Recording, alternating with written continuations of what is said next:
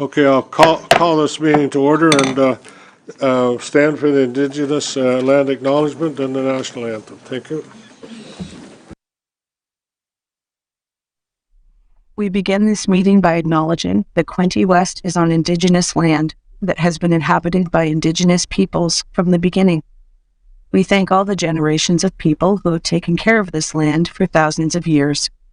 Long before today, there have been Indigenous peoples who have been the stewards of this place. In particular, we acknowledge the traditional territories of the Anishinaabeg, Huron-Wendat, Haudenosaunee, and the Mohawks of the Bay of Quinte First Nation. This territory is covered by numerous treaties. We recognize and deeply appreciate their historic connection to this place. We also recognize the contribution of the Métis, Inuit, and other Indigenous peoples have made, both in shaping and strengthening this community in particular, and our province and country as a whole. This acknowledgement serves as recognition of the contributions and historical significance of Indigenous peoples across Turtle Island and demonstrates our collective commitment to meet the promises and address the challenges of the Truth and Reconciliation Commission within our community.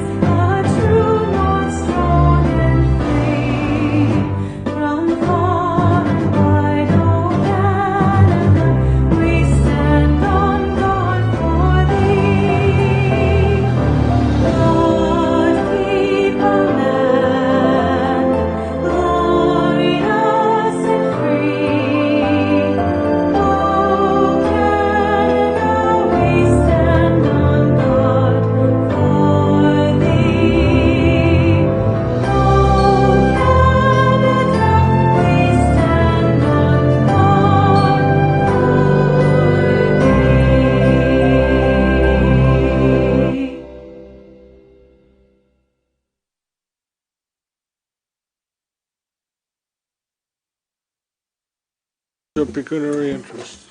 Councillor Stedall. Item 12.1E, it's due to the nature of my position. Thank you. Thank you. Councillor McHugh. Yes, I filed a paper with the clerk. I'll refrain from any discussion and voting with regards to the 2026 Fire Department operating budget and any talks or discussions with regards to the Quinte Museum of Natural History. Are you in that? I saw some skeletons. No, I'm just kidding. Anyone else? Otherwise, we're good. Okay. I need an approval of the agenda, please. Councillor Elliott, Councillor Roseblade. All in favor? Thank you. Approval of the minutes of the special council meeting held on November 28th. That the minutes of the special held on November 28th be approved. Moved by Councillor Roseblade, seconded by Councillor Reid. Thank you very much. All in favor? Carried. Thank you. Okay, we're already at public input. Anybody for information you want to share? Thank you.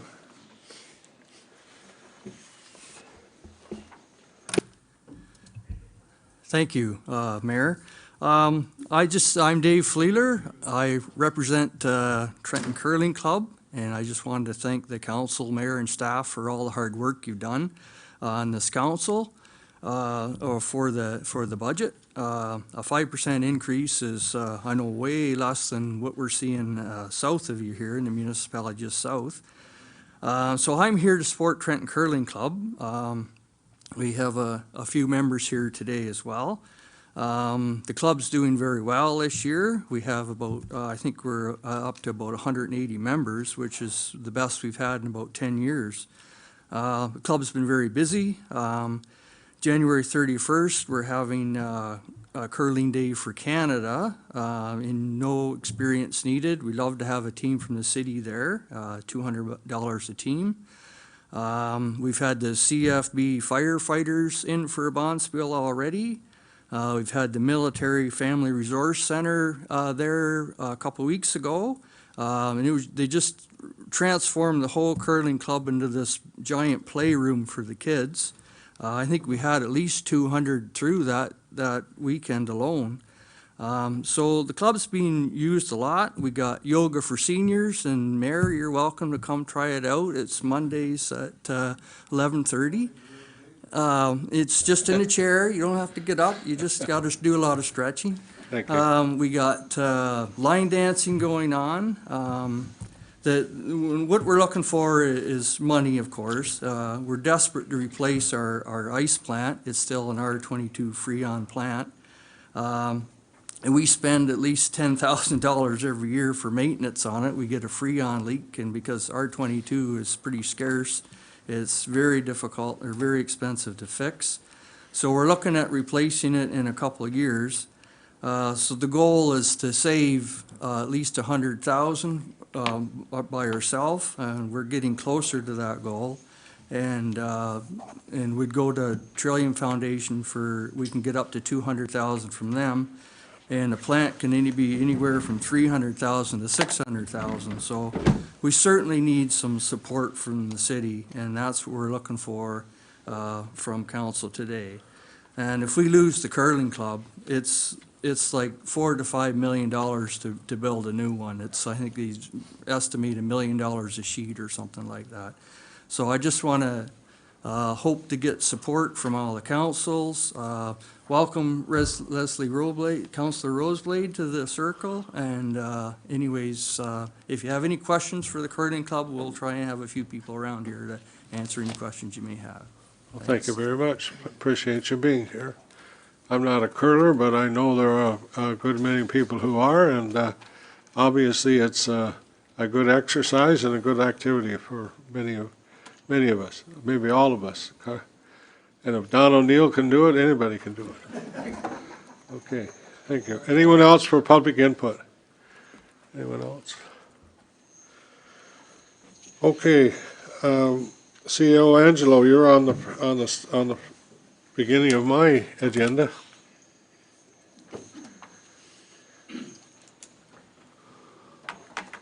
Have you heard from any plow operators? That's a tough snow to move, that one. It is, for sure, Your Worship. Good morning, everyone. I am pleased to be here today with the senior leadership team and staff to present the proposed 2026 budget. Before we begin, I want to recognize the tremendous work behind this budget. Our staff have put in countless hours to ensure it reflects Council's priorities, supports residents, and keeps our finances strong. Their commitment has been exceptional, and I want to thank them all for that.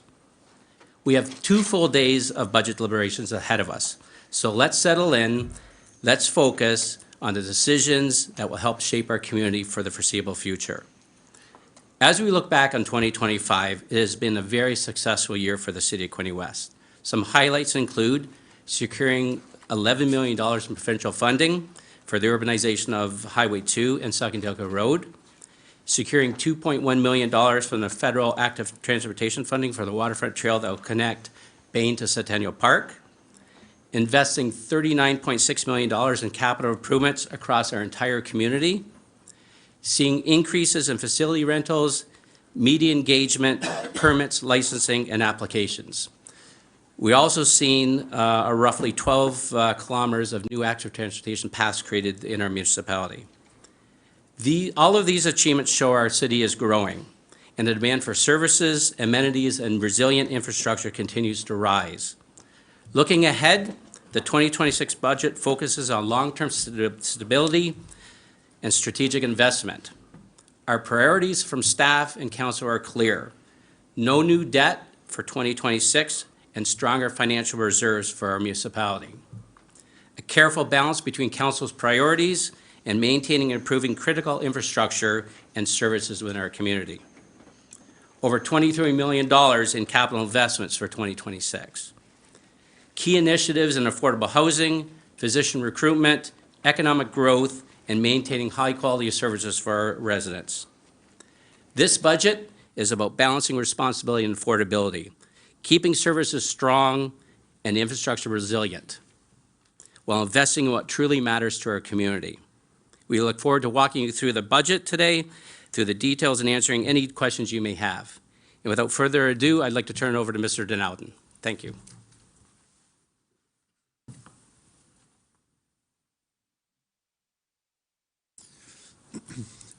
Morning, Council. So we'll kick off going through the city operating budget this morning. On the screen, we will flip through the pages. If you wanted to follow along, we will go front to back and explain some of the operating budget. So we'll start with what we released to the public and what you see in the first on page 11 here, which is the overall proposed residential tax levy increase of 4.99%. You can see the breakdown. We have the capital levy at 2.58% of that pie, the external agencies at 1.66%, and the municipal departments at 0.75%. Important to note, in those two numbers of external and municipal departments, we have offset the increase with some of the growth we've seen, around 1% growth in assessment. And so that helps reduce the overall levy with that growth money. Another important piece here is the capital levy at 2.58. As you well know, we have a direction to put 3% capital levy in each budget going till 2030, and this was dropped to 2.58% because of the additional OSIF funding that the city received. So any additional funding for capital that we receive externally will help us on our internal plan to address the infrastructure deficit. So we were able to drop that to 2.58 and maintain our plan to address the infrastructure deficit. In terms of external agencies, I'll also get to that area here shortly, and this is these are areas such as the OPP policing and Hastings County Services.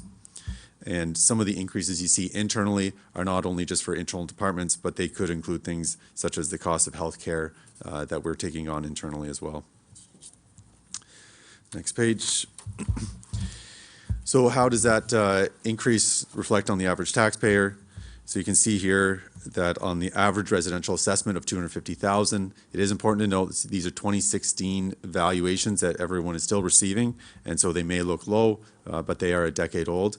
And but that is the assessment we're using to multiply by the mill rate, and we're seeing an average Quinte West property tax residential tax owner would see taxes of approximately $4,174, which is approximately $199 change over the previous year, or about $17 additional per month for the average residential household.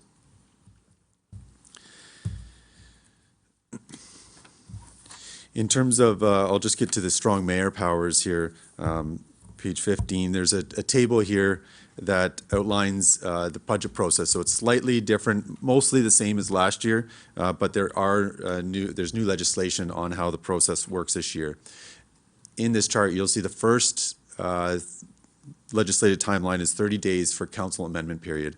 Council has received this budget book prior to December 3rd, and so we have 30 days for council to propose amendments to the budget. The budget is deemed approved when it is presented or provided, and you have 30 days for council to make amendments. And these are the two crucial days that we're asking council to bring amendments forward.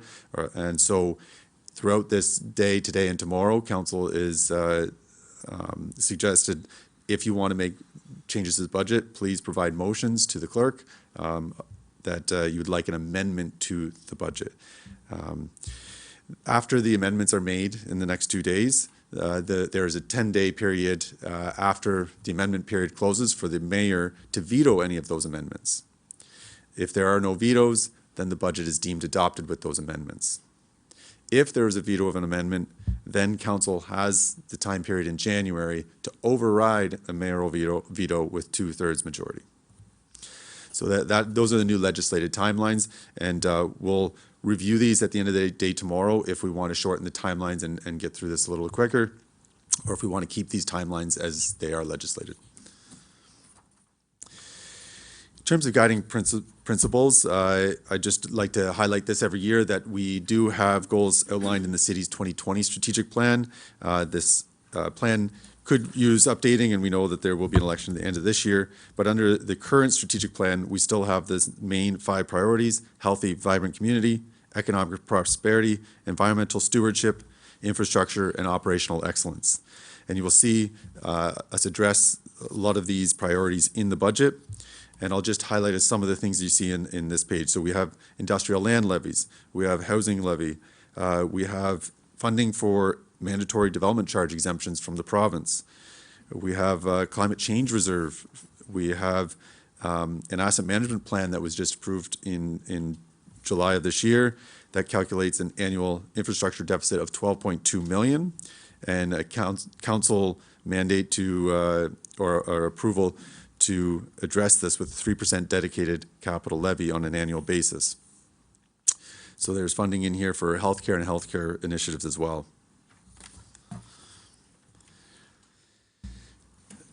We'll kind of push through some of the economic challenges. I have spoken about these at the last long-term financial plan, and just point you towards the lowest property taxes. So we have a report from BMA. Every year we calibrate and look at what our taxes are in Quinte West in terms of affordability for our residents. And on a detached bungalow, we see that Quinte West is still lower than not only the Ontario average, but even just our Eastern region average in terms of the taxes on a detached bungalow. And then the next chart also shows that when we use average household income, which is another data point that we have, we can see that Quinte West as a burden on the average household is still lower both in 2024 and 2025 than both the Ontario average and Eastern Ontario average. So from an affordability, we believe that our rates are still competitive in the region. It's also important to note, and we like to show this every year also, is that the municipal budget only collects about 9% of every dollar of tax revenue. There is no income tax revenue, corporate tax revenue, sales tax revenue that the province or that the city collects. Yet the city is responsible for a lot of the everyday services and government services that people depend on. I'll skip to the next page. So departmental goals. I'll leave this to each department to go through their goals. And each section of this book, you'll see municipal department identifies their goals and projects that address community needs, enhance operational efficiency, and foster sustainable growth in each of their areas. Each area also breaks down 3 categories. Not only does it summarize it here, but I'll let each department talk about how their budget is changed from last year under 3 categories. Core inflation, which is basically, let's say your annual wages would be under that core inflation. Growth refers to the budget adjustments needed to accommodate growth and demand for city services or the expansion of services due to additional residents. And then service level is the last category. So any service level changes outline budget changes that are a result of modifications to the level or quality of service currently being provided. So this could be something, for example, like healthcare. If things are added to the budget, those would be service level changes. Supplemental detail for each department, operating or capital, are all found in the appendices. There's a large section of the book that includes appendices for additional detail. And we do have staff here to help toggle between those appendices if you want to dive into any of the individual operating or capital items as they come up today. Talking a bit about budget alternatives. So staff are always working, as you know, in our timeline behind the scenes, looking for ways to mitigate the tax increase and bring it to something like we've done today. We know that we've received additional OSIF funds. This has helped reduce the capital levy. We've also looked at our internal shared costs and the cost drivers to allocate our internal costs towards things like the water and wastewater budget for internal services such as HR, accounting, that kind of thing. We also have received funds back from things like the WSIB reserve, also the closure of Quinte Recycling. Those things help come back to the city and help reduce costs. In this case, the WSIB reserve for the additional firefighter training.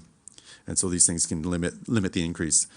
Now, of course, today it's up to council if there are other measures. We've listed some examples here that council can use if it so seeks to reduce the levy any further. The chart that you see here also breaks down a bit of the proposed increase and how we break it down between growth and non-growth. So you have assessment growth of 835,000, which basically equates to a 1% tax levy. And so that allows us to include money in our budget, but not have it affect the overall tax levy increase. In terms of our municipal departments, again, I'll let our department directors explain some of the changes from 2025 budget to 2026 budget and the variances. So you can see the dollar variance on the municipal departments is about 2.4 million over last year, which is a 5.9% increase in the overall expenditures of our operating budget. I'll skip to page 26, and we're going to spend a little bit of time on external agencies. So external agencies is another big part of our overall budget, where we have a change over 2026 of 1.7 million, which again is a variance of close to the similar as municipal 5.86% over last year. So Southeast Public Health, the top line there, this is a newly amalgamated board that was previously known as Hastings Prince Edward Public Health. The budget approved by the amalgamated agency is 11% higher than what was approved for 2025. However, harmonization funding from the province is being used by the board to subsidize the higher operating costs for 25 and for 2026. So what you see here with the 5% increase in our budget assumes the use of $70,000 of the remaining $390,000 of harmonization funding. And so Southeast Public Health will be here tomorrow to explain more of their budget and the intricacies and what they're planning for the next 5 years. But on our side, we've budgeted just 5%, assuming we can use the harmonization funding to level set that increase for our 2026 tax levy. The next line, 3 lines here, are Hastings County. So this is the city's largest external partner. Includes community and human services, emergency medical services, and long-term care. The Hastings County budget will be tabled in 2026, and of course we have council members on those committees. The overall increase between these 3 is around 7.3% increase, and this is based on not only historical trends, but also discussions that we've had internally with county staff. This is, again, council's opportunity to direct staff or council members if there are directions for these Hastings County committees. The Quinte West Public Library approved its budget, and with a 5% increase, the library budget is provided as printed information on the agenda. Quinte Transit, they have approved their budget with a 5.8% increase, and the transit budget is also provided separately and printed information, and they will be here tomorrow to present their budget and some of the changes there. The OPP annual billing was just received in the last few days before we printed, or after we printed this book, and it does include an 11% increase for 2026, and we do expect that we will see double-digit increases at least for another year, but into the future as well, based on what we heard last year as well. So this increase alone is about 1.2% increase on a levy, so it's significant. We also have Provincial Offences Act revenue in that policing area, and this is for tickets and that kind of thing dealt with by Hastings County, our partner there, and we project those revenues to decrease as well. And so overall, you see a 12.5% increase for policing, or 12.2%. The conservation authorities have both presented their budgets previously, and so council's had an opportunity to look at those, and the Lower Trent budget increase is 9.4%, and the Quinte Conservation budget will see a 1.75% increase. And finally, recycling. This is the good news story for 2026, is that this is coming off the books for Quinte West. So this is a significant savings in our operating budget. Now, there is still $233,000 added to the city's internal department budget for non-eligible recycling, and this would be in our public works budget. The savings of the wind down, as you may have seen in the media release, did provide Quinte West with payout of cash balances, and those will be used against the drawdown of reserves that we were using in previous years in the lead up to this. So those funds will be used against that drawdown of reserves. I'll stop here. If there's any questions on external agencies, again, there will be a few deputations tomorrow, but if there's any amendments or questions about external agencies, this would be a good time to bring it up. Councillor Elliott? Yes, thank you, Mr. Mayor. I've indicated to Caleb the day or two before, Councillor Reid and I will not be able to stay all day tomorrow. We have a Lower Trent meeting at 1 o'clock, and I would also like some guidance from council. I have my own opinion on the Lower Trent's budget, but I just want to make council aware. I would like your input. I think at the last meeting when they done the presentation, and it's recorded in the minutes, that council was looking at them to come in around 5 or 6%, I believe the guidance was. But I just want to make you aware, two of us will have to leave before, we have to be there for 1 o'clock. If there's any input that we need or comments from the rest of council or staff, we'd be prepared to listen to you and in any direction you'd like us to proceed with. We do carry a weighted vote out there, and we just need one other participant if we want to go back and review it. I can see a few places they should, but I can't guarantee you that it won't be our no vote won't be defeated, but we do carry a fair weight with our vote, though, of the 7 municipalities that sat on that. So I just wanted to give everyone a heads up on it, and two of us will not be able to stay for the rest of the day, being this is a budget vote that we have to be there for tomorrow. So I'll leave it at that, and I'll leave it at your discretion, or my council's discretion, how they want us to proceed, or any comments they might want to make first, please. Thank you. Councillor O'Neill first. Thank you, Mr. Mayor. Through you to Director Denouden. This is on the OPP policing costs. It's my understanding they're using our $15 million building and they're paying no rent and we get no offset for it. Could you comment on that? And should we be charging them rent? So through your worship, on that question about the OPP facility, so the agreement on that facility was made originally when the new facility was built, and that is correct. The city owns that facility, provides it at no cost to the OPP for use, and that is the arrangement we have right now. Unfortunately, there is no mechanism. We have a lease agreement with them. There's no mechanism to charge rent, at least for the next 5 years while that lease is still in play. When is the lease up? We can get back to you on the exact date. Once we get that lease agreement terminated, we'll be able to look at changes. Councillor Neal, another question? No? Okay. No, thank you for the answer. I just think that's very pathetic that we're not charging them anything for use of that building. I don't think we ever have, but anyway, Councillor Siddle. That doesn't matter. Yeah, We should have been. Well, we should have been in what we're doing and not the same thing, obviously. Councillor Siddle. My question is also on the policing. I'm just wondering, I do know the numbers came in after the book was published, so there is a difference, I believe it says 12.18 in the book, and I'm just wondering it's only 11%. So what will happen? What's the plan with the difference? Will that help to reduce the levy, the amount that the city is levying, or what is the plan with that extra? Yeah, through your worship. So the 12.5, that's an increase because we're seeing a decrease in POA revenue, or Provincial Offences Act revenue. So that's why it's different than the 11 that we heard from the OPP. The actual figure that we received a couple of days ago was about $40,000 difference. Overall, I don't suggest changing the budget at this point. It is a small figure, and every year, similar to Hastings County, we budget approximate, and we're within 1% of that amount. Okay, thank you. Go ahead. Just a point of clarification for myself regarding the OPP in the building. I think it was a great idea. We built the building. We've got them here. They're doing a great service.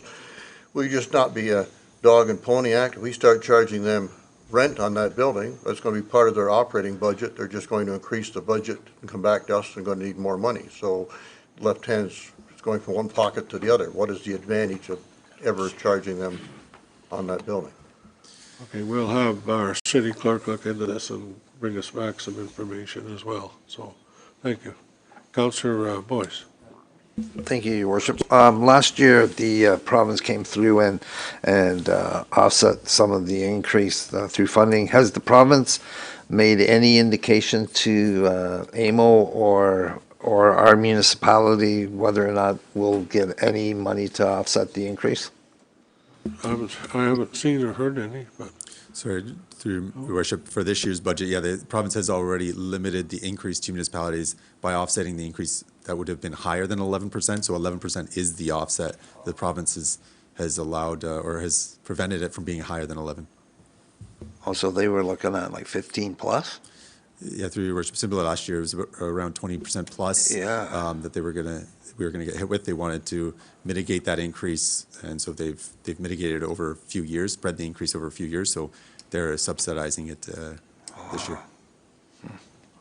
thank you. Councillor Card. Thank you, Your Worship. I had a couple of comments. Just the first one, Caleb, can you speak to, is there still a reserve fund balance for policing? And have you utilized some of that on the 12.18? I know it's 11, but is that being utilized at all? Yeah, through Mayor, we do have a police reserve fund. I'm gonna see if they can pull up, my staff can pull up the number that's in that fund. No, don't hear it. It's good. Okay. Yes, there's 430,000 in the policing reserve right now. And at this point, it is not in the budget used to offset the increase. If we did use that reserve, we often like to use it for one-time increases, but we see this also being another increase next year, so it wouldn't be our strategy to use this to offset this increase, but it is available. So just to follow up, and I have another, so is the feedback from the province that, like, when are we going to catch up from, what is the schedule for that? Are we expecting double-digit growth for 2 years, 5 years? Like, what is the feedback? Hey, through you, Mayor, I think, these are questions we've been asking. We've asked for a delegation last year from OPP. Again, this year, we're not receiving very much information on the details. I believe it is up to the OPP to discuss their budget and why and how long, what their projections are. We've shared the information, the letters we received in the Finance Department to Council on the increase, but in terms of the projections and what's causing it, it's really up to the OPP to explain. Okay, just to continue, I do have significant concerns about the public health allocation. We were speaking a couple of days ago, just to reiterate, if I recall your number correctly, you said that I think between 2024 and 2029 is like a 5-year period that the allocation based on the guidance that they're giving will double over a 5-year period. And this is with their strategy of closing the 8 locations, including Trenton. I know I spoke to Councillor Kotzebos before, and I know that their plan is to, kind of offset that with mobile delivery and other ways. Having dug into this with Chris and Jessica Smiley's kind of information they've been able to find on the subject, I'm extremely uncomfortable with that doubling and what I think is essentially going to be a service cut. I know that, I was going to wait till the presentation tomorrow, but from what I can glean, there hasn't been significant operational leverage or HR reductions. To me, I think that it is extremely important, and reading through the documents, just for some of the board materials, they identify that the community is lacking primary care, that we have poor, mobility and kind of lower income, complex health needs, and I think coupling that closure of the location with some of these increases and not going to staff and duplication and some of that operational leverage, I just think that has to be looked at first and achieved before we start closing locations. So I don't know how that conversation unfurls. I have a long list of comments to them tomorrow for their presentation, but I don't, how would you advise going about this? Because I'm not comfortable with that right now at all. Yeah, through your worship, we did receive the public health more long-term plan and their operating plan in the last week or two. If I had known of that at the time I presented the long-term financial projections and outlook, I would have definitely put that as a high-risk item, similar to OPP, where we're seeing significant increases, actually almost worse than OPP, where in 5 years we're seeing the public health likely double, our contribution to public health double. So not only are we seeing a larger contribution share, move from around 25, 26% to north of 30%, and the province taking on less. But we're seeing their budgets go up significant, almost double digits. And yeah, there's no outlook right now that shows that budget's coming down. And yet, as Councillor Card said, it looks like services are not increasing. If anything, we may be losing local services. So I think these are a lot of questions for council to ask when Public Health is here tomorrow to explain the amalgamation, how it happened, and what the projections are, but definitely concerning for the long-term outlook for Quinte West and their own budget, which sees multiple years of deficits as well.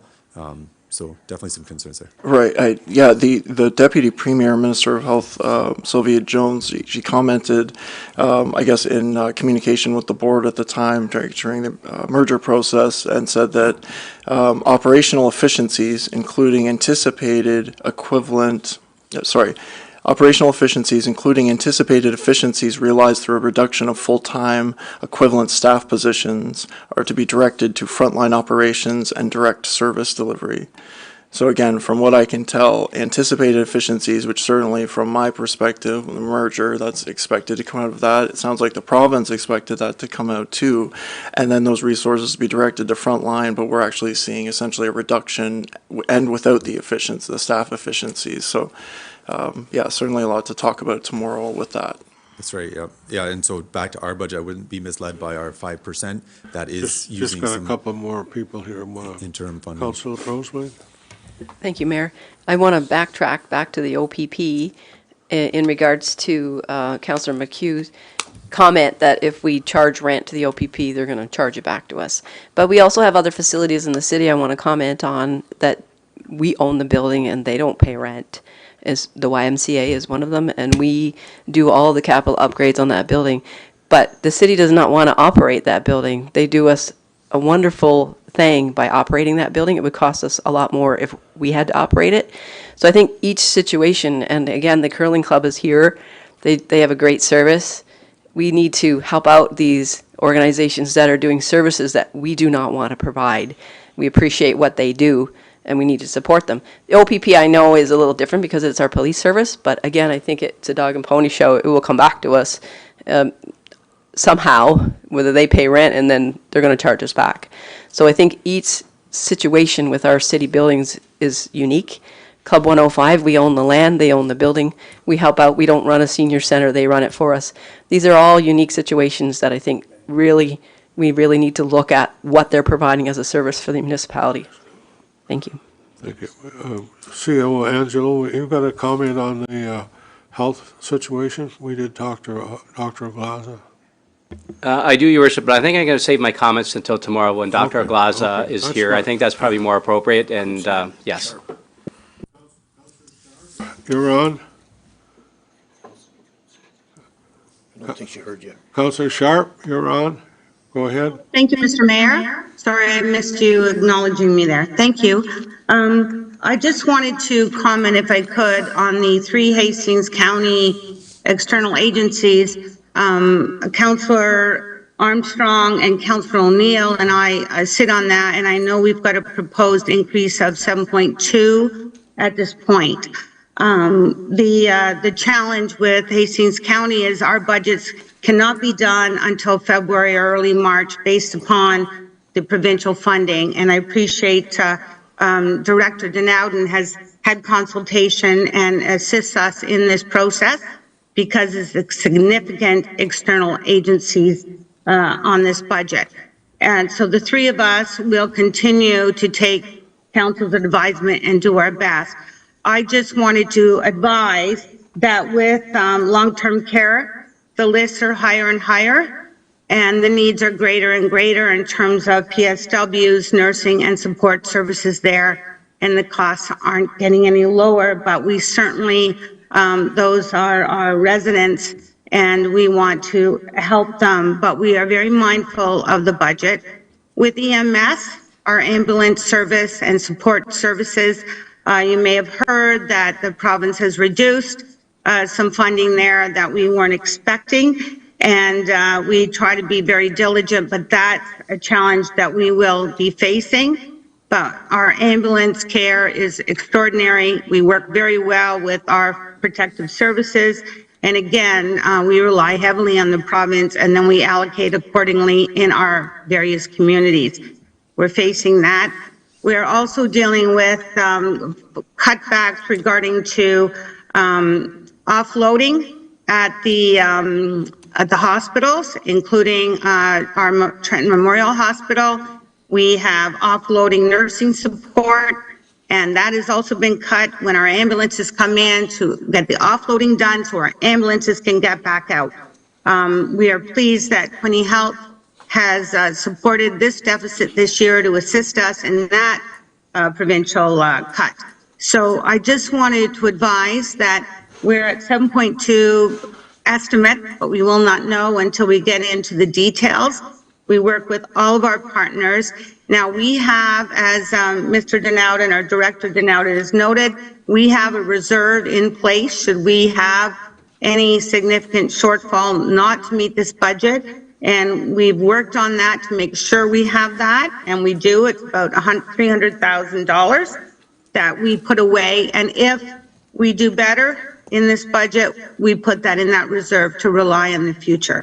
I just want to assure Council that the Councillor O'Neill, Councillor Armstrong and I are aware of the concerns, but I will say the needs in community and health services are high, long-term care and our paramedics.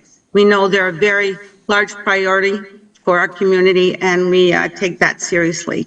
Thank you, Mr. Mayor. We don't disagree with what you're saying at all. Thank you. Sorry, Councillor Quinte. Can you hear me okay? Yes, now we can. In regards to, I got a few points. In regards to Lower Trent Conservation Authority, I am in support of their proposed budget. Water is really important. We need to keep it in the places that it's supposed to be. And our conservation authorities are under extreme stress from multiple changes that have been brought forth over the past more recent years. So I want to support Lower Trent Conservation Authority in their proposed budget. In regards to the police building, I am supporting how we do it now. My only question is, how is the costs of the police building, does that go into the police budget or is it budgeted somewhere else?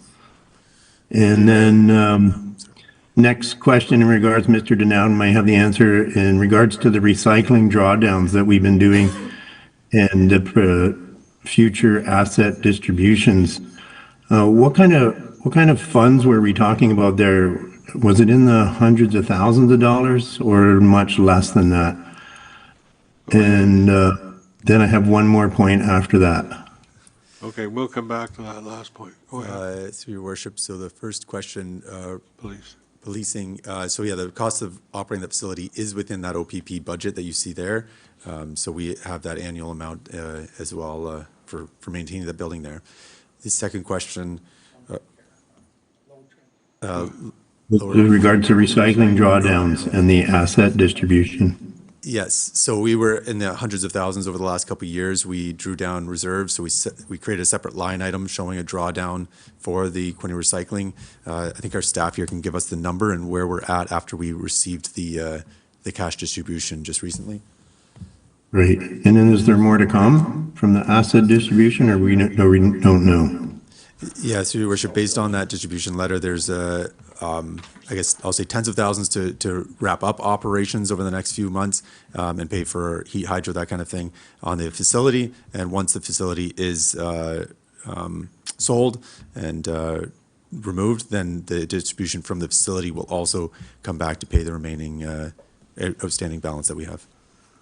And then my last point in regards to the capital levy for the 3%, we met numerous times in the late spring and early summer and agreed on 3%. And now the province of Ontario has come through with OSIF funding to help us lower that percentage for this year.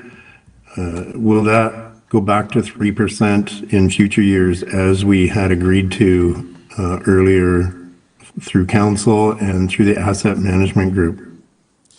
Through Mayor, that is correct. So we'll keep the 3% capital levy planned as we discussed in the asset management group. In those projections, if you remember with asset management, we assume the same level of government funding. We don't always get consistent funding or I would say projections of where the increases are going to be over the next 2 to 5 to 10 years. So we just project the same funding. If the province comes to the table with addition or federal, then we offset the capital levy. But you're correct. We're going to maintain 3% going forward. And I'll just pass it back to Mr. Hodge, who might have an answer on the reserve for the or the negative balance of the recycling reserve. Matt? Yes. The recycling reserve right now is at negative 755, and we did receive 460,000 already. So assuming our portion of 200,000+, once they sell the portion of the building, it'll be distributed to all municipalities, and assume it'll pay it back. Yep. So that's all positive news. All right, thank you. Councilor O'Neill? Thank you, Mr. Mayor. Back to the police building, the question's been asked twice, once by Councillor McHugh, once by Councillor Roseblade. It's my understanding that the building is through Infrastructure Ontario and the police would not be able to recover the rental costs of the rental of the building. I'd like that answered if we could. We'll get it. We'll get it. Okay, sorry. Councilor Stedall? Just one item of note with the external agencies is Quinte Transit. Their increase, actually they've whittled it down quite a bit and they've done quite a bit of work, and I know that they are coming tomorrow to talk about that. But part of their issues that they had this year with their number was the fact that they had County of Hastings funding was cut for them, but that was a direct result of changes with the provincial funding that gets allocated to the county. So I just wanted to make a note of that. They did a really good job getting the budget down to where it is, and it provides service usage is up. It's an excellent service, and I think it's they've done a very good job with that transit. So you're just telling me there's more downloading? More downloading, correct? Yes. Okay. Yeah, we're not surprised. Councillor Boyce. Thank you, Your Worship. Just briefly, and I want to respond to Councillor O'Neill. I think he's made a very valid point, and we should have that answer today, probably, so that we can discuss it. Thank you, Your Worship. Yes, I agree. That is a very good point. I'd be curious, what is happening in other municipalities wherein the city municipality didn't build the building? Presuming that situation exists, is the OPP funding that, funding rent, or are they building buildings? I guess what is the alternative case there? And to know what's happening elsewhere, because it seems like it obviously the building is built now and the agreement is signed, but it is an important question. Like, I guess what was the benefit in terms of building that if we're not getting some payback, I guess, on the back end there, if it's not factored into our the bill that we get, if that's based on population and calls and a complicated group of factors we're not getting credit for, that would seem problematic. Your Worship, can I suggest a staff report, maybe providing some of the history and background of the building, how the building works? At this point, it would not change the budget. We have a lease agreement with OPP for the facility. Their OPP billing is universal across the province. They charge based on household. That will not change, but we can give you detail on some of the history as to what the previous council agreed to when we pursued the new building and what our options were at that time. And so we can come back with some of the history on that. We've always owned our own building that I know of. Anyways, we tore the old one down to build a new one. So, and the old one had 70 officers and was built for about 35. So, anyways, we'll get more information. That's no problem. Well, Councillor Quinte, you got another question, or you're good?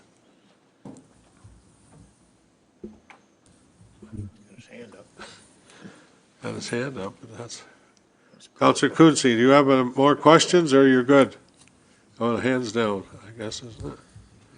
Okay, all right, keep going. All right. Sorry. So thank you, Mayor. We've talked about the capital levy. We talked a bit about external agencies. So we're start driving into our operating budget. So we're getting over to revenue sources. Of course, general taxation revenue is the largest part of our overall revenue. We also have area rating revenue, which is used for career and streetlight. And then other revenue, such as the OMPF funding, which is from the province that's received every year. There's an additional $200,000 this year on OMPF. That's in that fourth line of other revenue there. And so that's good news and helps offset overall increase this year. Because of these area rating of streetlight and career firefighting, we'll see on the next page that you actually have a different distribution of tax increases by ward because of these things. So Trenton, for example, will see a 5.16% increase. Sydney Murray without streetlights, 5.4%. Sydney Murray with streetlights, 4.1%, and Frankfurt, 5.1%, for an average of 4.9%. And it's also not only distributed differently by ward, but also by tax class. So because of our ratios, every municipality has slightly different ratios, but often commercial, industrial ratios, multi-res ratios are a multiple of residential of anywhere between 1 and 2 or just north of 2. And farm is the opposite. It's 0.25% of residential. Anyways, these are the increases that would be applied and the average annual change for those property classes. The other revenue source other than tax revenue is user fees. The city generates approximately $6.7 million in user fees. This is about 7% of our overall revenue.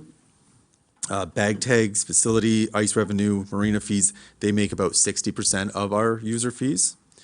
And we have a fees and charges bylaw effective till the end of 2027.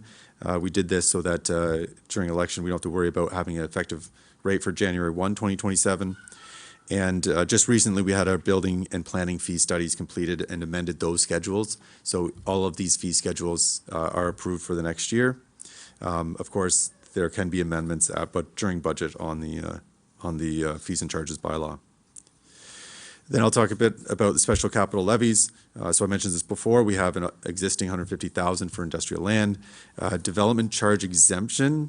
This is statutory exemptions that the province mandates for affordable housing. Was increased from $150,000 to $450,000. This is based on finance and building and planning working together to calculate what our projections are if these new housing units come on board, how much we'll have to waive in development charges. So it's a significant cost, again, borne by or instituted by the province and borne by municipalities and the taxpayer. Reserves, so I'll just talk a bit about now the long-term background. We do have reserves categorized in 3 ways: reserves, capital, and any legislated reasons. For example, gas tax, OSIF have to be separated into separate reserve funds, and then as well, development charges would be in that category as well. And so looking at our balances, they are getting better, I guess. As I mentioned in our long-term financial planning, outlooks are looking good. The reserves are at a fairly healthy spot.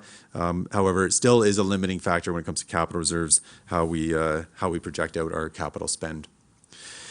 So again, here's the outlook. The first 5 years is where I would focus your attention around that 40 million mark, and that is a fair balance for our reserves for the short-term outlook. Going to debt, as CEO Angelo mentioned, we're avoiding taking on new debt for 2026 capital projects. The city will still incur approximately 20 million in new debt related to the break wall, the Wooler Road Bridge, and the Centennial Trail Park. These were previously approved projects that did require the use of debt, but the outlook is that we're reducing our reliance on debt over time, trying to build up that capital reserve so that we can afford the projects that we need to do. Again, reserves, we do compare per capita using that BMA study I mentioned earlier, and our total reserves per capita is a bit lower than our Ontario average, and our debt per capita is a bit higher, significantly higher than the Ontario average. So these are issues we bring up every year. We're trying to address them. And again, one of the keys of this budget was to start reducing our reliance on debt and bolstering our reserves. Capital budget, again, I'll let each department talk about their individual projects, but we have approximately 21 million in capital projects and then additional fleet capital. So council is being asked to not only reapprove 2026 fleet, some of the procurements haven't happened yet, so we'll have you pre-approve those or approve those, and then also pre-approve some 2027 fleet. Again, the timeline on certain fleet to purchase and procure is a bit longer, so if we can get that approval now, we can start our process of procuring those fleet with longer delivery dates. So I'll skip these pages. We can always come back after the operating departments go through to talk about the prioritization and if this capital budget is what council would like to see without amendment. And I'll go over to page 43 just to summarize where our revenue sources are again for this capital plan. Approximately 47%, half of our budget for capital is funded by us through our own capital levy. It is nicer to see this pie get a bit bigger instead of using too much debt or other sources, maybe inconsistent sources. OSIF is another big component of our capital revenue, 17%. The CCBF, or what we used to know as gas tax, is 13%. So the province and feds come up with about 30% of the revenue for our capital program. We use other reserves, specialized reserve, let's say parkland, that kind of thing for some of our budgets, our capital budgets. We have grant money in there at 6.4%, and then DC for anything that's growth related, that's 3.7%. So the asset management plan, we'll go to the next slide, shows the city should spend about $41.6 million per year to maintain and improve, to maintain the approved levels of service. This is significantly more than the $23 million the city's averaged in capital spending over the last 5 years. And as you can see for 2026, we're about at that $23.4 million. This bar in the middle will rise over time as we address that capital infrastructure or infrastructure deficit and try to get our capital spending back on track.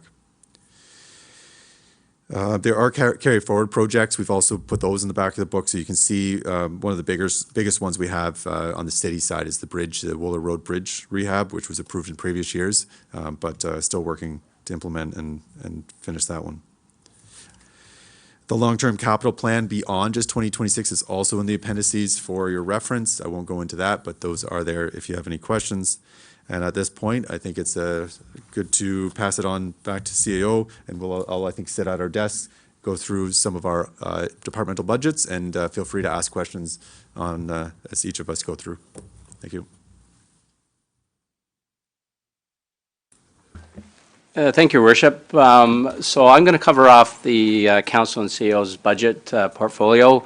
I just want to flip through to the strategic goals for 2026, if staff can put that up. So one of the things I think we've talked about a few occasions already is really continuing the relationship building and engagement with higher levels of government. So you'll see early in the new year quarterly meetings being set up with our MP, MPP, and the military base as well, because I think building those relationships and having those quarterly meetings will enhance our ability to apply for funding and ensure that we're aligned with our strategic priorities with what the provincial and federal governments are as well. So that's really a goal that we've started already, and you'll see meetings that we're going to start having mid-January and February on a quarterly basis. Additionally, we're looking at updating corporate policies and procedures that we're doing that in-house. So we've done a couple of them this year with the update to the flag policy, and we'll continue doing some of those going forward in 2026. We're also looking at increasing, I'm also looking at increasing CEO and council engagement with our community. One of the things we've talked about is making sure we're more out in the community. I think a CEO newsletter, we've talked about even as far as a mayor's Facebook page, is increasing that engagement in our community is really important to make sure we're aligned with our residents and getting our messages out to our community. So that's certainly things that are going to be coming forward in 2026. I really want to highlight some of the things about leveraging the city's assets to strengthen physician recruitment and retention. I have that report on for council's information about the status of where we're at in terms of physicians and recruitment and retention. And it's certainly a large issue for us. And I'm not going to say it's a crisis, but it certainly is in terms of ensuring that we have the right amount of physicians in our community to serve our population. Right now, we're well aware that it's about 6,800 unconnected patients or unconnected residents in our community, about 16% of our population that don't have access to a local care physician. And that's something that we're going to strive over the next several years to reduce and bridge that gap so that every resident in Quinte West will have access to a local physician. I know the promises made us that that's going to happen by 2029, 2030, but we still continue to need to do our part to make sure we're attracting and retaining physicians for our community. Some of the things in our council and CEO budget, salaries and benefit increases have been increased to reflect contractual obligations and increases. The medical grant reserve, which was previously used to fund doctor retention and recruitment, is completely diminished at the end of 2025. So that's resulting in a $222,000 increase on the tax base. So the total health care, and I know council's asked this before, is how much we're spending on health care in our municipality, and it's close to $746,600.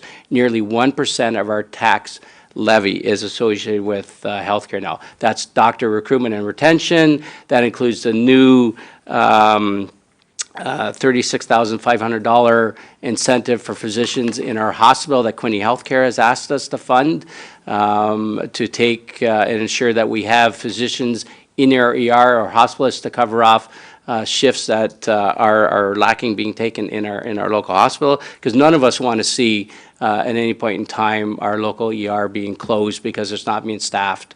So that's including that. Addition includes our final year of commitments of $90,000 to KGH and $200,000 to Trenton Memorial Hospital Foundation.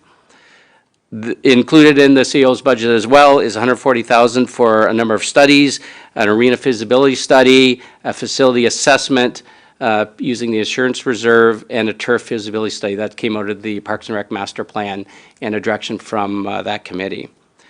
Under the grants that are included in this year's budget, there's $266,000 in tax rebates, $11,000 for the new heritage rebate, and $230,000 seniors rebate. And a $225,000 charity rebate.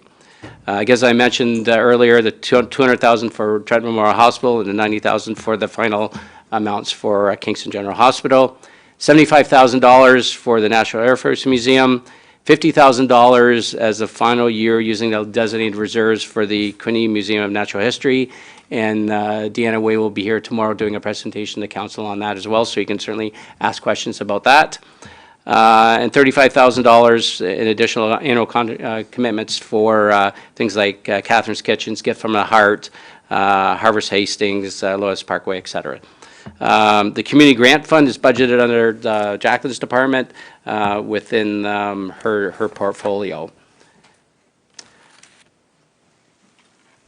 As I mentioned, some of the growth requirements, additional $27,000 for seniors rebate, due to increasing enrollment. And the FTEs have increased because of the addition of Mrs. Jessica Smiley as our in-house physician recruiter this year. And she's in the audience today attending council meeting just to see how we all work as a council together with staff. Service level changes, as I noted, inclusion of the emergency room physician incentive of $36,500 over 2 years for a 5-year return of service in the ER. the inclusion of the contract in-house physician recruitment specialist, Jessica Smiley. And I've also reduced the council attendance at conferences, mainly because of when they looked at the last 4 years, it's really hasn't been used to its maximum degree. So I thought that better aligned with the expenditures we've had in the last 5 years. And with that, I'd be happy to entertain any questions that council may have. Oh, go ahead. Thank you very much, Worship. I think we talked about this at a previous meeting, and I know we did, and we talked about the amount of money that's going into physician recruitment, not just physician recruitment, but just the overall cost for that city is undertaking for healthcare, which is really not, should not be on a regressive tax, a property tax. It should be covered by the province, which is covered through income taxes. And I would like to see the amount that we are actually paying for healthcare put on our tax bills to show as a separate levy, to show as the total amount so that we can push back to the province to say, we are covering all of these various costs. I completely agree that we have to, that we need to get doctors here, that we absolutely have to keep our emergency operations open. We need to support our foundations. All of those things I completely support, and I think that they are worthwhile causes. I just think this money coming from the taxpayer levy is inappropriate. It needs to be coming from the province. We need to be able to stand up and show them somehow that number instead of just going to delegations at conferences and asking and listening. And we need to show them. And I would support, and I would like to put a resolution on whenever we get to that part, is that we do make our tax bills show that levy as a separate line, and that also will show to the taxpayers how much of the money that we are paying to try to help to make sure that we do get physicians and we keep the hospitals open. They're providing excellent services, and they are depleted, and we definitely need to support them, but it shouldn't be our cost. And I just wanted to make that point. I don't know when we bring those resolutions up, but I do have a separate question. And the question is about the use of the money for the reserves to do a study for the facilities. At audit committee, we talked about this. So our the amount that we pay for each of our different claims, our deductible, has risen to, I believe, $750,000, I believe is what our deductible is, and that money that is being set aside in insurance reserves is to cover if we have claims for that. So to use that money or to start to use it for something besides that coverage for this type of study, I can't support that. I feel our deductibles are far too high. If we end up with a couple of different incidents and the deductibles are used, which seems to be what happens now, is that people are actually taking money out of, they're claiming it against municipalities thinking that we have deep pockets. Our deductible's too high, but we built that reserve in order to cover if we do have any issues. So using the money for other projects, which I don't disagree that we do need a facility assessment, but using that insurance fund, I don't agree with. Anyone else? Any other? Councillor Sharp. Councillor Sharp, go ahead. Thank you, Mr. Mayor. I agree with Councillor Stedall in terms, and I think we all do, excuse me, in terms of the province's responsibility for physician recruitment and retention. But here we are, and I appreciate that we're going to deal with it again tomorrow with the detailed staff report from CAO regarding physician recruitment and retention and opportunities and so forth. But it's very unfortunate that this is a municipal tax increase. 1% of it is being physician recruitment. I do support at this time, because we have no choice, that we do need to have the emergency room physician incentive, because without it, those without a doctor, that's all they can do is go to the emerge. So totally support the additional $36,500. Happy to have our in-house physician recruitment retention person. But this is not where any municipality should be, but we are all here. So support all of those and look to Councillor Stedall's notice of motion. I just also wanted to comment with regard to, on page 51, looking at the grants that we have. We're almost at the end of a few, one being our final commitment to Kingston General Hospital. I don't know if there's more coming there for the future, but we're very thankful for Kingston General Hospital, and also a few coming with regard to the museum. I just wanted to note that we need to prepare as a council that the funding for Community Partners for Success is always tenuous with the province giving to Hastings County that we give to community partners. And we may have to look in the future of allocating, if one of these grants isn't necessary going forward, to try to maybe add in, and I'm sure, I expect it's coming, because Community Partners for Success is a grassroots agency serving our community, and they're fighting for funds to serve all of our individuals that are some homeless or in need of supports from us. So just want to put a note that we just got the funds this year for Community Partners. We may not have it next year. So I just want to make a note that maybe this will open up a little bit there going forward. Thank you. Thank you. Councillor Card. Thank you, Your Worship. And I would agree with the previous comments, certainly. The position that we're in with funding these healthcare, physician recruitment, et cetera. It is an unfortunate situation, but one that we have to deal with, I guess. So I was going to just save this for further conversation for the staff report tomorrow.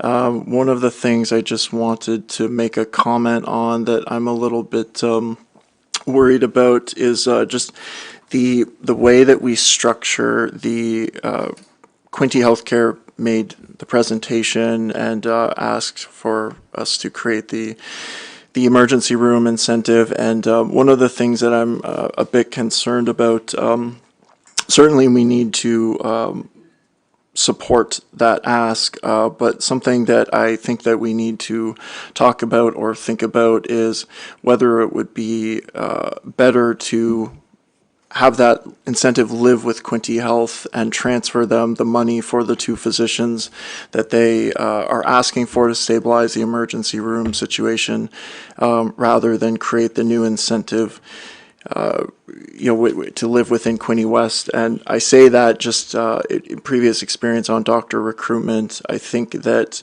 there is a significant likelihood that existing emergency room physicians, will ask about that at some point. Certainly, working next to, colleagues that got, a significant incentive to work those same shifts. I mean, that's only natural. I think that will certainly happen. It creates the precedent for future. It's very difficult to take these incentives away once they're created. But that being said, we do have to support the hiring. So something that I would recommend, we can talk more about at the staff report tomorrow, would be to transfer Quinte Health the funding for the hires that they want to do, and let that incentive live with them to deal with for the long term. If other physicians, come out asking for that incentive, they're already working, kind of leaving that for Quinte Healthcare to deal with, rather than it possibly starting kind of a long line of asks. And it says for 2 years, but realistically, I mean, this is, I think it would be a long-term program, which I'm not sure how long Quinte Healthcare has had their incentive, but it's definitely, we need to stabilize the emergency room. I think the way that it's structured is important, because it could put us on the hook for a lot more taxpayer funds, but that isn't actually increasing capacities for existing physicians or possibly new ones who are going to be hired anyway, or do more shifts at Trenton anyway. And the bar is actually quite low to receive this incentive. Also, it would be only 8 shifts a month, if I recall, is the threshold. So it's a fairly low bar that a lot of folks will be technically maybe think that they're eligible for. So. Okay, a couple of points I'll make is we've been in the healthcare since we amalgamated in '97. You remember, CO, when we amalgamated, we had to have money for Trenton Memorial Hospital. How much did Trenton have at the time? About the same amount you had to buy that loader, right? Anyways, that's long gone. We're in healthcare, whether we like it or not, and we've been in it a long time. And we're trying to recruit doctors and trying to have spaces for them, so. All right, anything else? Counselor Quinte, you're on. Hey, thanks, Mr. Mayor. Can you hear me? Yes? Yeah, I agree with you in regards to healthcare. Ever since I joined council, we've been trying to do whatever we could to help, as much as we could to help. I still think it's a good idea if we do show on the tax bill how much money we are contributing as a city to try to help get doctors come. I think it's a good idea to show people what we're trying to do and how we're trying to do it. And then in regards to comments made by Councillor Stedall in regards to the insurance deductible, yes, we have increased our deductible and are proposing to do some more changes to our insurance deductibles on other parts of the policy for next year. But it's not like we're not doing anything to mitigate our risk and our losses. We have trained staff. We were working with an insurance provider to help us with claim situations, to reduce any of the risk to the city and make things go smoother. And not only that, by taking these kinds of responsibilities, it is showing our insurance carriers that we are very active in our risk management, and insurance underwriters like that. They want to know that the city is making every effort to reduce claims, and in the processes that we've set up in the past number of years, I think it's going great. I am a little concerned that we want to siphon off a little bit of money from the insurance budget, but I also know that the money has to come from somewhere. So if it works, great. We always got to take some chances here and there. We did something similar with the snow budget last year. We reduced it a little bit to try to squeeze our budget down a little bit, and we got to make these efforts. So I'm willing to follow CIO Angelo's lead and support him in that effort. Thanks. I'm going to suggest we take a 10-minute break. It's 10:20 and take a break till 10:30, 10:31. Okay, thank you.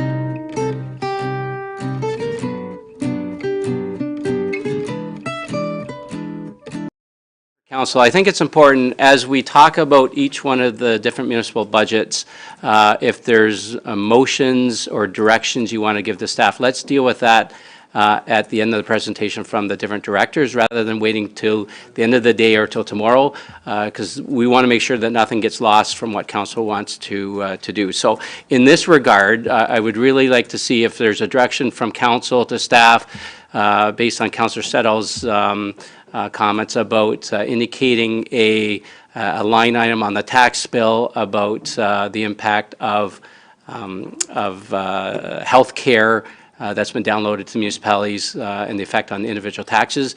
We take that direction, then we would do that then. If that's something that Councillor Settle and a seconder want to do, and then and vote on it, and then we can go ahead with that direction. Additionally, I just want to, now that we're talking about healthcare as well in the CEO's budget, let's bring forward that report that I did on an update to physician recruitment, and let's have that discussion now if there's questions that council may have rather than waiting till tomorrow. So. Councillor Stedall's motion first. Yes, thank you, Worship. If I could make a motion that we would put the total cost for healthcare on a separate line on the property tax bill for each tax bill. And we'll leave it to staff to figure out how to do it, but so that way it's delineated a little bit more. It'll show exactly the ratepayers what they are paying for healthcare on their property tax bill. I think Councillor Sharp seconded that motion. Is that correct? I will second that. Yes, Mr. Mayor, I will. Thank you. Okay, now, comments? Any comments? Any comments? Okay, all in favor? He's had that up for the last half hour. All in favor? Carried. Yes. Thank you. Okay.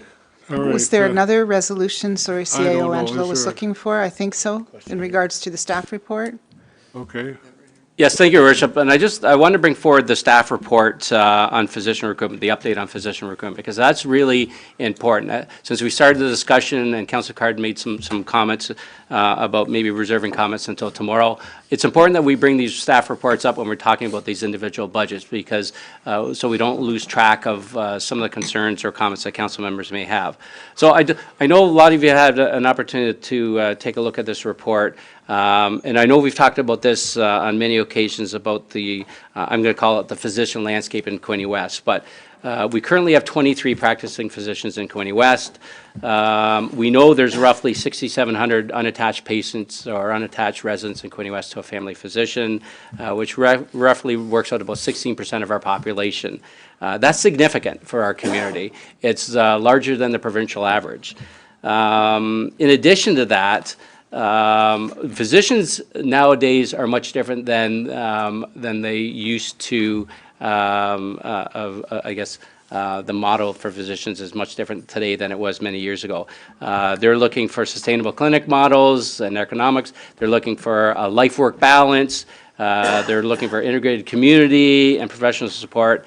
And they're looking for support from modern tools and well-equipped facilities. So it seems the landscape seems to be much different than it was 25, 30 years ago. We know that over the last several years, for about a decade now, we've provided a number of incentives for physicians and nurse practitioners in our community. And I really think this is important because this is, for me, this is really important for us to all understand the magnitude of what we've spent on physician recruitment to date. Roughly about $2.9 million on recruiting physicians and nurse practitioners over the decade and a half. We offer a $100,000 recruitment incentive over a 5-year return of service. We offer a $3,000 nurse practitioner recruitment incentive over a 5-year return of service. We offer $25,000 in addition to all of these if you're taking 250 patients off the Healthcare Connect list. We offer a $30,000 physician retention incentive, which is roughly $10,000 over 3 years. And I would imagine that that might have to be expanded in the future as physicians are longer than the 3 years may want to have that retention again. So that's something we're going to have to consider going forward. Additionally, we're being asked to fund $75,000 over 2 years for a physician in the ER.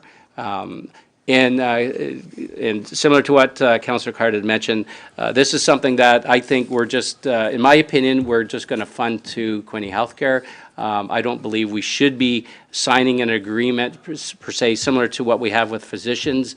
It's something that should be managed by Quinte Healthcare. They manage the hours and the units that are in the hospital itself. We just want to make sure that those shifts are being covered and our hospital ER does not close because there are not shifts being assigned to. And I think it's up to Quinte Healthcare to decide how they're going to tell other physicians in the ER whether they're getting funding or not. So I think I'd rather leave that with them. But that's certainly my recommendation to all of you. Additionally, we are competing with our neighbors, our neighboring municipalities. We know a lot of them are looking have physician incentives that are much greater than us. Belleville has a $150,000 incentive. And I believe Prince Edward County just debated this at their budget meetings last week, looking at raising their $100,000 incentive to $150,000, but decided at the end of the day that they didn't support that at the time. Competition is growing across Ontario. Ottawa just hired a physician recruiter, and they're looking at hiring 270 physicians, 270 for their community.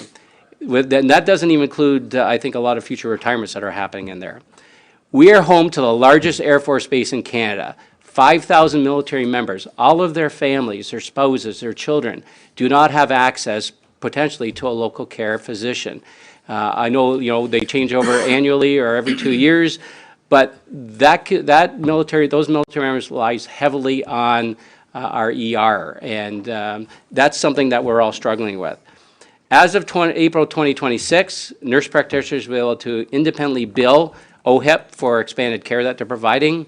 Additionally, as of July 2026, physicians taking on new patients are going to receive a $250 bonus per patient that the provincial government has outlined.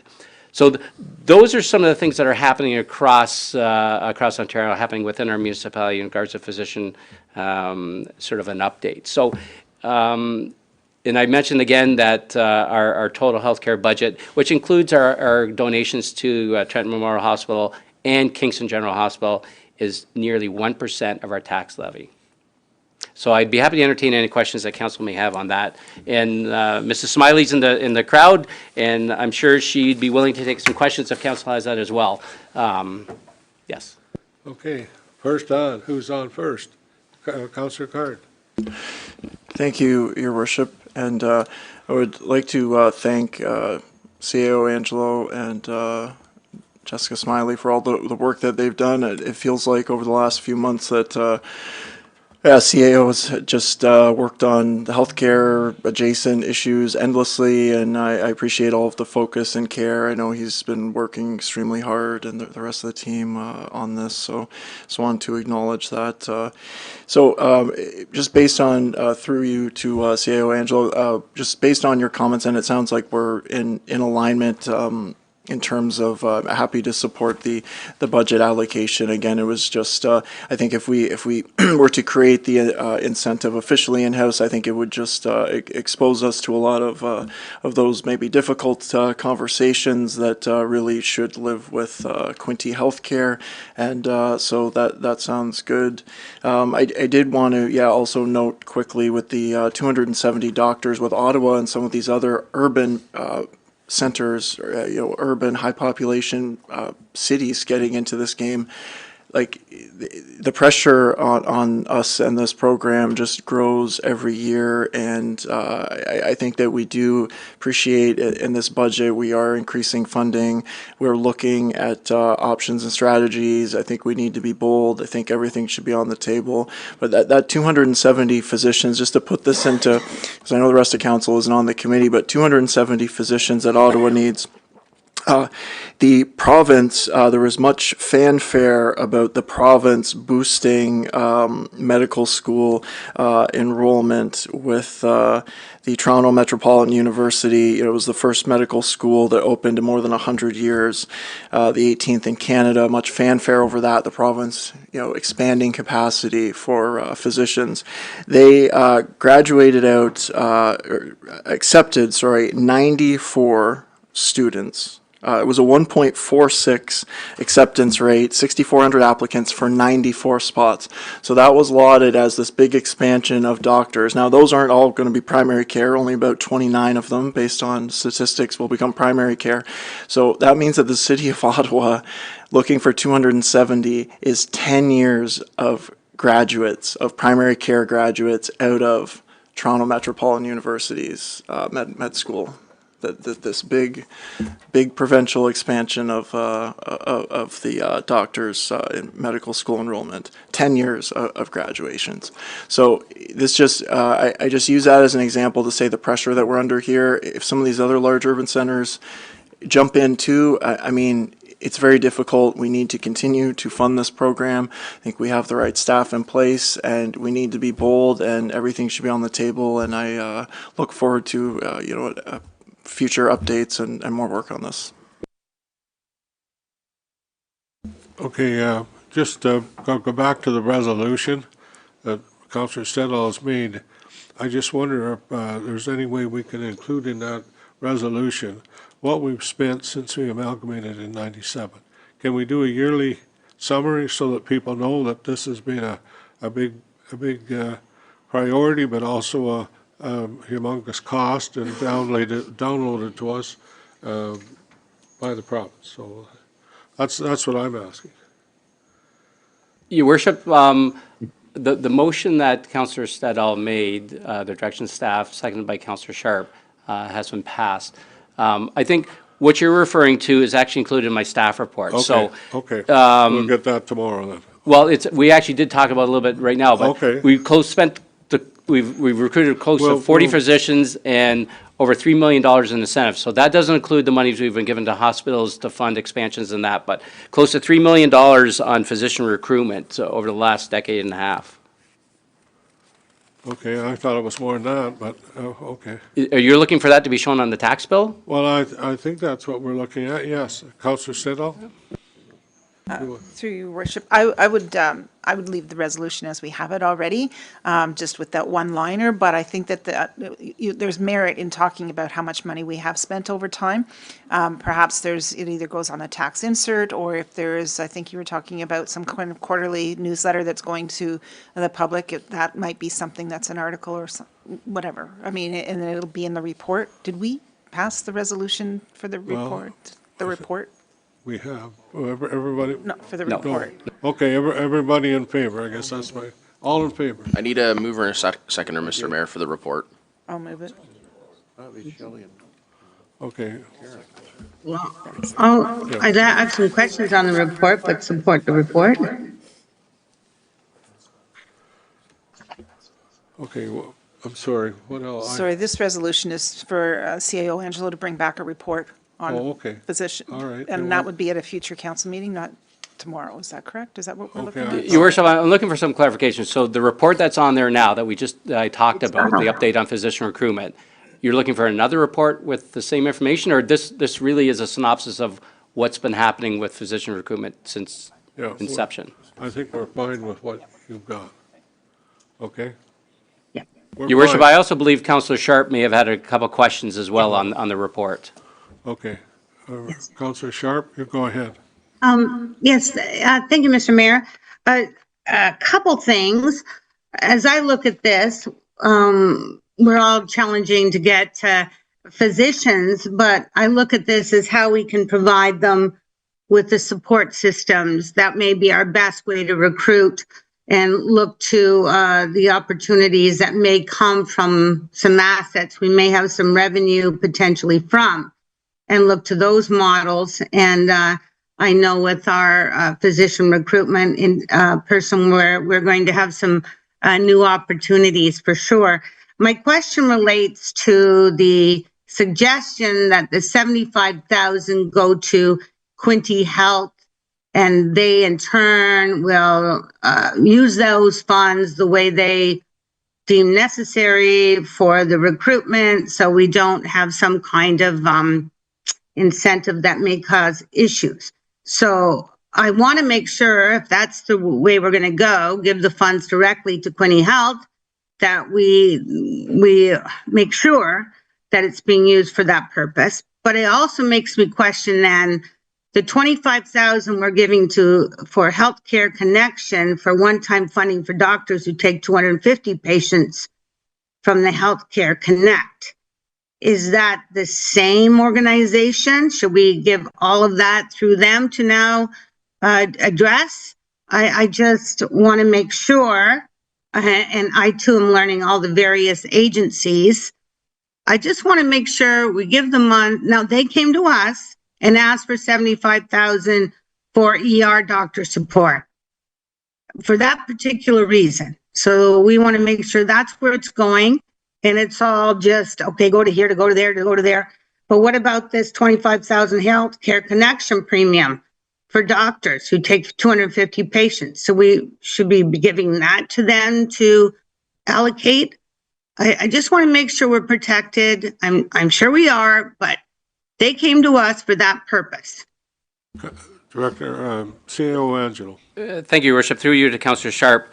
I think we're talking two different things. So the $75,000 over 2 years to Quinte Healthcare will be strictly allocated by them for physicians in the Trenton ER. And we'll make sure, staff will make sure there'll be some sort of agreement, and I'll make sure that that is for physicians in our local hospital. The $25,000 for Healthcare Connect was a premium that council supported a few years ago. So if you have a local physician getting the $100,000 incentive over 5 years and you're taking on 1,000 patients, if you take an additional 250 patients off of the Healthcare Connect list, you'll get an extra $25,000 one-time incentive, and that's managed through my office. And that will continue. All these other incentives will be managed, are still going to continue to be managed through my office. So that Okay, means. thank you, CAO. Just Okay. making sure we've got, and I also want to know, with the nursing opportunities, maybe Mr. Angelo, you could highlight that they are getting more opportunity to get some incentives through OHIP or be acknowledged. Maybe you could highlight that for me, please. Yes, thank you. And that's, thank you, Councillor Sharp. That's actually through the provincial government where they're funding that additional incentive or program through the provincial government. So, but for us, we have, I think, 1 or 2 nurse practitioners that we're funding through our own incentive program, because that's certainly taking I'm going to call it some of the weight off our local physicians if you're a nurse practitioner. Okay. Right, and that's where I was going, because we give 3,000 for nurse practitioner recruitment, and so what the province is doing will assist also in that regard. Is that correct? That is correct, yes. Okay, thank you, CAO, thank you. Jessica, anything to add? You good? Or if you got something, come on up. I'm good for now, thank you. Okay, thank you. Okay, Councillor Allier. Yes, just in regards to your report, Chris, which is well done, maybe some points of clarification, a couple of concerns I have. As we noted that the Brighton withdrew from the docks by the bay as far as recruiting, and they're going with Northumberland County, as it's stated in your report here. What kind of concerns me is, of course, Northumberland County is going to be promoting more. There are two hospitals, which is Coburg and Camelford, and there's a good number of Brighton residents, I'm quite sure, using, Trenton Memorial. I'm just wondering how we're going to keep track of what their usage is, and if we're subsidizing I guess doctors in ER or wherever we're putting money, is Brighton still going to be contributing to that, or are they feeling now that they're just going to be doing whatever Northumberland County feels like they want to allocate us for? And in a sense, if that's the case, and I'm only saying hypothetically, then we're going to be subsidizing some of those folks coming from there. And I don't mean to be nasty or mean in regards, but when it comes down to supporting, whether it's nurse practitioners or the emerge section of that they're asking for now, I think that's got to be looked into and make sure that everybody's paying their fair share. And I know my doctor that I have now, he bought a practice in Brighton, and as you see, he has an office there, and I've gone there sometimes when the Trenton one's been busy, when they have their clinics on the weekend, if I've needed it. And also he has the practice he bought here, which was my first doctor, and I was lucky I wasn't having to go out and look for a new doctor. But there seems to me there's a few questionable questions that we should be looking at and monitoring in that sense to make sure that we're getting our fair share. I don't mind contributing. I think it's necessary in these areas, and I don't disagree with Councillor Stedall or the mayor or anybody else. Having been in municipal politics for a long time, but the only medical assistance we did way back was when they done a redevelopment of the hospital. Now we've got into everything. I think every municipality's got to that point, and so it's now a budgetary line on our, and as you say, we're competing with our neighbors. But this one here, when I look at it, I think there's some gray areas or percentages we better monitor a little bit that we could be contributing to that maybe they're going to be off the hook for, I'll put it that way in a sense. But I think they still should look into making sure that they cover Trenton Memorial Hospital for their percentage of residents or whatever that use them. So that's just my questions. Thank you. CAO. Through your worship to Councillor Ali, that's my concern as well, and we're going to continue closely monitoring that. Additionally, now that Northumberland County has a physician recruiter, I've had discussions with their chief administrative officer, and I've sent them the same non-compete clauses in agreement that we have with Belleville and Hastings County and Prince Edward County, because I think it's important that we have the same agreement with Northumberland County, so they're not attracting the same physicians or competing against us for the same physicians or students and the like. So, okay, Councillor Boyce. Thank you, Your Worship. And it seems like every other meeting we talk about how the province is not paying their share in the health, and how we're getting straddled with the bills, and I certainly support the family physician program that we do and different things. But I mean, we're at some point we have to draw the line. So now we're saying we're going to give $75,000 to the hospital for their emergency because we're afraid that they're going to close down the emergency department. Well, it comes a time where we've got to tell the province enough is enough. Enough of us saying, yeah, you've got to pay it, but then we step forward and we pay it. We've got to toe the line. And if we come to that crucial point where $75,000 is the turning point between closing or limiting our emergency services, the province has to step in and do their part. And I'm sure that there would be enough pressure on the province from everybody in this community and everybody probably in Ontario that's witnessing the same thing that says, no, you know what? The $75,000 may seem like a little bit of money, but enough's enough. We can't pay it. I'm not going to support that $75,000 because I think it's time that we take a stance with the province. we tell Premier Ford and the ministers and the MPPs that enough's enough. We're in a crisis. You have to step forward, or there's going to be issues. Okay. So I won't support it. Thank you. Councillor Card. Thank you, Your Worship. And I think, Councillor Boyce makes some good points. I would have agreed with the with that thought that the province would, but we didn't see that actually happen in Campbellford, for instance, which famously saw its emergency room close for several days. I believe it was last summer. I think it's happened multiple times, and certainly an outcry from the community. But I've yet to hear about any emergency support from the province. They seem to be content with letting these things just happen. It's not good, but I did want to just make a point while we're talking about this and kind of follow up on Councillor Allier's comment that I think this was something that CAO and Jessica Smiley were looking into already, but just to reiterate, maybe previously there wasn't the instrument for us to confirm of the patients that were being, when we recruit a physician, the patients are being taken on either from the Healthcare Connect incentive or just as the general doctor recruitment, being, Quinte West residents.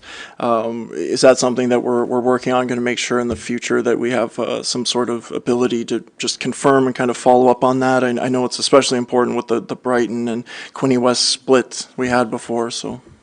Through your worship to Councillor Card, absolutely, that's 100% going forward. Thank you. Your worship, and just a comment too about Councillor Boyce's comments. I don't personally, I don't agree. I don't disagree with what you're saying. The province is forcing our hand, if you will, into this situation. They're paying physicians in ERs in rural municipalities, Campbellford, Prince Edward County, Bancroft, more money per hour than in Belleville or Trenton Hospital. And that's the challenge we have, is they're considered rural and we're not considered rural. And that's the challenge. They've created this issue for us. It's no different than downloading, and that's what's causing us to fund some of these different programs, unfortunately. Go ahead. Your Worship, it comes down to, we have a MPP who's a conservative in this area, and it comes down to politics. And if they see the pressure on their member or in any municipality, I'm sure they're going to bend. They're not going to just allow this community to switch. I think we have to take a stand, and I would hope that council would agree. Yeah, I think we all agree. I don't think anybody disagrees, is there? No. Anybody? Do you want to put a motion that I think, did we vote on the motion that was on the table? Or have we got one? You haven't voted yet on the report, to receive the report as information. If council wants to put a motion on the table to remove the 36,500 over 2 years, that's certainly your prerogative to do that. Okay, well, okay, well, let's look at the first motion and get it done, and then we'll come back to Your Worship? I would put that, I doubt I probably have a seconder, but I would put that motion that we support the information we've received, but we exclude that particular proponent section of it. Okay, you got that, Mr. Clerk? There is a motion on the floor, Your Worship, just to receive the report. If Councillor Stedall and Councillor Sharp are willing, we can add that provision to the resolution, or we can just pass the resolution that's on the floor, which is just to receive the report, and then Councillor Boyce can bring his. All in favor of receiving the report? Carried. Thank you. And now we'll deal with the resolution. Your Worship, I can then put that motion in place that since we've received it, we can exclude that that one section, the 36,000 over 2 years. Okay, seconder, Counselor Armstrong? Okay, all in favor? Yeah. 1, 2. 2. Oh, I got one additional than I figured. okay, all right, okay. So, yeah, pardon? You want to speak to it at all? No, you're good? Okay. All right, so at this point in time, we're not excluding the funding. We're including it. We've already voted it down, so we're including it. Okay. Yeah, we don't need a motion. It's already there. Right? So we're good. Sorry, Councillor McHugh. Thank you, Your Worship. Yeah. I couldn't support taking it out. If we got to support the emergency department, it's bought us some time. Maybe now it's time we get a little more hard-nosed and we get our member of parliament in here. I know some people have been talking to him. Or we ask for the Minister of Health or someone to come here and answer questions for us right here at the Horseshoe and get something done. I mean, we've gone to AMO and other conferences and that, and they give us 5 minutes of their time, but they're dealing with 440 municipalities, and you kind of get lost in the mix. But I think if we just call them out on the carpet one at a time, and bring them here, we may get more results. We may not, I don't know, but nothing ventured, nothing gained. And I'd still like to go back, see how Angelo alluded to it with regard to the military. There's over 4,400 military members, family members, who, and again, the person who's in the military, say it's daddy gets transferred, he's covered, but mommy and the children are not covered in this, so, or the children, the rest of the family, extended family are not covered. And it's tough for a doctor to take on, say, 1,000 patients that could be here for just a year or two and gone. I mean, he can't doesn't get a chance to know his patients or to work up a report on them or get their health history and that. Even if they just took on 100 of them, we would need a minimum of 44 and a half doctors, and we're struggling to keep 23 right now. So I think it behooves us to maybe talk to the federal government again with regard to maybe some type of funding, throwing some money in towards our doctor recruitment, not asking to build another hospital or anything, but just help us fund the programs that we have going right now, so hopefully we'll be more successful than we have been in the past. I'm going to ask CEO Angelo to comment on the meeting we had with MP Millett. Well, thank you, Your Worship. We did, some of us had a meeting with our MP a week and a half ago, right before the announcement for for that funding for the trail project. And again, it goes back to ensuring that our federal and provincial representatives have the information available, that they know what funding opportunities we're applying for, what programs we're applying under, so that they can support those going forward to the different agencies and those different governments. I don't think in the past we've done a really good job at ensuring that our local MP and MPP have that information, but going forward they do now, and we will continue having that. And I think having these quarterly meetings with them will ensure that that we're aligned with our priorities, are aligned with their priorities as well. Yes, and we've already set that in place, correct? Yes. Okay. All right. Does that answer the hopefully? Okay. All right, so. Your Worship, before we go on to the Finance Department, Councillor O'Neill had made a request for a report on the OPP building. If we can get a direction from Council to that, then we'll bring a report back to Council on the lease and what that entails and what Infrastructure Canada or Infrastructure Ontario will allow in terms of charging for rent and stuff like that. Okay. All right. Councillor O'Neill moves it, seconded by Councillor McHugh. All right. So that's. All in favor? Yep. I was just going to make sure you know what the motion is, that's all. Can you tell us exactly what the motion is, please?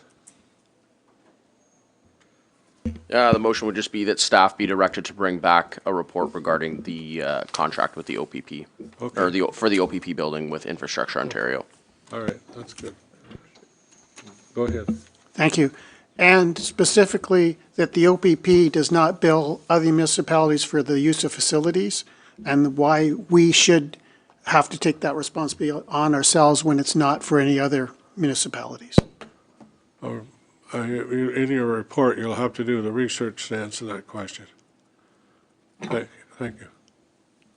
Okay. All in favor? carried. Thank you. Okay. Mr. Mayor, in that regard, I have another question. Yep. I sat on the board from 2004 till 2016, from the inception of the transition from municipal policing. Our contract never covered 401 policing. And when I sat on the board, we got provincial usage if any of our officers went up there and helped them. And if they sent them out of, say, another part of the province, or they sent them to Ottawa to help if there's a dignitary coming or something, we got provincial usage. And I know they changed their costing a few years ago, and you don't see that anymore. But when I sat on the board, we did get compensation every year for that. I do know since then, and I don't sit on the board and know all the technicalities of it, but they did move a highway unit in there to help, so Napanee didn't have to send somebody from Napanee up here because our boundary is with Brighton. And even though we're all OPP, we were still considered a separate unit.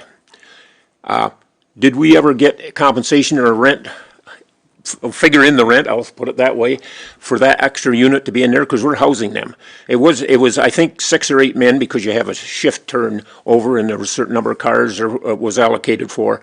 But there was that element to it, as I recall, the last one I was on the board when that transition was happening. So that's an element of it. And also, as I said previously, we always had that provincial usage that they compensated us for our officers going outside our contract. And I do think they changed that a few years ago, but as I said, I'm not on the board now. I don't see the intricate details of the contract anymore, and I think they eliminated that. But that was always a revenue that we got for outside of our own calls for service, or whatever you want to call it right here. So maybe if you could include that when you're doing some research. I just happen to think of it when I'm sitting here as I sat on there for, like, say, a good 14 years and dealing with that. And if we're going to get down to they're going to charge us for various things, and I don't disagree with the building thing. We did build it. The old building, as the mayor said previously, housed maybe 30 officers and personnel, public people, and now we're up to 80 plus, I'm quite sure. I don't know what the numbers is. And I know back when we were looking at future housing, and they were crowded, there's no getting around it. They even were using supplemental building, I guess like portables at the school you have at different times there near the end when I was there to help house some of the officers, and they were working on top of one another more or less. But anyway, we had quite a negotiation with, I guess, Service Ontario, who was going to build the building, whether they were or they weren't. And I think at that time, we were lucky we would have got one by 2030 back then. So we took the incentive and went ahead and built it ourselves on our own property and everything. And they were supposed to, I guess, somewhat acknowledge that, and I would hope they would acknowledge it, whether it's in the lease. I don't know what the intricate details were of it, but I remember back then when we were negotiating to get a newer building to house our complement. But there's some other issues there I think we should look at also. I just thought you should add that maybe when you're doing a little background research, please. Thank you. Great. Thank you very much. Let's go on to finance. Thank you, Your Worship.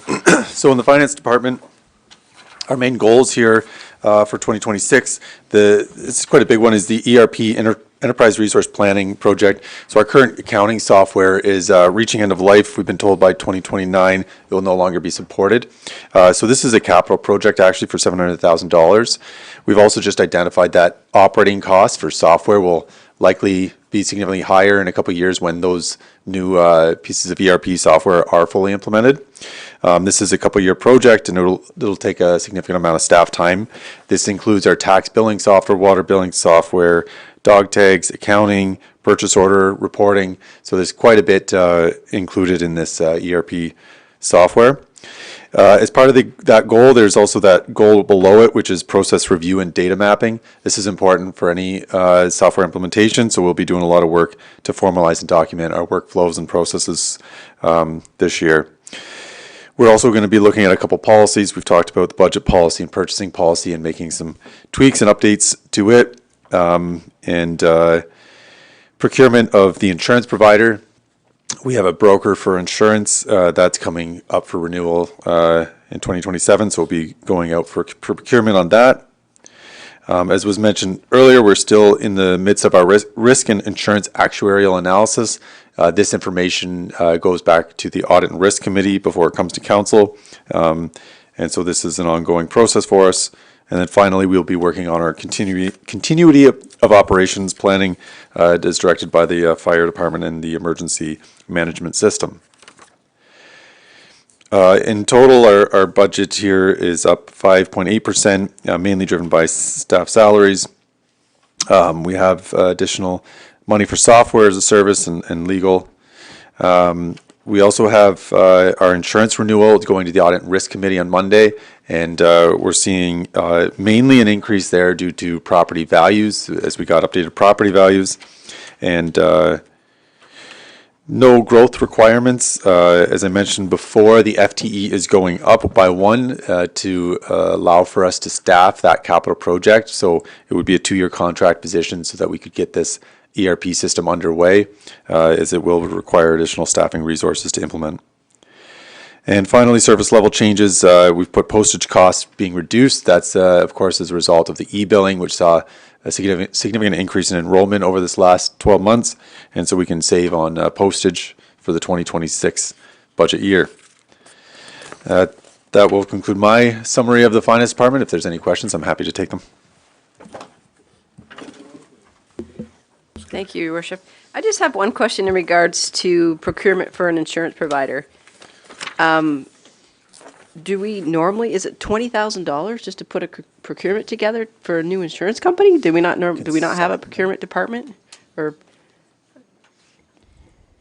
yeah, so there's quite a bit to the insurance procurement, and so yeah, the consultant helps us identify what questions we should be asking and how we should evaluate the different insurance providers and underwriters that are attached to those brokers.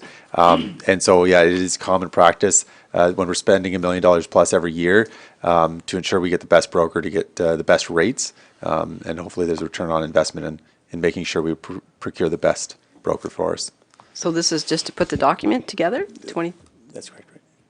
And the evaluation, yeah. So that would be the RFP document and evaluation afterwards as well. There's a lot of follow-up and questions after the RFP's out. Okay, thank you. It's okay, Councillor Stout. I would echo Councillor Roseblade's question about the $20,000. It seems a lot of money, and we do have a lot of staff in-house that I think that probably could do it rather than hiring from outside. But I'm assuming that we'll be talking about that a little bit more on Monday at the Audit Committee, maybe? I don't know. I also question about, I feel, it's a bit late, the budget book's put together now, but I've seen insurance rates flat. I'm not seeing them increasing, and I know that the conversation is about the cost of our properties, et cetera, going up, and that's why insurance is going up. But I have not seen increases this year across the market like this. So I feel that staff needs to push back to our insurance company. I think that there is a bit of a disconnect, and I'm glad to see that we are going out to tender, and not 100% agreement with the $20,000. I think that's a lot of money. I still feel there's better ways to do insurance here, and I'm sure Councillor Quince's got his hand up to talk about insurance here in a moment. One thing, though, I did want to mention was about the contract for the ERP. I think that's an excellent idea. I know that that's a lot of money to try and get a contract person in for 2 years to implement the new software system for the finance department, but that is a major project, and I know that just with my own experience is that if you don't do it correctly, it's going to end up costing the city a lot more money. So I'm glad to see that that's the way that the project is being led for this particular purchase. Okay, I got Councillor Quinte, and then yeah, Your Worship, I'll just step in there. That it would be a good idea to refer the discussion more about that procurement, the details of it, to the Audit and Risk Committee. We're meeting on Monday, and we can talk a bit about that procurement if the $20,000 is necessary, how we might go about that, and the details of what that $20,000 includes. Okay, Councillor Quinte. Thanks, Mr. Mayor. So yes, we do have staff, but they already have their hands full doing their day-to-day duties, and to then require them to stop what they're doing to servicing customers and handling situations and getting reports ready for ongoing situations, have them stop and then start to do difficult applications that they may not be used to, but they certainly could get around it. And $20,000 is not a lot of money to reach out for a little bit of help to completing paperwork, because insurance companies, as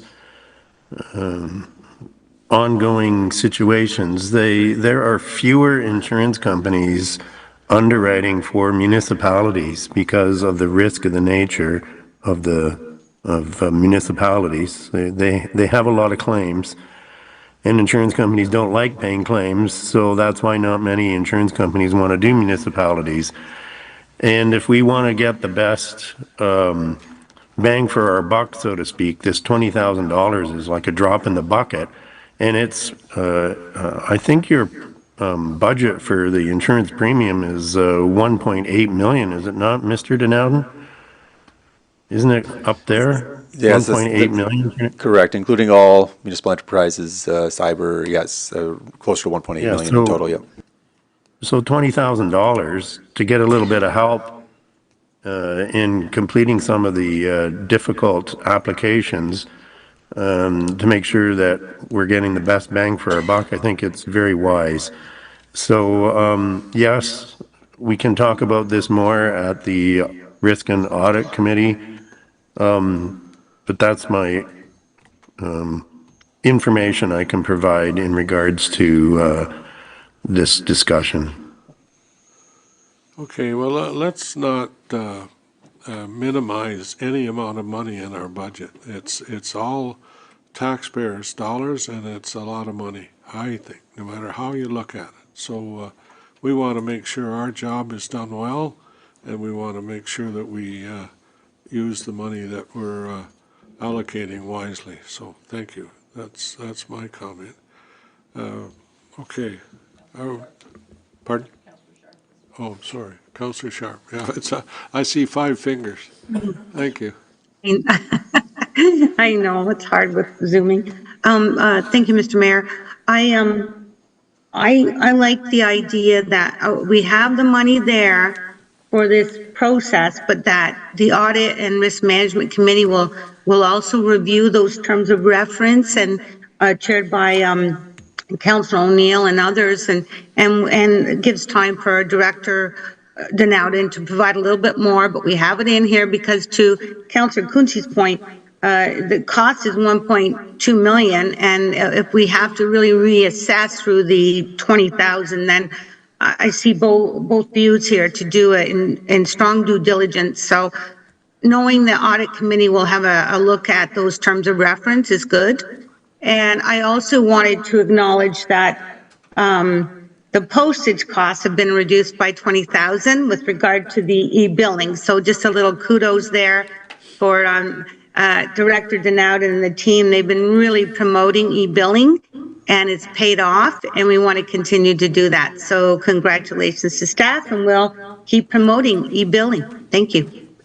Okay, thank you. Anyone else? Otherwise, okay, we're ready to go ahead. Thank you. Your Worship, the next budget is Lori's budget. Yep, okay. Thank you, CEO. Good morning, Mr. Mayor and members of council, and thank you for the opportunity to present the Human Resources 2026 goals and budget. I'd like to acknowledge and thank everyone on our HR team for their hard work and contributions this past year. The goals focused on this year will be, first, it's collective bargaining. This year will see us undertake the bargaining process of our 2 QP collective agreements, the first one being crossing guards, which expires at the end of this year, and the other being our inside-outside worker agreement, which expires at the end of March. The second objective is policy and program modernization. So we'll continue to update employment-related policies and programs to ensure legislative compliance and adhere to best practices. Our third objective is professional development. We are committed to creating new opportunities for staff professional development and networking across the organization. For instance, this year we'll focus on in-house manager and supervisor training. As we move to the next slide, from a budget perspective, I'd like to highlight that we are projecting a modest increase in the operating budget of 0.79%, which equates to approximately $7,200 for a total of $920,200. This increase covers our contractual obligations related to salaries, benefits, and pensions. A portion is allocated to training and conference costs related to the upcoming retirement of a health and safety officer. This transition will require training for the next person that takes on this portfolio. There's no growth, service level, staffing, or capital budget request for this department. And with that, I thank you for your time. I'm happy to address any questions you may have.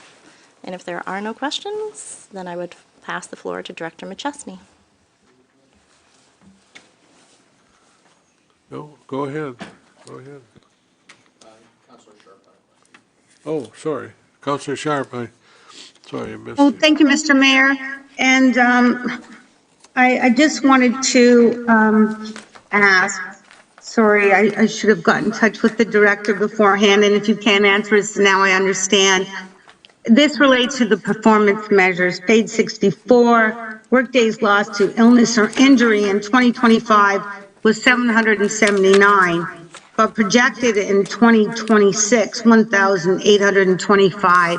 So maybe Director Coxwell, you could get back to me on why that projection is so high for 2026. Thank you. So through the mayor, I can answer that question right now. So Thank you. we have, in the past, we had a number of people who were on like long-term disability, that type of thing. This past year, though, we didn't have as many people that were missing work for such reasons as that. And so what we did was we took the previous years and divided that to come up with that projection for 2026. Okay. Okay, so it's really just a projection and averaging out, but we did really well in 2025, and that's probably on the high side then for 2026. I think that would be a fair assessment. Thank you. Thank you. Okay, anyone else? Go ahead. Thank you, Mayor, members of council. I'm pleased to be here today to present the 2026 corporate services budget. I have our manager of IT, Peter Adam, with me as well if there are any questions. I'll just take you through our 2026 strategic goals. Obviously, the preparation for the 2026 municipal election, as well as the orientation of the new council, is top of mind for us moving into next year. We're also going to be working on our ongoing corporate access and privacy efforts. We have a number of policies that we're very close to bringing forward to council that deal with things like privacy breach, some of our routine disclosures, which is information released to the public that's outside of our FOI process, as well as continuing to facilitate corporate privacy training. And Peter's department is going to continue with their digital security awareness training. We're going to continue our corporate-wide policy review. Next year, you will be seeing our sale of real property policy come forward to council for review and approval, as well as our record management policy and an accountability and transparency policy update. We're going to continue to expand artificial intelligence with it or use within municipal departments. Peter's working with some neighboring municipalities to help establish a AI framework, which is going to guide our use of AI over the next couple of years. We're working on AI policies and procedures, and we're going to be looking at implementing some AI use cases over the next year. We're going to continue to expand our municipal fiber infrastructure and continue our cybersecurity enhancements as well.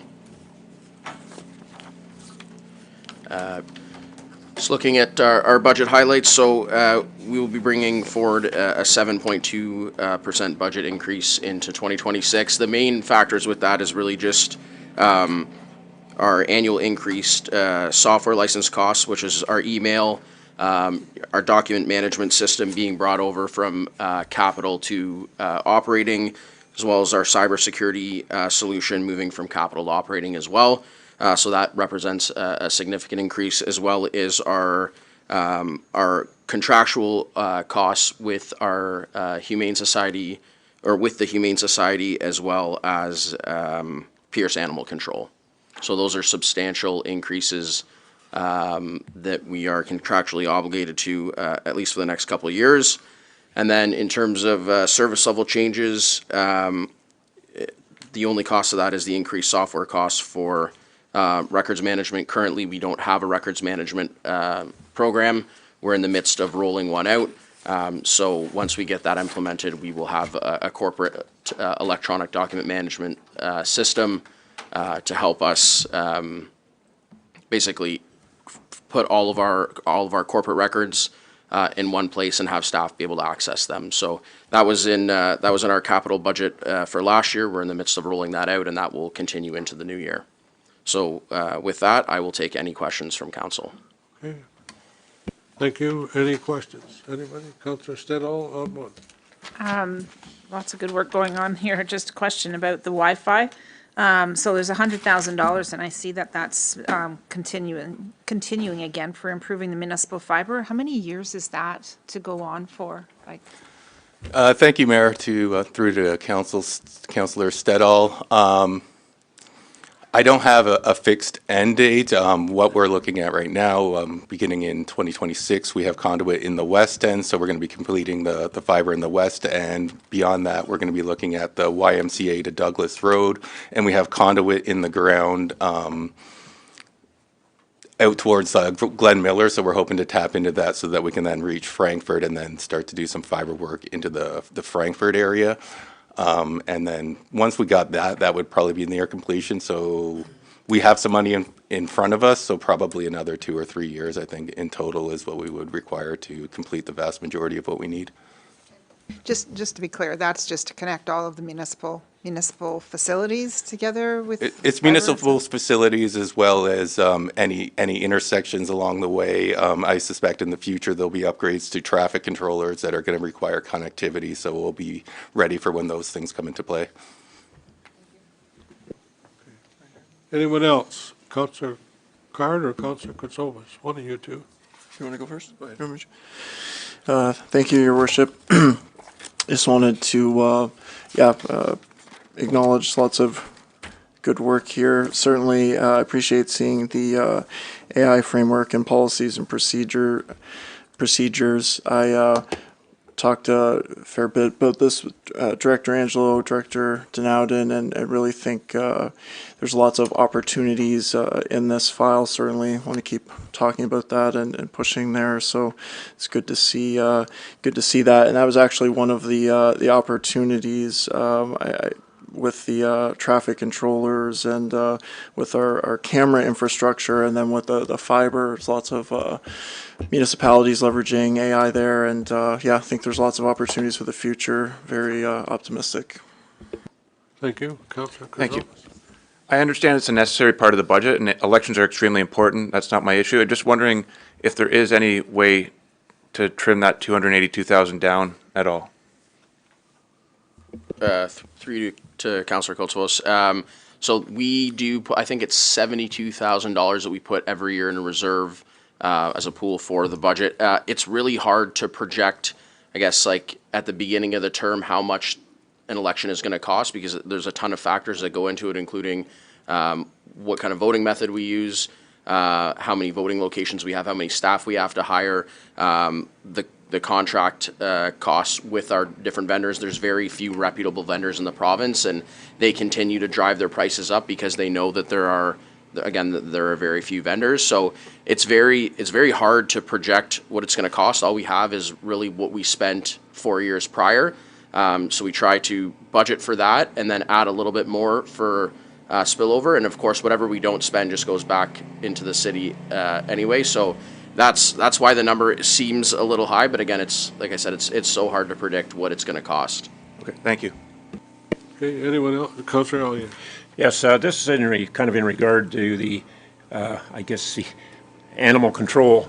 And maybe Councillor McHugh may want to comment on it. I know some of the questions I get is the nuisance wildlife aspect of it. And I know Price Morris used to look after a lot of that, and if there was an animal killed in the road, and I'm sure Public Works go and pick them up from time to time, but I get questions why there's an animal left there, or a deer left along the side of the road or whatever, and I know Price used to look after all that.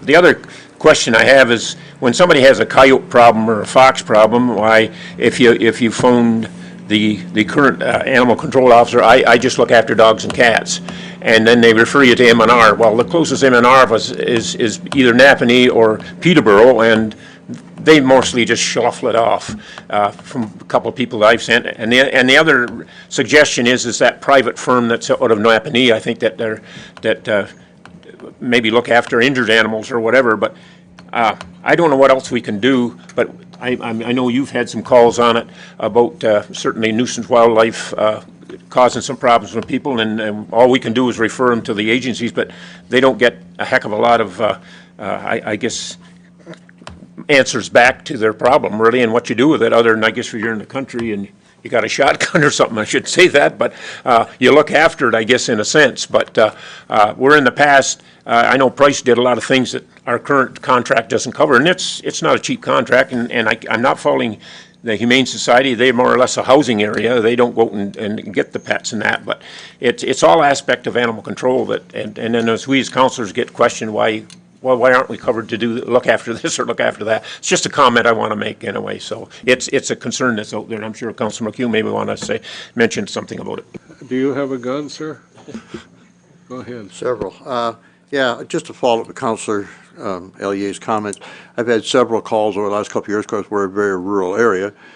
Coyotes, it seems to be a big concern. They certainly hear them at nighttime. They're concerned about their small dogs and their children outside and everything else. They call up and they'll tell you maybe it's rabbit or not, I don't know. But we do get where they call the city tells them to call animal control says call the ministry says, I think it's rabbit, call the OPP, and then the circle starts all over again. But I just would ask maybe if CO Angel would like to comment. The last issue I had, I called him, and I understand it was resolved, so maybe he has all the answers for us here right now. Go ahead, Through your worship to Councilor McHugh. The last opportunity we had discussed is about a coyote, and I believe ended up getting resolved with our animal control contractor that dealt with it. Certainly, I think if you talk to the OVP or you talk to M&R, if it's a rabbit issue with a coyote or a fox or whatever like may be, they'll deal with that issue. But in terms of the normal sort of wild coyotes, if you will, I believe it's our animal control contractor that looked after that issue. Thank Just you. to follow up. Go ahead.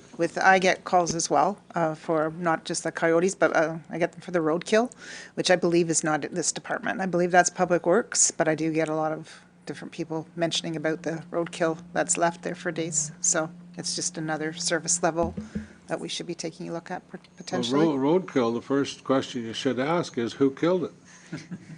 If they can identify. Well, some of it, I believe, disappears. If it's a deer, I think that gets put on the back of a truck, but some of the other, it disappears. Councilor McHugh, you shot one yesterday. No, just clarification. Are there not different agencies, depending on what it is that's animal killed? Do you not have to call the M&R if it's a deer hit or the OPP? You just can't call animal control or Public Works in that case, right? Are there not different agencies that handle different wildlife? Yeah, through to Councilor McHugh, in our tender with Pierce Animal Control, it outlines what services they provide. They will pick up dead deer like on the road. There's a few things. I have it in front of me here.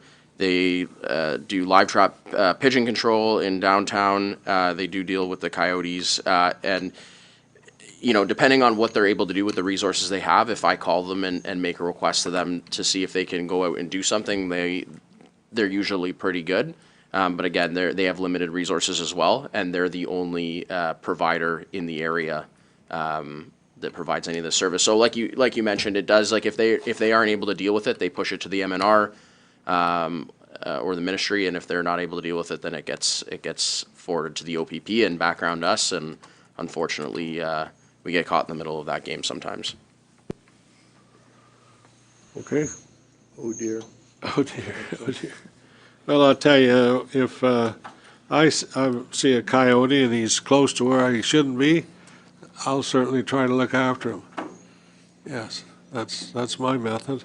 I don't, but I don't have them very often, and normally when they are, there's something not well. They're not you can see it in their fur, or how they're walking, or how they're moving. There's something not right, so.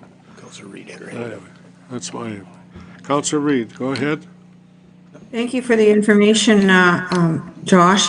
I find it interesting because I've had several people in Frankfurt say that they have called about coyotes, and their response from animal control was, well, that's not our problem. We can't deal with wild animals. So that's interesting to find out. Well, coyotes aren't high on the list, I think, but anyways. Well, it's just, you know, if that is in their contract to help, and I agree can't always be in the right place at the right time, but it's just interesting that when residents are calling into animal control about some help with the coyotes that are in their backyard, and they're told that they can't do anything about it, it's rather disturbing. So that's interesting news. Thank you very much for that. Yeah, through you to Councilor Reid, please have them reach out to our office directly if they're not getting help from Pierce. Thank you, I will do so. Well, okay. Tell me what you're going to do. Give me the answer so I know what you're going to do. I'm gonna talk to Pierce. Yeah, 2 days after the coyote was, yeah, right. So good luck, because they'll stay right there and wait till you come. No, they won't. How many coyotes or dead roadkill have you picked up, Mr. Turner? Can you tell me? Do you remember?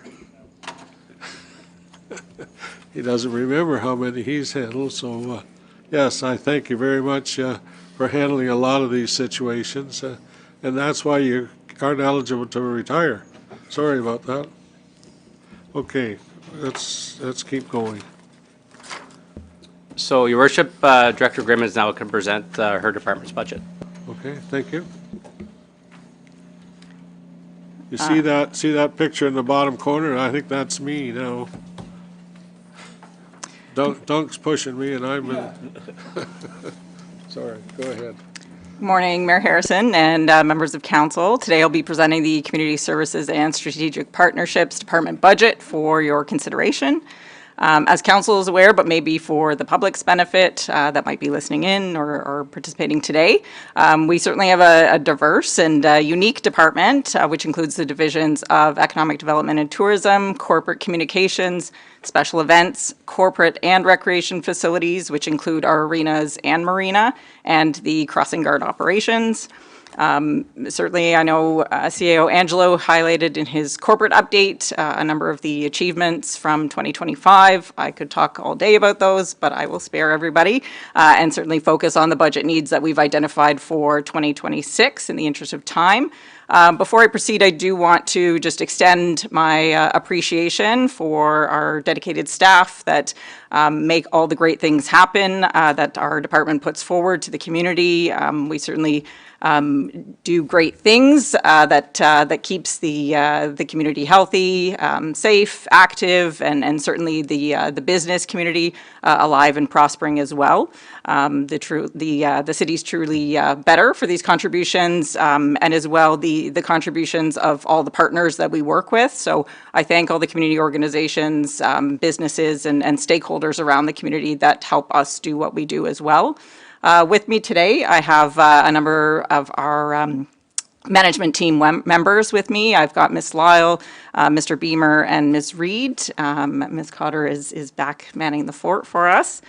So I'll just get into a few of our 2026 strategic goals. This is just a snapshot. Certainly there's many more behind the scenes. The Community Safety Wellbeing Plan, we presented earlier this year to Council, an update on that and our work with Loyalist College that we've committed to create the Pulse Check dashboard in efforts to continue to support our vulnerable populations and the key outcomes as part of the Community Safety Wellbeing Plan. We are working on some corporate communications workflow management systems to better serve all the departments all around the city and the work that they are doing to ensure that the public remains aware. We've seen a great increase in community engagement, both through our web, social channels, and participation in public engagement exercises. So that's certainly work we want to continue to do and continue to support all the departments around the city. We'll also be implementing the second stage of the facility waste audit, so you'll see that start to roll out at public facilities across the city in the city's effort to continue to increase its waste diversion, and that was an outcome from the Environmental Stewardship Committee. We will work to complete a business retention and expansion project. We have done these in the past, but we have applied for some funding that we are hoping to be successful on to make that project happen. That will be undertaken by our Economic Development Office. As well, through that office, we're looking to complete a FICE, or a First Impressions Community Exchange. We have participated in these and had great results in the past with other communities of similar size to see and share best practices and really position the city the best way that we can for growth. We'll also seek to move forward with the implementation of the Industrial Lands CIP. As Council recently saw, I won't go back into all the details of the lengthy consultant presentation that you heard at the last Council meeting, but we've got budget included as well, just to start on the implementation of that new plan. So we'll just speak a little bit more about some of the different areas where we are seeing budget impacts. The department in 2026 is proposing an operating budget of just over $6.5 million, which equates to about 6.9% increase over 2025. These details are highlighted on page 78 and 79 of the budget book that you have in front of you. So in terms of some of the core and inflationary adjustments that we've made, we've adjusted, obviously, as you've heard from some of the other directors around the table today, the salary and benefit increases, as well as the benefit and pension requirements for our staff to meet our contractual obligations. Our department has a mix of unionized staff from 2 different unions, in addition to non-union and management positions. We certainly continue to see increases in our contracted services. That affects a number of different areas across our department. We see that in our facilities, our maintenance, and our event expenses. Our community fund grant, as CEO Angelo mentioned earlier, falls under our department. The allotment that we've included is $111,000. We have received a total submissions of $176,000 so far for 2026. As council may recall, earlier this year, we implemented a new policy and proposal for this program to better streamline the application process and to ensure that funding requests are going to the right place and that applicants have the correct information and can make sure that their applications that are coming forward are thorough and certainly vetted under the criteria of the policy. In terms of our growth, we're proposing $40,000 to support funding for website hosting and some increased software costs.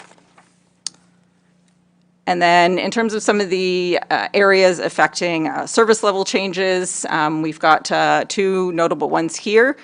We did implement and install a generator at the YMCA, so there are some operational costs that will now come into the budget to maintain, test, and ensure that is in good working order on a regular basis.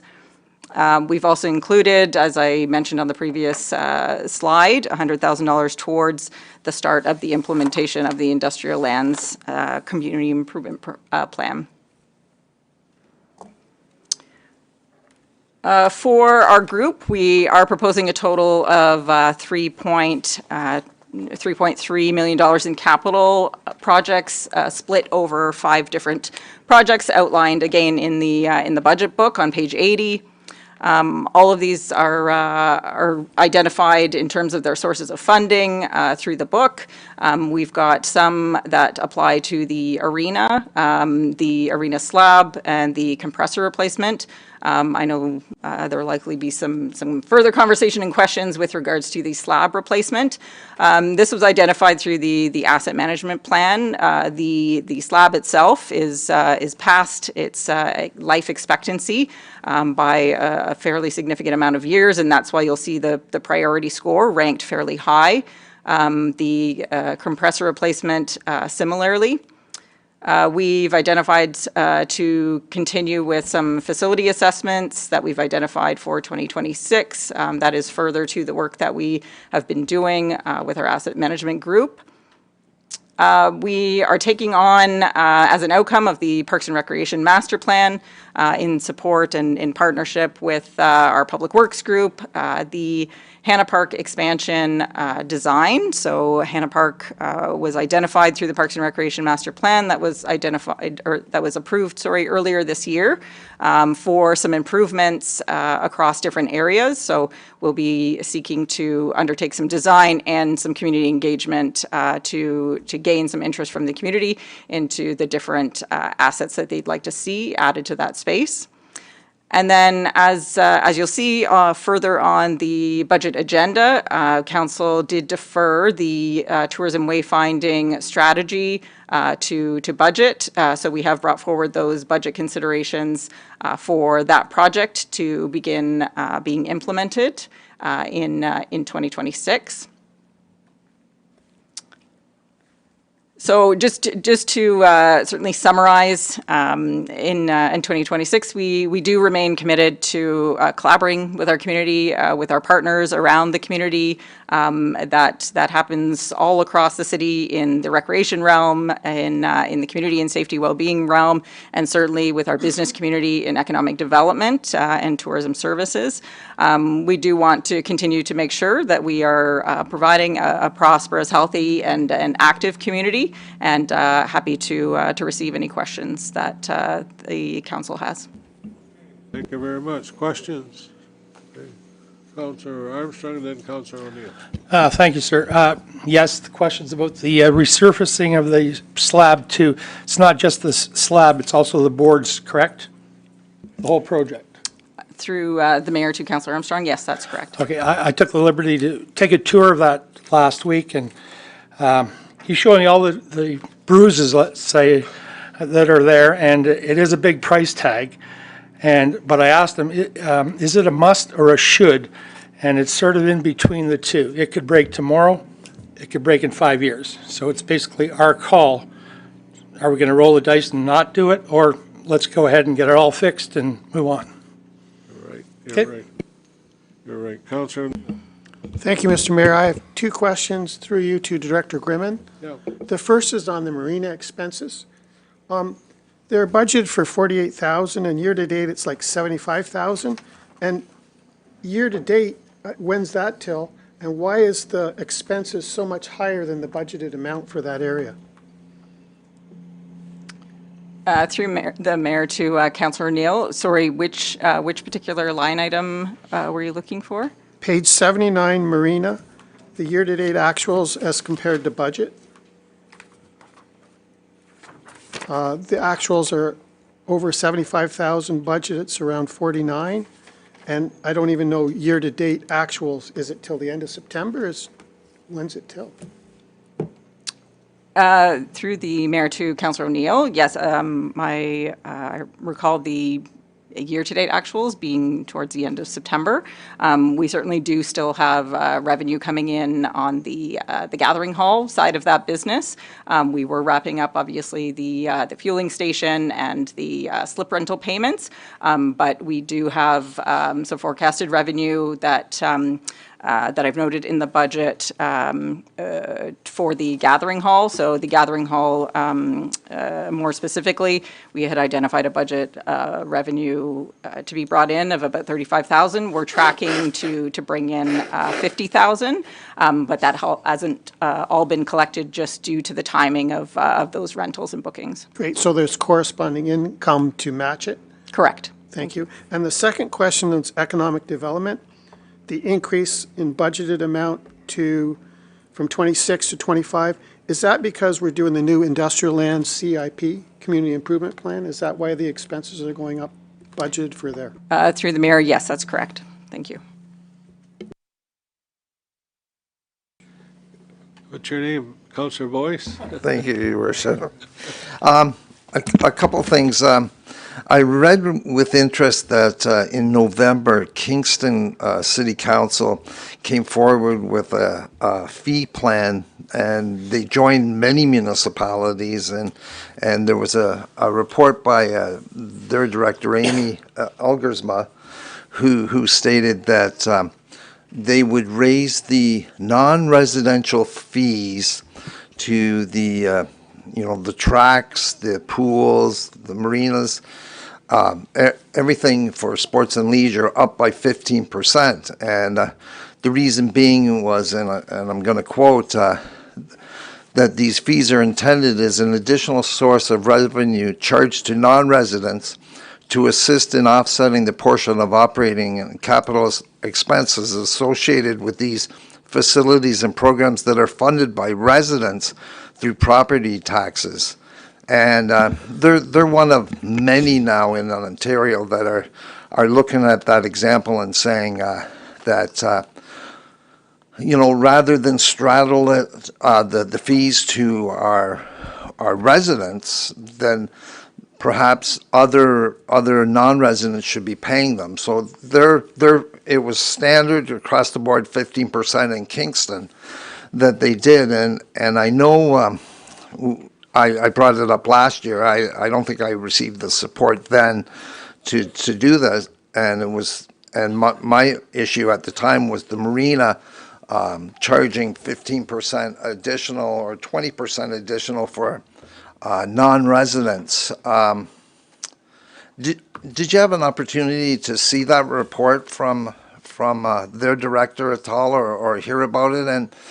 And perhaps what are your comments on those things? I will at some point, I'm not sure, and I'll need direction through our CAO to bring forward the resolution that we do increase our fees to non-residents, and I'm saying non-residents and ones that don't live in Quinte West, to help offset with our costs and to sustain with our recreational programs. And perhaps I can get your comments on those things, because many municipalities now in Ontario are doing it. Can you respond? Yes, thank you, through Mr. Mayor, to Councillor Boyce. Yes, I am familiar with the report, and have been kind of following and tracking a number of different municipalities that have gone in the direction of implementing non-resident rates. Similarly, we're seeing the opposite in some cases, where other municipalities are dissolving the non-municipal rates and just kind of going with standard rates across the board. But yeah, I think more uniquely what is the case in Kingston is that differs from the business that we're in, is that Kingston is certainly, as a city, more involved in the direct programming of recreation programs, which we look to our community partners to provide. We are not a full-service recreation department anymore. We also uniquely don't have the strain that Kingston does, more specifically on aquatics. I know from working there in the past that there was extreme competition for the aquatics programming spots when they would come available for registration.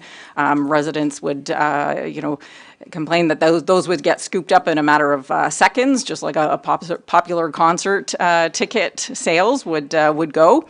And so I think there was a bit of a movement to balance that and the programming needs, as well as the availability of aquatics programming for their residents. So certainly it's something that we can look into. Obviously, that would affect rates that we have for facility rentals, ice, and marinas.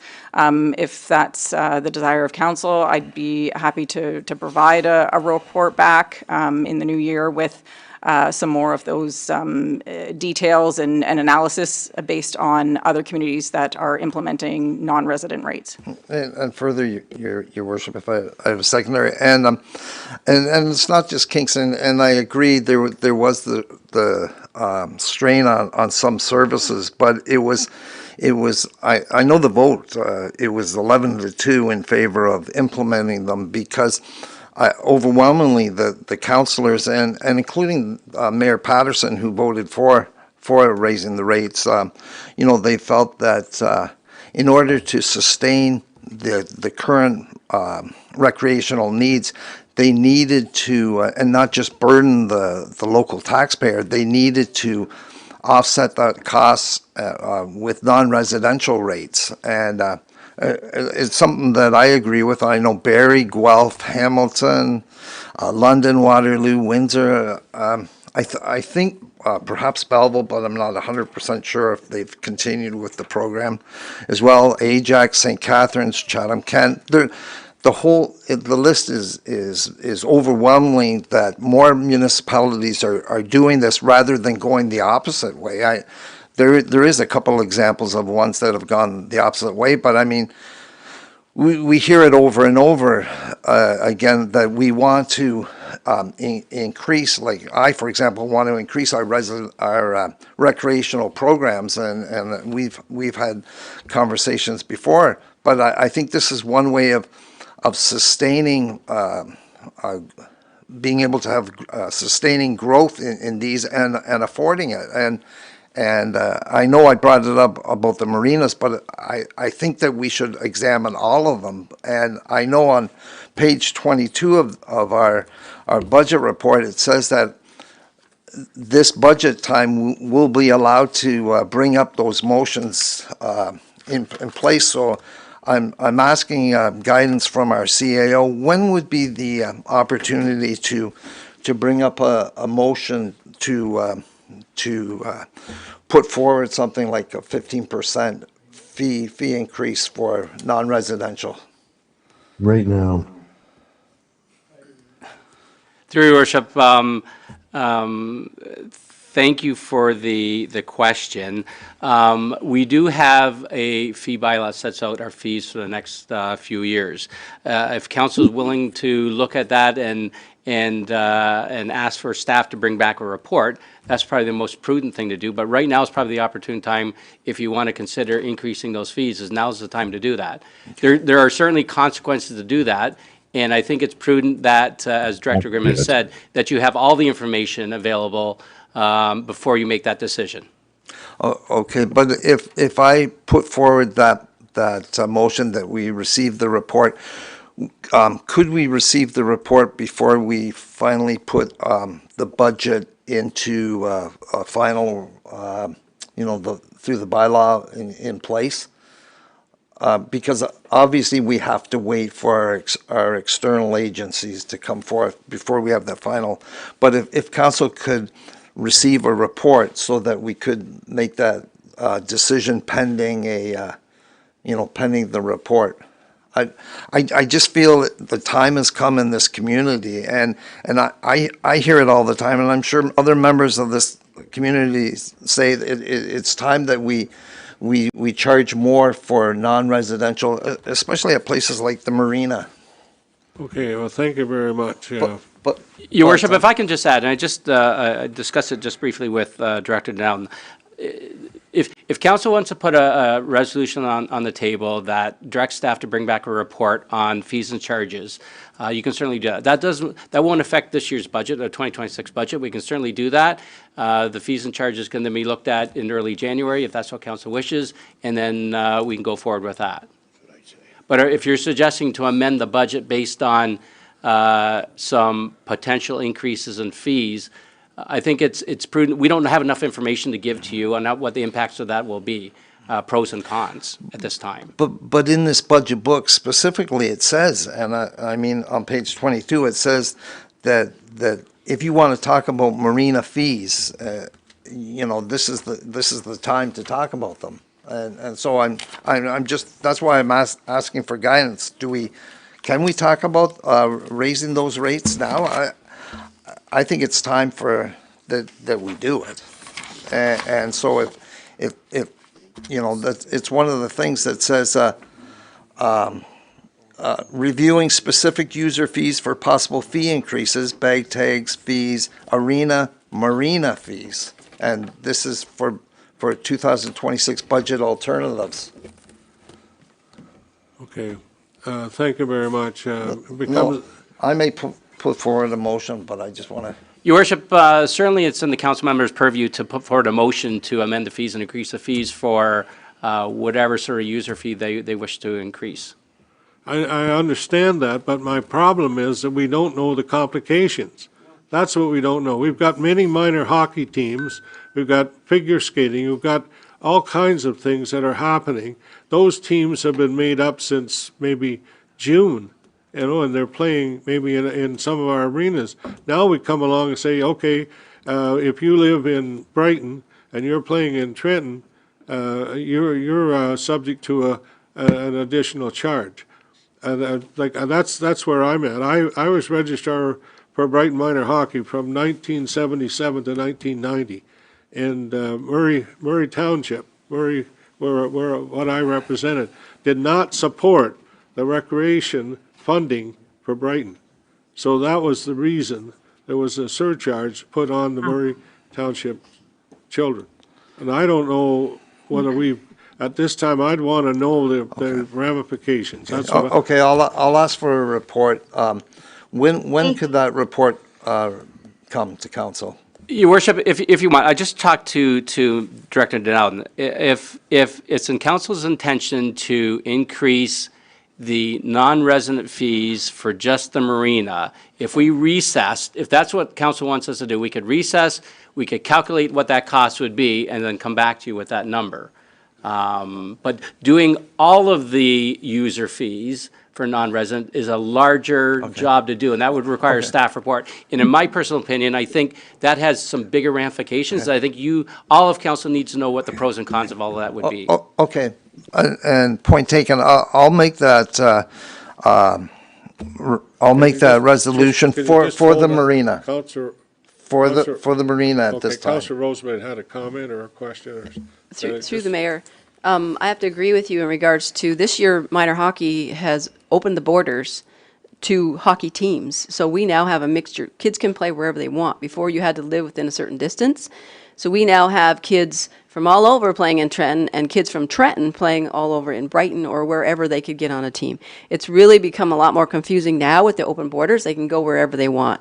Before, again, it was very strict on where you lived and where you could play. So I think this opens a whole more confusing ball of wax when you try to charge people that are not residents, because they're going in all directions as far as the arena is concerned. Okay, thank you very much. I do have more comments in regards to the capital project on the arena pad, if I could speak after this is finished. All right, go ahead. So I'll make the resolution on Can I speak to this, Mr. Mayor?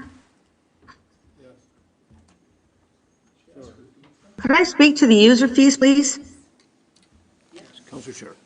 Oh, I'm sorry. Okay, well, Councillor Sharp, go ahead. You got to Thank you, hold up Mr. Mayor.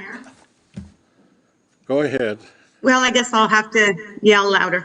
I'm very concerned that we'd be looking at this. To Councillor Roseblade's point and others, we share open borders for registration for ball and hockey. This is a complicated situation, and we all share with all the children that register figure skating, baseball, and the staff and administering surcharge. We don't offer direct program, very little. And as Director Grimman has indicated, a lot of people put these in place because of aquatic program and direct programming where they were taking away from residents. So that's why they did it, and that not just to create revenues. We have very few of that. This is going to be, I'd want a full report. If a member wants to look at the marina alone, that would be less challenging. But to open this can of worms, I don't feel is in the best interest of our staff time or our users, because we're all friends. Brighton, Sterling, Belleville, we all share this in our sports programs, our registrations. So I'd be very concerned. I just really want to make that point, because now, as Councillor Roseblade said, all the different cross-border, particularly hockey, I mean, no, and the revenue. So that's a full detailed report. We review our user fees annually, and we do a fee schedule to help the user group so they know how to put the registration in. And this would open up so much. So if it's specific to the marina, let's have a look at that. Thank you. Thank you. Councillor Boyce. Thank you, Your Worship. The resolution will be 15% to non-residential at the marina, but I'd also like a report from our director in regards to all sports facilities. Okay, so you're not considering the marina to be a sport facility? Is that what, that's what I'm reading? No, recreational, I'm considering it to be a recreational facility, but I've specifically mentioned marina right now so that we can get this done. So you want to, your motion is, and somebody second the motion? I'll second that. It's 15% increase in the marina fees and a study to come back for Yep. all other. Yep. Non-residential. Non-residential. Okay, yes, I'd second that motion. Okay, moved and seconded. Councillor Card. Thank you, Your Worship. I would ask maybe for a friendly amendment also. I think this is a very important report, actually, to have come back to council, but I think there are actually some other categories of purchasers. Think about for-profit, non-profit. So if the idea is, and I take Councillor Sharp's point, that some of the aquatic centers and being booked up quickly, but with the Parks and Rec Master Plan and talking about our arena, I mean, ice time is getting more and more booked, and our capacity on that is quickly filling up, which is why we have talking about arena feasibility study. So I think actually these questions are going to become more and more relevant for specifically the arena as ice time becomes more and more precious there. So I think things like, if you're a for-profit company, the resident, non-resident is an important question. If taxpayers, if every hour of recreation happening in this city, whether it's an hour of ice time at the rink or an hour on the soccer field, it's essentially, to varying levels, subsidized by taxpayers. I don't think it's unreasonable to investigate the non-resident. I think it's important to actually, but also for-profit businesses. Another thing, as ice time gets more and more precious in the community, as we're reaching capacity with our current arena, I think about for-profit hockey camps was an example brought to me by a resident. It doesn't make sense to have a same general rate for-profit hockey camps that are booking and using up ice time that is more and more sought after, essentially getting a subsidy from the taxpayers because, again, like any recreation. So I think looking at several categories, including resident, non-resident, I think is important. Speaking to, so I definitely would support that report, and I think that this is kind of a very inexact, instrument, just raising the fees 15%. I will support it, again, just out of disappointment that we're not cost recovering yet on the marina. That is, I know, was identified by council as a goal last year at the budget, and as year-to-date actuals looks like it will be in deficit here, budgeted for about 50,000 at 75, that might come down, as Director Grimman mentioned. And I think that these conversations, what's unfortunate about this is that we have these conversations about raising fees, kind of willy-nilly arbitrarily, and I say that as someone who will support it. But again, this comes out of the frustration of not cost recovering on the marina, frustration in the community, kind of these, kind of similar conversations each year, and then council feels motivated to take some action, try to, see, there not be any line item in this budget, operational break even, and we end up, I think, with very inexact or sometimes counterproductive measures, but, it's possible we raise the fees and the actual revenue will go down. I'm still going to support it on principle, but, so I would really, hope that staff maybe really attempts in the next year to get this back to cost recovery and to try whatever they need to raising revenue. I think there's maybe more conversations to be had on this still, on business model and public-private partnerships. I still don't think that this is that we've finished the conversation on this subject, and I know the community still has a lot of frustration.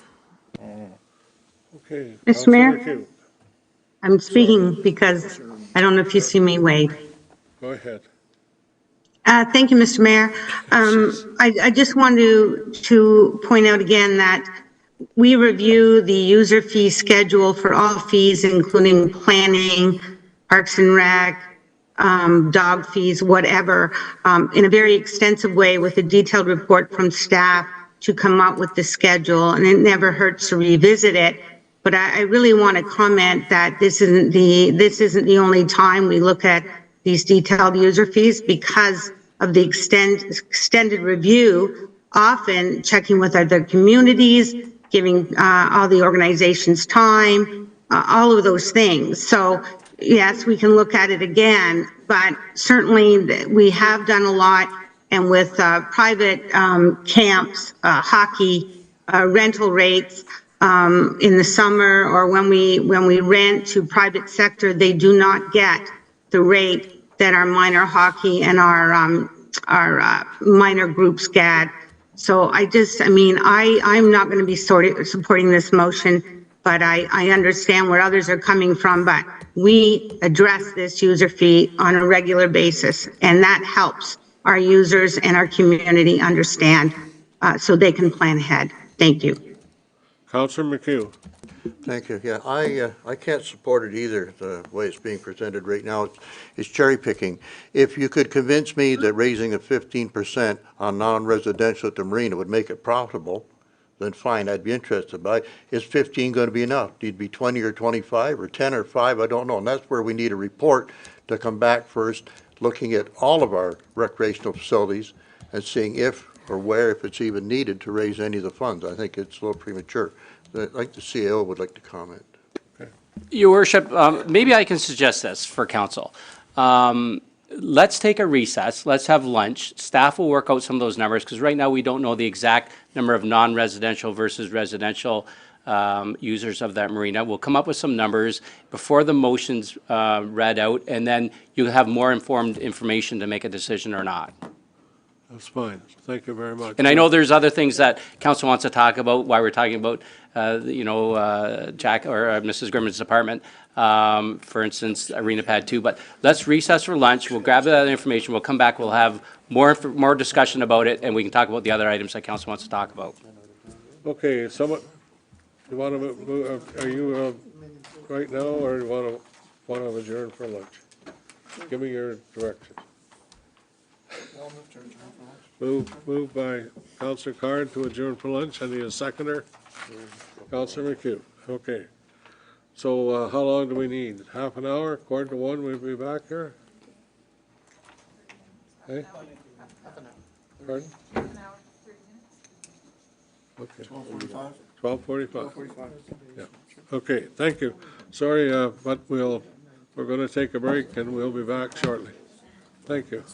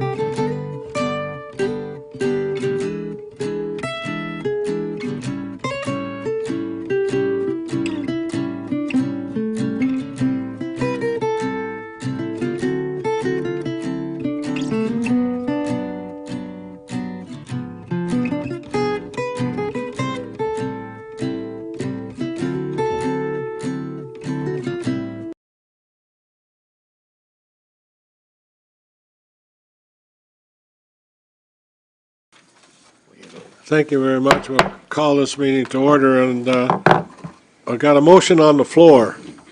You want to just read it, please, Mr. Clerk? Yep. We've moved by Councillor Boyce, seconded by Councillor Stedall. The council amend the 2026 budget as presented by increasing marina docking fees for non-residents by 15%, and that staff be directed to prepare a report on raising recreation fees and charges for non-residents. Okay, is that what you want? You don't want the marina? Okay, you don't want the marina looked at separately? Or you're asking for, I'm sorry, yeah, but you want it separate? Yep. Okay. No, you want it together the way that it's, No, it's fine the way that it is. it's Yeah. fine the way it is? Okay. Okay, and he said, Councillor Boyce is asking for a recorded vote, so. Can I have a comment on it first? Yeah, go ahead. I'd like to comment. I have no idea how competitive our rates are with this motion. I have no idea how many non-residents there are. So based on all these factors, I'm not going to support this. Okay. Would you? Go Yeah, ahead. Perhaps Director Grimman would have the numbers of our residents versus non-residents in the slips. Do you have them with you? I have some of those numbers through Mr. Mayor to Councillor Boyce. 2025 for our seasonal reservations, we were sitting at about 48% residents versus non-residents. We do track those and kind of break them down by area outside of Quinte West, regionally, GTA, kind of Kawartha Lakes, East Kingston, US, and others. So that was that breakdown. And then on the transient side, let me just quickly, we had about 10 out of the total transient. So a very, very low number of transients out of over 800 transient reservations. Only 8 would be local. The rest would be visitors to our community. So I know the finance department were busy crunching some numbers over the lunch break in terms of your question about raising the rates. I'm not sure if we're able to pull those up or if the finance group want to make any comments, but with a 15% increase based on the breakdown that we were presenting, it would look like an additional $52,000 in projected revenue. And that would be a total combined for seasonal and transients. Okay, thank you. Councillor Roseblade? Forgive me if I'm wrong, but are we not trying to attract people to our arena? Right. I mean, who lives here is going to come visit it if they don't have a slip? We're trying to bring people into our arena. That's what our tourism does. That's what economic development promotes. So to try to just gouge people that are coming in, you're going to lose. You're going to lose your tourism. You're going to lose your visitors. I think right now we're trying to focus on filling that marina. So by raising the rates and advertising it that if you're a non-resident, you're going to pay more, I think you're shooting yourself in the foot. So I do not agree with this at all. Thank you. Anyone else? Mr. Mayor? Mr. Mayor? Yeah, go ahead, Councillor Sharp. Thank you, Mr. Mayor. I agree with Councillor Roseblade. We have the tourism piece. We want to attract, and the more boaters we have, because we are not full, will then impact the tax rate. So I will not be supporting the motion for that reason. I would like to see us fill that marina and have tourists come who may move here and other impacts for our local economy. So I will not support the motion. Thank you. Councillor McHugh. Yeah, I can't support it either. I know it's not making money for us, but that's assuming that $52,000, that nobody's going to be turned off by the 15%. And also, I understand some contracts have already been signed. We have a fee schedule in place. I think that it should come back to the full report across the table for all of our recreational facilities and decide on it in the new year, as opposed to just cherry picking one facility right now. Okay, anybody else? Anyone else? Counselor Stedall. I will be supporting the resolution. The whole marina has been a bone of contention, I believe, especially with Sydney residents.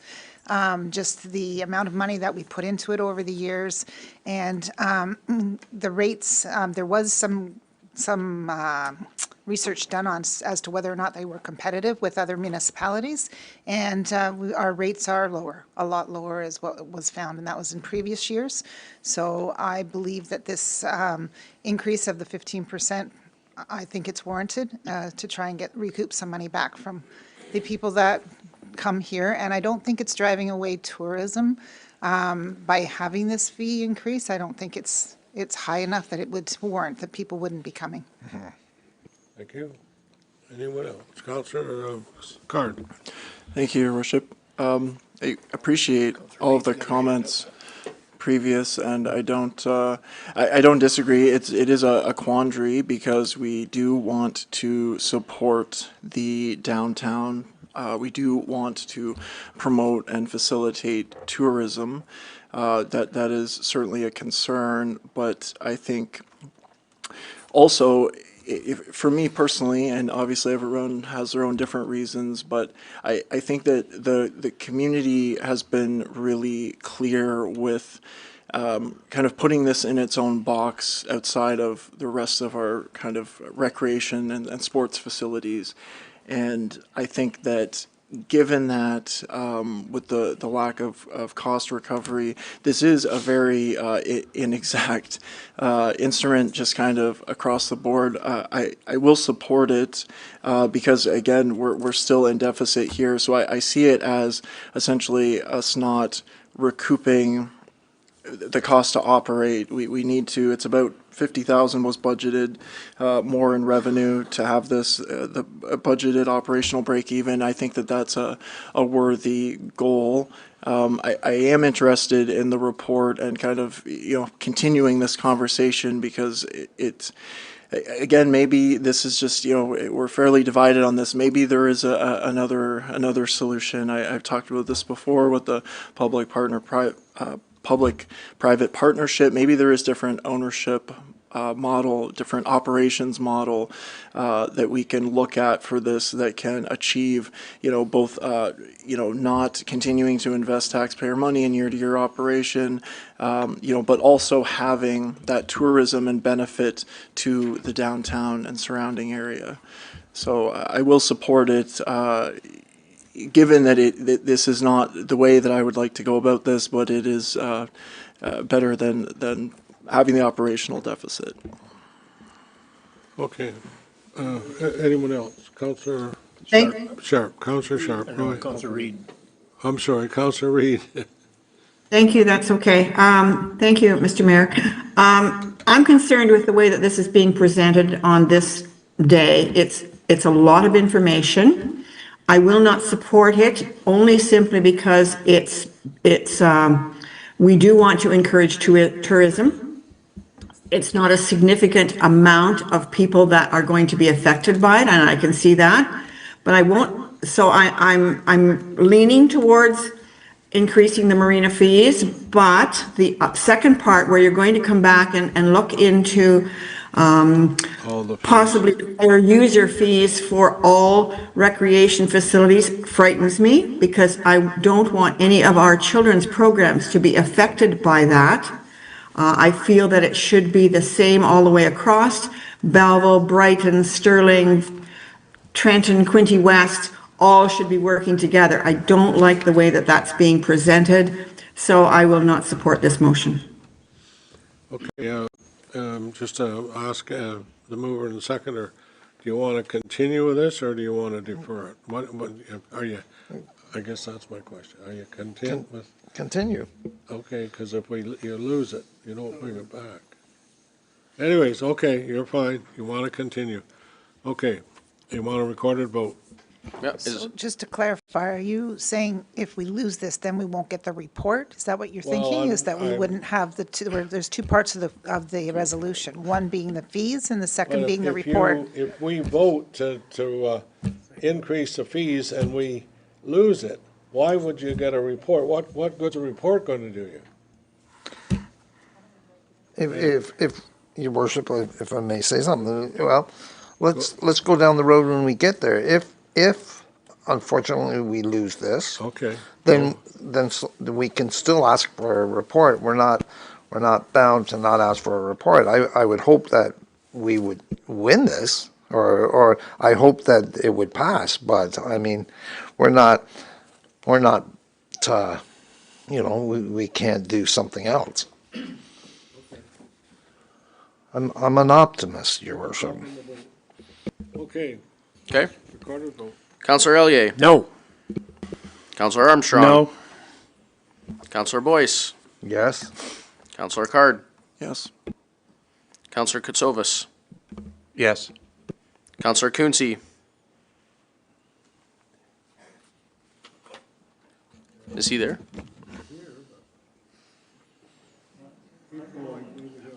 You're muted, Councillor Quinte, if you're answering.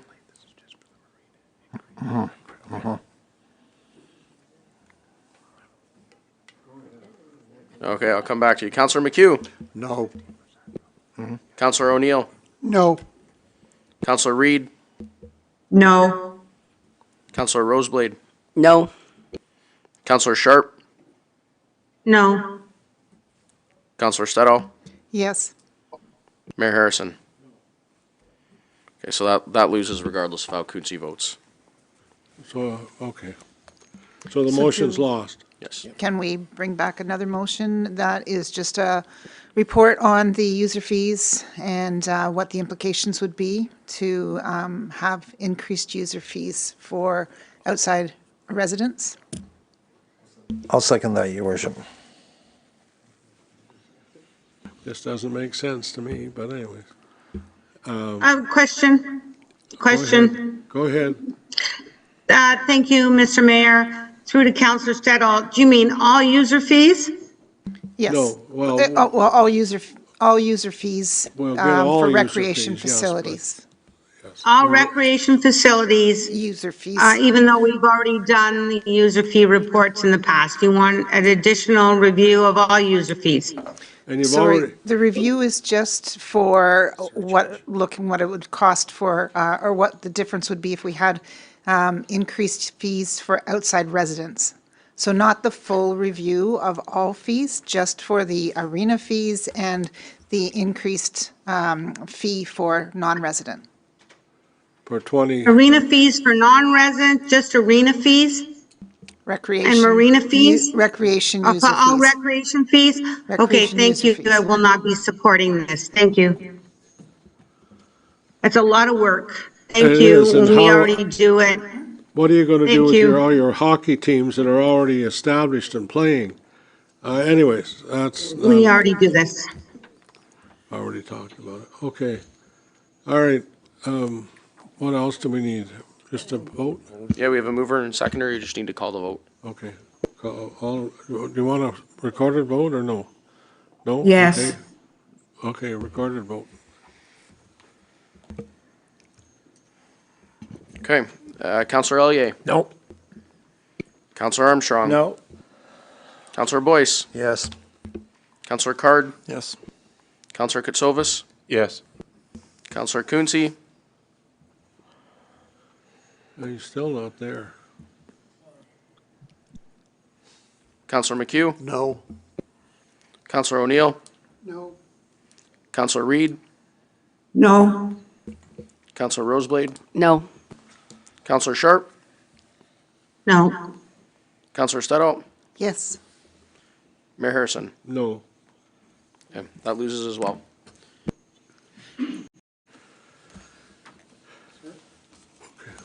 Yes.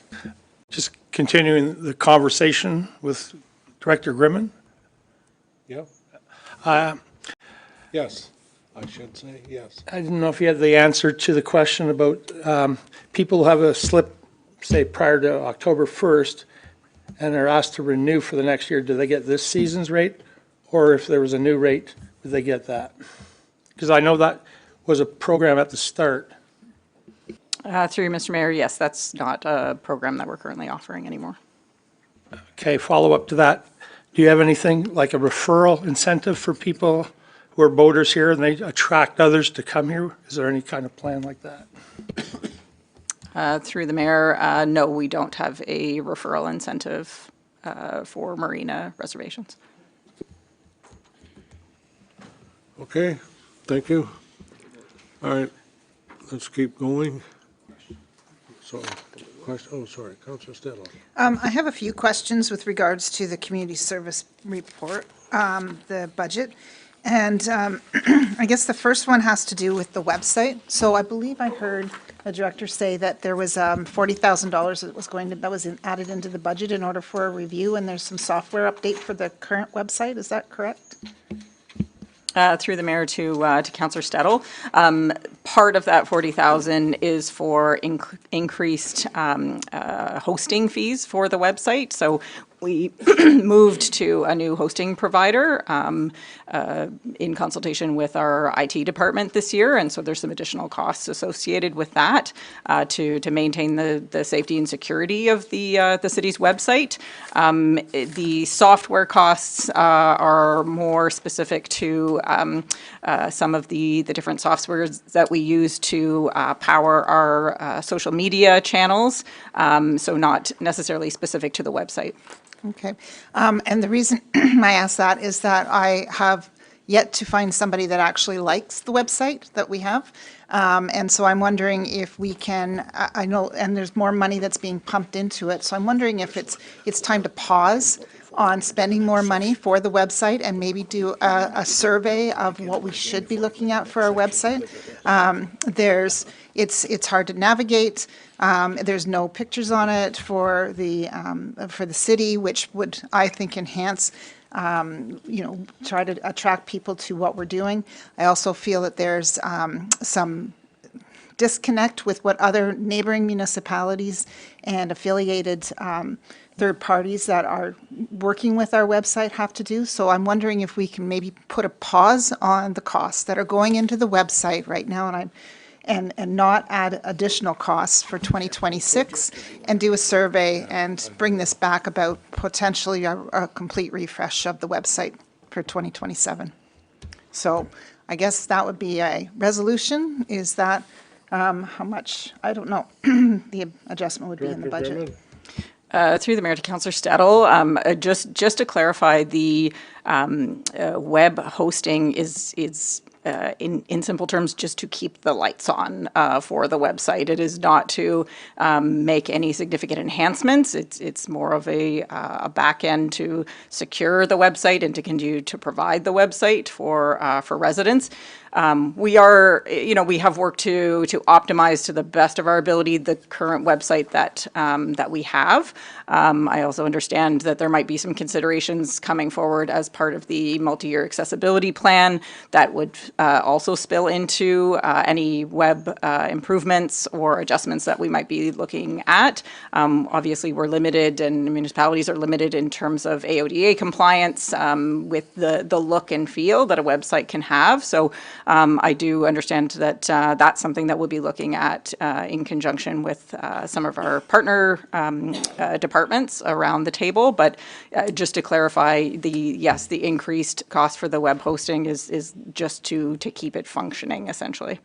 Okay, then I would ask that there be a survey done, which shouldn't add any more money to the budget, and ask members of the public and members of council of, any thoughts they have about our current website and or what they'd like to see with a city website. Can I call for a report, get somebody to second a motion that we would ask staff to prepare a survey and bring that back to council on the website improvements? Okay, but let's focus on what we're doing right now. We can make a motion at the end to ask them to bring it back for a council meeting. Okay? This is a council meeting, so I'm putting the motion on the floor. Sure, I'll second it for a discussion. Okay, we're never going to get finished here, but okay, go ahead. Mr. Mayor? Yes. Thank you, through you, Mr. Mayor. And I appreciate that Director Glimmons brought this up. We had an accessibility committee on Monday, and it will come to council before Christmas. at our next meeting regarding our multi-year accessibility plan with regard to AODA, as Director Goodman has mentioned, to ensure that our website is compliant and any initiatives that we may do to ensure that it is going forward. I wanted to note that under our budget, under the accessibility, there is a reserve for accessibility with some money there. If we did have to look at any initiatives that may come forward through the plan that will come to council at our next meeting, and that there would be some funds to come without impacting the budget that we could rely on if we did need to make updates regarding accessibility items. So I just wanted to comment on that and to thank Director Grimman for bringing that up, and to corporate services. We do have a multi-year accessibility plan coming forward at the next meeting. Thank you. Okay, COO Angelo, anything to add to that, or you're good? Thank you, Your Worship. So I think I remember it's either 27 or 2028. We're looking at a total revamp of our website, and there's some capital costs included for that. And I know it's been a topic of discussion that I think Council's had with the previous CEO and myself early on late last year. And I know it's some concerns that council members have. I think the survey is probably appropriate to do to sort of gauge what sort of direction we may go. But having said that, it'll probably need a total refresh and rebranding. That will include some capital costs in the budget for that for probably 2027 or 2028. Okay. Yep. Go ahead. I second that. Michael? Unfortunately, surveys are never well participated in, so it's just kind of a waste of staff's time. If they're going to refresh the website in a couple of years, I would hold on to this. And furthermore, I would ask staff, are they receiving these same phone calls? Because I haven't, that the website's hard to navigate or that they don't like it. So I would look to staff at the front desk specifically if they're getting phone calls about the website. I don't know. Dunk? Thank you. I'm sorry. Thank you, sir. Councilor Armstrong. Thank you, sir. I answered to that too, and others. I've asked this many times when websites are created in draft form, that they be tested by other people that are going to use these things, and they find out, oh, this should go this way, this should go that way. It seems things get launched, and it's like, what the heck? And you can't change it. So I think that should be looked into when you do it. And I've been 20 years watching this stuff. You're not giving the truth because you're older than that. Anyways,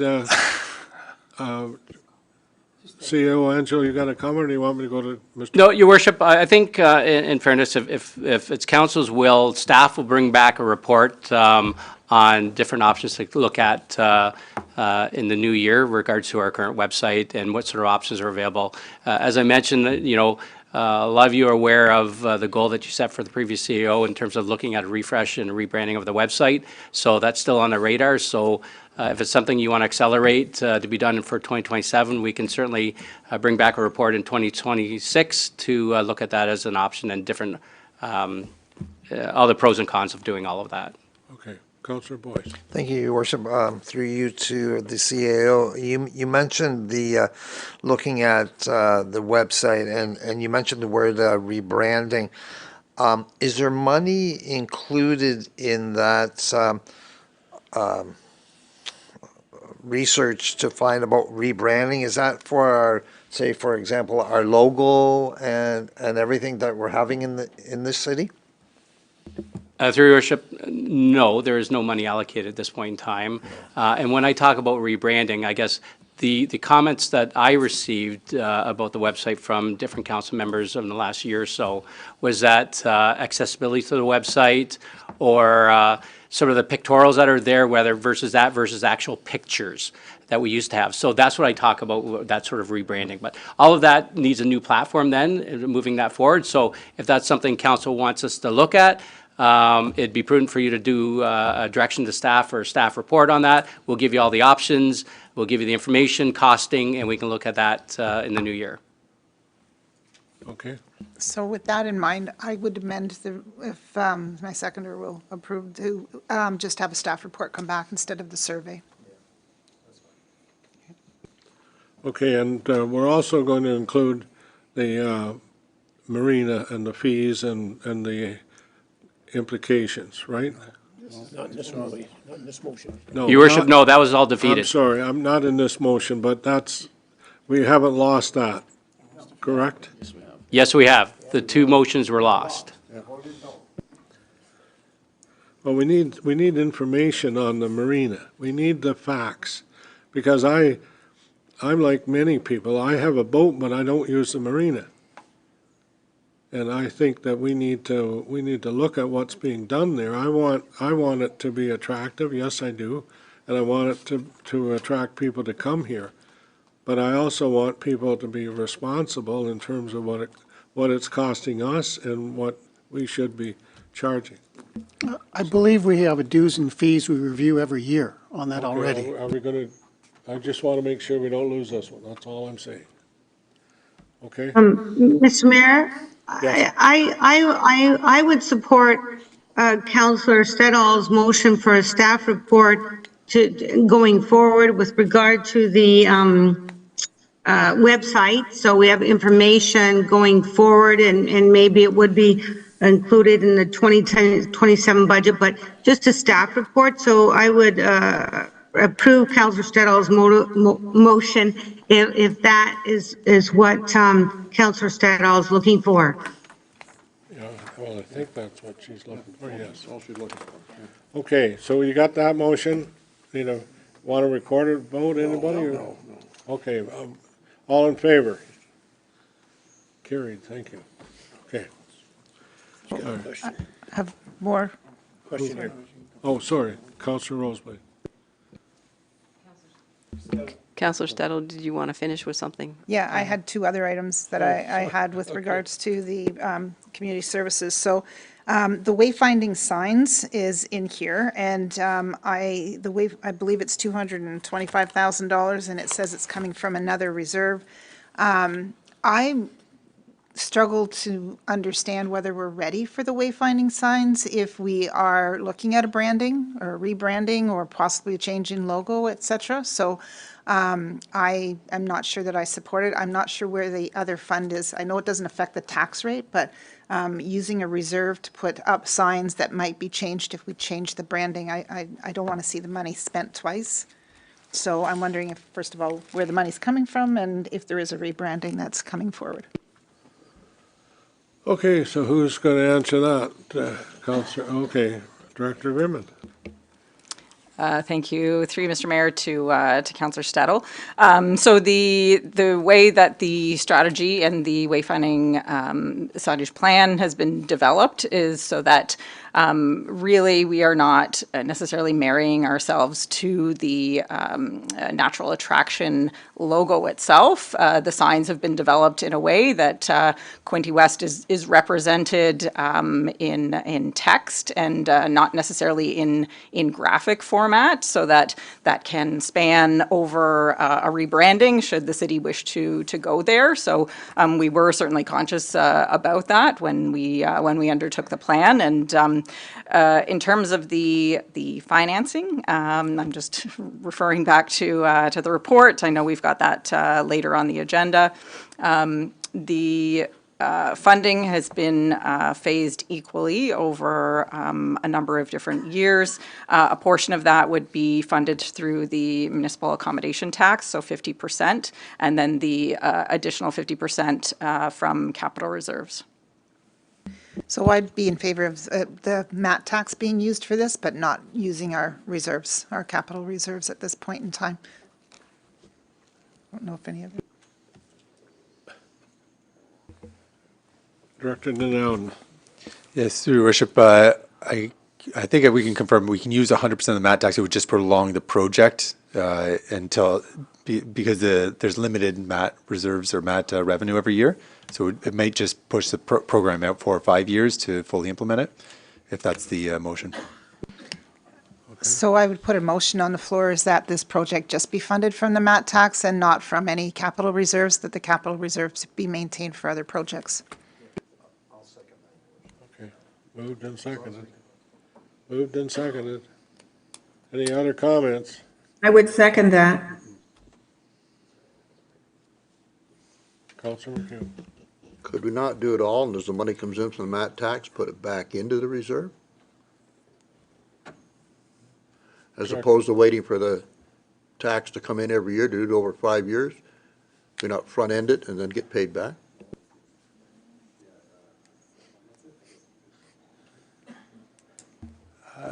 Yeah, I'm not sure. I'd have to look at the MAT tax ruling if we could pre-spend the money and self-finance. Potentially, we can look into this. I can't guarantee right now, but maybe. But you'll look into it. Okay, What's that do to our motion? yeah, well, So the motion still is that it would be all funded just from the MAT I tax. haven't got any choice, right? If that's what you want to do, then we got to wait. Hold it. There's still money in the MAT tax for at least 50% this year. So it would still go ahead this year unless, and if more money comes in, or if there's another way that we can pre-spend that MAT tax, then, but it's just to fund it only from MAT tax. Yeah, but you you've got to check the, I guess you'd say the requirements in how we can use that MAT tax. Can we pre-spend it? And we haven't got it. It's not a smart thing to do, but at least I don't think you're spending money you haven't got. No I think the guarantee. motion can still go forward though, the way it is, and then we can find out the rest. Yeah, I think the motion can still go ahead the way it is, and if whatever MAT tax we have, we just have to be able to do whatever's in that, for that amount. And then if Mr. Down finds a different way of, maybe we can borrow on those city reserves to fund it, we can bring back a separate report on that. Just a question, Mr. Mayor, in regards to the MAT tax and to Caleb. Do we not fund Doug Stevenson's Quinte Tourism through that too? And I just wondered how much those funds are broke down and how much would be available, I guess is my question in that regard. I don't know who can answer that. Through the mayor to Councillor Ellier, yes, the Bay of Quinte Regional Tourism Board do get a portion of the MAT tax, 50% as well. I just want to point out or draw council's attention to the report for the wayfinding tourism strategy that was deferred previously from the November 5th council meeting. The recommendation was that this funding become part of the 2026 capital budget, but also that there was a stipulation that it be combined with a $50,000 budget that already exists to be carried over into 2026. So I know we're dealing with part of that, but I would just draw council's attention to that whole motion so that maybe if we're dealing with it, we deal with it all at once. And when we get to the report, we don't have to go back and deal with portions of it as well. Okay. So to clarify, the motion would then be 50,000 from previously pre-allocated money, and then the balance would be MAT tax. That would be the motion? That's what it is, yeah. Yeah, that's what I'm hearing. I need a seconder for the motion. You got it right here. Oh, sorry. Councillor Boyce. Councillor Boyce. All right, all in favor? I'd say it's carried. Thank you. Okay. And my third item that I had was to do with the slab. So the $2.5 million, I'm wondering if if we can put half of this in the capital this year and leave the other half for next year. We've already had a recreation master plan is identified, and we've started, I believe, consultation or to do with an additional ice surface. Rather than putting all of this money into this ice surface right now, I'd like to see that other, I'm not sure it's a survey or what exactly it is, but we are already going down, starting looking for a strategic plan for an additional ice surface potentially in the future. And so instead of spending all this money this year, if we can defer, put half of it aside now, do the survey, and then maybe do the slab next year, depending on what the results are. Councillor Roseblade. If I could just speak to some of that as well. I have spoken to staff in regards to Arena Pad 2. Currently, there are no leaks. It's functioning fine. And speaking with the manager, the last leak we had, it was approximately a 1-day downtime. By the time they find the hole, they can patch it, get it back up and running. So I spoke with the director as well in regards to, we are having a feasibility study done to possibly look at a new arena complex, or recreational complex, should I say. And that could be 5 years out, it could be 10 years out. So I, again, disagree with spending 2.5 million on a pad that we can keep running until we do the feasibility study to find out what the future holds.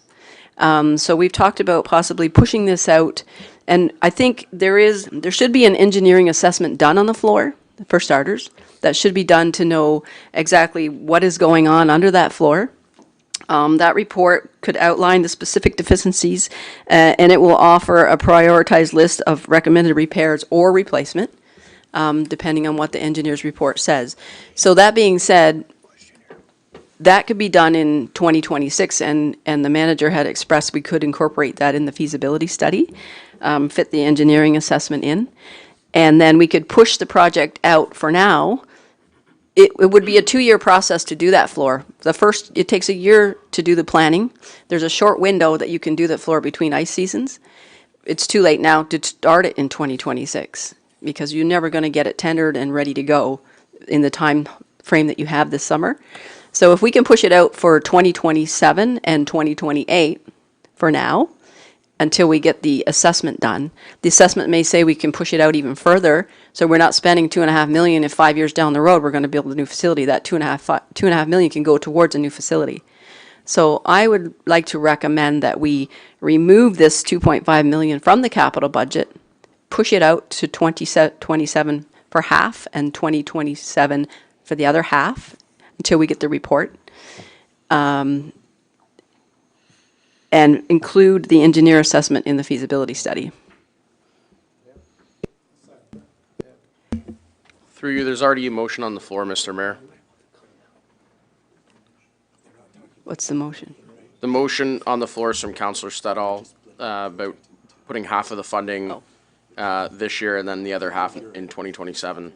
Yeah, I'm fine with Councillor Roseblade's. Okay, so you remove your motion? Remove mine, yes. Okay. So the motion will be half in 2027, half in 2028, and an engineer assessment be completed on Arena Pad 2 in 2026. Have a new council coming in here, and, I really don't think it's up to us to tie their hands. I think we should be doing what we can do, and if we don't want to do it, then just, that's it, stop. But you can't tie another council. We're just pushing it back in, we're just pushing, Well, I know we're what just you're moving doing, it. but you're also expecting them to go ahead with it. No, I'm not. I'm asking for an engineer's report to see, do we need to go ahead with it? We're putting the horse before the cart. We haven't assessed the floor. Well, yeah. We don't know what facilities are coming forward in this feasibility study. So let's do the engineer report, let's do the feasibility study, and then see where we go from there. It may have to be done in 2027, 28. If they come back and say that floor is ready to go, get it done. It may not. All right, Director Denouden, go ahead. Yeah, I just want to be clear on how the money works here. Splitting a project over 2 years or in two would make it impossible to procure that capital project this year because there would not be enough funds approved in the current budget to procure that item. So I would either suggest keeping it in the current year on the condition that an assessment is done first, and it can still be done, carried forward into next year and done in 2027, for example, or you defer the full project to 2027. But splitting a capital project in two is not advisable because we cannot procure half of this project. Okay, then let's defer the complete project to 2027. I'd support that. Yep. Mr. Mayor? Yes. Oh, thank you, Mr. Mayor. I want to support Councillor Stedall's and Councillor Roseblade approach, and given what Director Denouden has said, that we do the engineering part component, as Councillor Roseblade says, put the full amount in 2027. We'll have the information we need. We're not jeopardizing anything, and we'll have the full scope of what needs to be done, but we'll have the some of the funds in 2027, all put there as per Councillor Denowden. But this engineering piece, because then we'll have more of the other study done as well. So we'd have a detailed decision for 2027. Thank you. Councillor Card. Thank you, Your Worship. I agree completely with everything that was said. Deferral, we have all the information, feasibility study, and the engineer's assessment. I think these are really important steps. We talk about what is driving this tax rate increase this year. It is predominantly the asset management through the capital levy, and these are the decisions, very strategic decisions that we have to make to extend the lifespan of assets that we have, like this slab. And certainly if that engineer says, you know, we can get another, you know, few years out, maybe with some patches, you know, on these leaks, 1 day downtime, that sort of thing. This is exactly the sorts of decisions that we have to make to keep this asset management plan, keep it on the tracks, keep this capital levy down, work through that backlog, and get back to no capital levy again, hopefully. I'm just going to ask Director Grimman, have you discussed with Mr. Beamer these conversations that we've had, supposedly? Through you, Mr. Mayor, yes, we've had many of conversations about this. Mr. Beamer's here as well. If there's any specific questions, we're happy to pass him a microphone. But yeah, I know over the course of the last 10 years, let's say, there has been times where we have experienced leaks, and the staff have been great to deal with those. Obviously, this has been brought forward as part of the asset management plan, and as a result of this particular piece of the facility being kind of past its life expectancy. So from a risk perspective, that is why it is rated as such as part of the asset management plan. If there's any, like I said, more specific questions with regards to the operations side and the pad itself, I'm happy to tag in Mr. Beamer. Well, the comments that I'm hearing from obviously not the right people, but they're telling me that the life expectancy of our system is already 25 years over. Through Mr. Mayor, yeah, it's about 15 years past its life expectancy of 25 years. We've seen in other communities where, you know, they've got 50 years. It really varies, and the different freeze-thaw cycles certainly impact the longevity of some of those facilities and how well they're maintained. I know we saw in kind of a neighboring community of Grafton, they were hit with this, and council voted to, you know, shut down the ice surface for a season, and that was met with significant backlash, and they ended up kind of advancing that project, having to pull together the funding through a number of sources. They had an anonymous donor, did some community fundraising, the Minor Hockey Association kind of stepped up and made a contribution. Yeah, we would like to be certainly proactive and not get to the point of you know, critical failure when we're dealing with important assets like a community recreation facility. As we talked about, or as Councillor Roseblade mentioned, we don't currently have any leaks or significant concerns as of today. Councillor O'Neill. Thank you, Mr. Mayor. Through you to Director Denowden. Correct me if I'm wrong. Whether we go through with this project now or later is not going to affect the budget for this year. So I'm kind of confused about that. And we're always going to have a capital levy. Through your worship, yes. So let me separate the budget from the levy. So the capital levy is a consistent amount towards capital for the 10 years. And whether we move a project between years does not necessarily affect the capital levy today and in this year. So when we make this motion, we're amending the capital budget for 2026 to move it out, but that is not directly changing our capital levy from the 3% or 2.58%. Those are two separate items. Thank you. Just to clarify, though, when we approve a capital project in this year, that means we're approving $2.5 million being done. And what we're requesting is that we not approve it this year. All we're approving this year is the survey, because we don't know that we need to do that work. So that's why this resolution is on the floor. So yes, it is still, it's not affecting what our levy is going to be or what our tax rate increase is for this year, but if we gave approval right now for that 2.5, that means that money's going to be spent on that and not on maybe other capital projects that we have listed. So that's why this, I agree with Councillor Roseblade's resolution, is that we just do the survey, the engineering study. Thank you, sir. The compressor replacement is 100 grand. So if this passes that we're not going to do the ice surface, would this also fall into play? Or is there two separate items? I would say no. You can't make ice without your compressor. You can fix a floor, but the compressor goes down and you're in trouble. So I would say we leave the compressor in. Just knowing, I know a lot of people don't know here, but I was Parks and Facilities Manager when I retired. I ran an arena. Sean and I had a good talk, and that compressor needs to be replaced.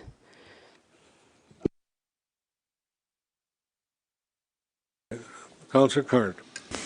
Thank you, Your Worship, and yes, agreed to the point that it won't necessarily affect the capital levy, but yeah, I think it's important to note that as identified in the asset management plan, is we're able to extend the lifespan of these assets. That is a benefit to taxpayers. If we have a slab that was projected to be 20 years, like you can say some arbitrary, whatever, it costs $1 million or something. If we get 25 years out of that, the cost per year has went down by 20%. So extrapolating that across a lot of different assets. Again, now they can't always find things to defer, and it's upon staff to bring them forward when they get to that certain risk category. But it just, back to the asset management plan through the mayor to Director Denowden, what was the last year that we had where the asset management deficit was filled via the capital levy? Was it at the end of 2030? Is that correct? Yeah, through your worship. So the 2030, yeah, it was the end of the 3%, and it's closed. And then the gap would be closed at that point. Right. And then working away at the backlog after that. The backlog. And what was the projection on that? Yeah, essentially, if we kept up with inflation, then we could deal with our ongoing capital and then also deal with the backlog, I believe, at that point. So we have 2% projected out for the last 4 years of the 10-year plan. Right, which we could also technically pull from growth within the municipality also. So in fact, we could get rid of the capital levy potentially in 2031. Yeah, if we funded the inflationary cost by the growth new assessment. Okay. Anyone else? Anything? Okay. I'm going to ask Ed Sandos. He didn't get this motion. Okay, all in favor of the motion. I guess that's what I need. Carried, thank you. Ed has a presentation he'd like to make, and the weather didn't help him get here this morning. So I'm going to ask you to come up now and, okay? I've given all my copies away, so. Well, here's one. You can have one back. Thank you, Mr. Mayor. I appreciate it.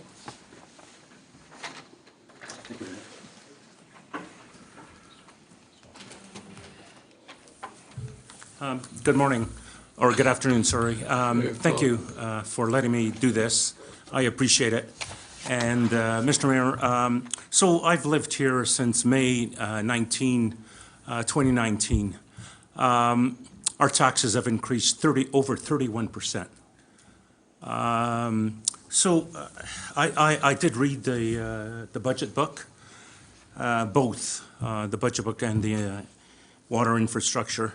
And there are things in that book that I see improvements. Now, I was disappointed to hear about the marina because, I mean, it's pretty easy to find out what costs of slips are. All you have to do is ask AI or Google it, and you'll get it in 2 minutes. We are the lowest slip fees across the eastern, from Toronto to Kingston. So it frustrates me to no end that we don't know what it is. We do, you know? The other thing is, now we talked about amalgamation. Amalgamation would save us.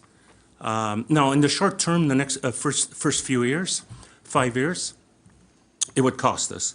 But over the span of 10 years, if we amalgamated with Belleville and us, we'd save over $28 million.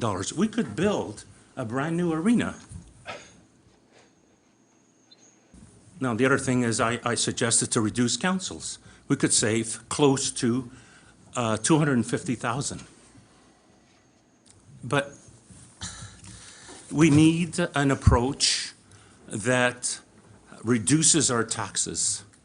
Now, I was pleased to hear on the, or to read on the Murray Ward, the tax rates are the lowest this season. So I was pleased because in Telephone Road, there's no sidewalks, there's no lights.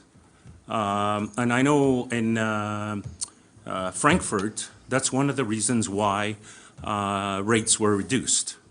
So I did put together about, going back to the budget book, I did put about some points. Hiring freeze would save us 250 to 400,000. External agency funding cuts would save us 200 to 300,000. Marine slips increases, 75 to 125,000. Seasonal staff reassignment. Now, what I mean by that is I know we have seasonal workers during the summertime. I think we have a manager, what's it called again, at the marina. It wasn't clear. I mean, I saw the histogram of the staff, but I didn't see anything. Those temporary workers, what do they do? What do they are assigned to snow removal? Are they assigned to help the director of strategic planning do something else? But I didn't see that. Capital project deferrals, 500 to 1 million. Marina management review, 60 to 90,000. Curling club subsidies. No, we're not objective to donating money. Hospitals is a priority. One of our, and I know the curling club is asking for, well, the last time I understand it's $8,000. But if they increase their fees, there's 300 members in the curling club. If they increase their fees by $15, that would reduce our taxes. Because we're right now, we've been funding the curling club for years, lots of years. And no, I know they are a private entity. I'll just give you an example. I know lots of councillors have businesses. One has a restaurant. One has a microbrewery. A couple are farmers. One has an accounting. If they come up and ask us, because they're going bankrupt or they need money, are we going to give them some money? The curling club is an independent business. So the golf course here, when I go golfing, there's no discount for me. They don't ask for a discount in taxes. They pay their fair share. So I don't understand why, like I said, again, hospitals, no question about it. We should fund those hospitals. Community fund grant caps, that's what I was just talking about, and administration function consolidation. No, I do have the exact itemized list, but I didn't print that out. Anyway, thank you for your time, and I appreciate it. And, you know, if we do everything I said here, sorry about that, Mr. Mayor, our taxes could be at 2.4%, which is a very reasonable rate. Thank you again. Thank you, councillors. Thank you, Mr. Mayor. Thank you. Yeah. Okay, let's keep going. Public Works. Mr. Mayor, before we go down to Public Works, there's still two reports from Director Grimman. Okay. If we can put them on for consideration first. All right. Director Grimman, you're on. You're still with us. Thank you, Mr. Mayor. Through to members of council, the two items for consideration on the agenda this afternoon were deferred by council from meetings previously. So the first I'll speak to, 11.2A, is the memorandum of understanding for the Small Business Center financial contribution. So we contribute each year, and this is in line with what we've been paying the Small Business Center. They've asked for us to enter into a more formal MOU just to outline and detail the responsibilities that they would undertake as part of that agreement. Similarly, the City of Belleville entered into the same memorandum of understanding earlier this year for the same term commitment. So those financials considerations and details are outlined in the staff report. I know at the time, council wanted to defer this to budget. We have included the first payment in the 2026 operating budget under our department's economic development section. So I'm happy to take any questions. Alternatively, if council wanted to seek just the 1-year approval and then to have staff bring that back for the new term of council to consider any additional years, we would be happy to take that direction as well. Okay. Mr. Mayor? Yes, go ahead. Go ahead. Thank you, Mr. Mayor. We've had a great relationship with the Trentonville Business Development. I would like to move that we proceed in the budget or the agreement for April 1st, 2026 and April 1st, 2027. 2027, through to 2028, March 31st. That way it'll give the new council some time, but also some commitment or knowledge of funding for the first 2 years. I wouldn't recommend the 4, but from April 21st through March 31st, April 1st, 2026 to March 31st, 2028, 33,000, 34,000. So there is some continuity. And I totally support this recommendation. Thank you. 2 years. Councilor O'Neill. I'd like to second that recommendation. I have a lot of experience with this group, and I think they do a great job. Thank you. Councilor Katsoulis. I completely agree with funding them.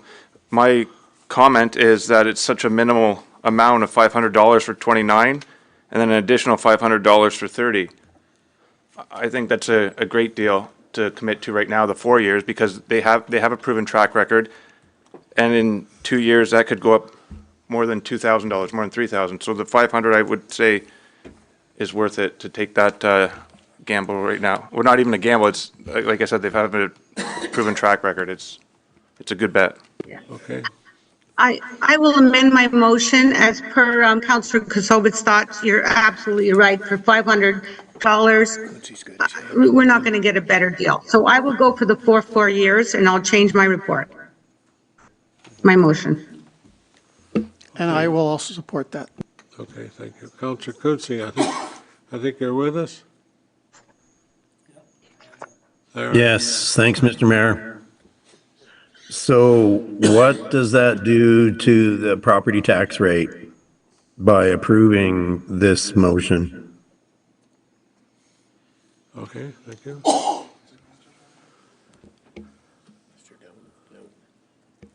Through you, Mr. Mayor, the budget that you'll see for 2026 has been included in the operating budget, so there would be no change. Okay, thank you. That's good news. Okay. Anything else? Otherwise? All in favor? Oh, sorry. Just one comment. I do appreciate the fact of trying not to have contracts approved by a council that's leaving for the next council. I appreciate, that we try to do it for $500. I think this is an excellent contract for the city. Trentonville does excellent work, and I agree that the 4 years for the 500 doesn't make a difference, but I think it's important for us not to pre-commit a future council for some services. So I thought that part was right, but I will be supporting with the 4 years for this one. Okay. All in favor? Carried, thank you. Okay. Are we, any more motions, Director Grimman? Through Mr. Mayor, still me.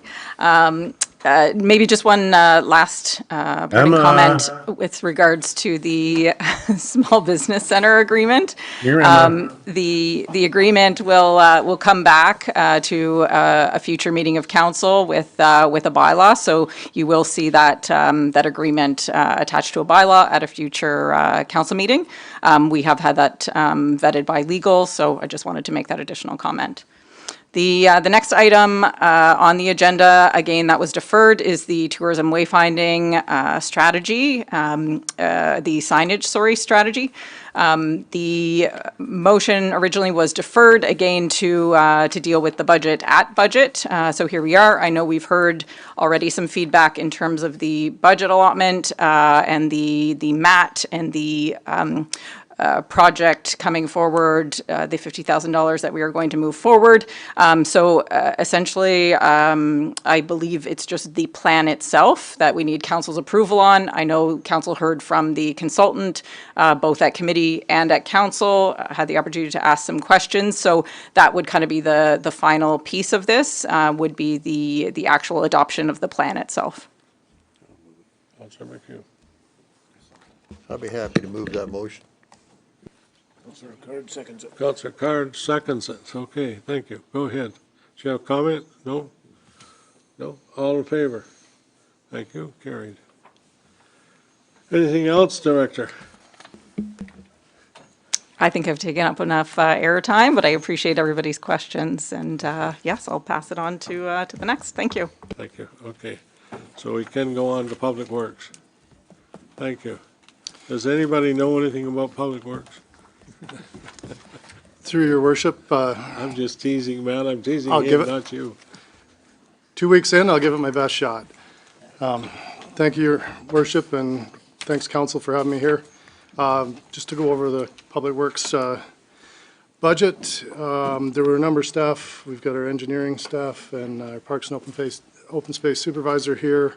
There were some other staff here, management staff here earlier to support this, but they've got called away for other priorities. But I do want to thank them. They've all put a lot of work and effort into this program. Some of the accomplishments and ongoing items, the engineering group have been working on updating the engineering standards. They came a long way with that this year, and it'll be continuing next year. There is going to be some public consultation with the Home Builders Association and others. And staff are working with our communications group to build out a website so we can present these updates and get ongoing feedback. On the stormwater side, another accomplishment, we've put together a 10-year maintenance plan for our storm ponds. We've included additional funds this year, $250,000, to get us work toward improving compliance with our CLI ECAs. I can note that we did close a bid, and we'll be starting some of that work over the winter going forward.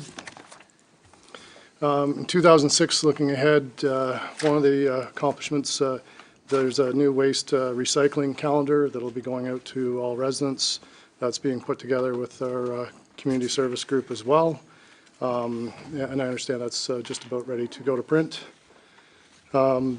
The Waterfront Trail, we heard earlier, we got $2.1 million in funding. That's an in-house design by our engineering team, and they'll be working diligently to get that project underway and completed in '26.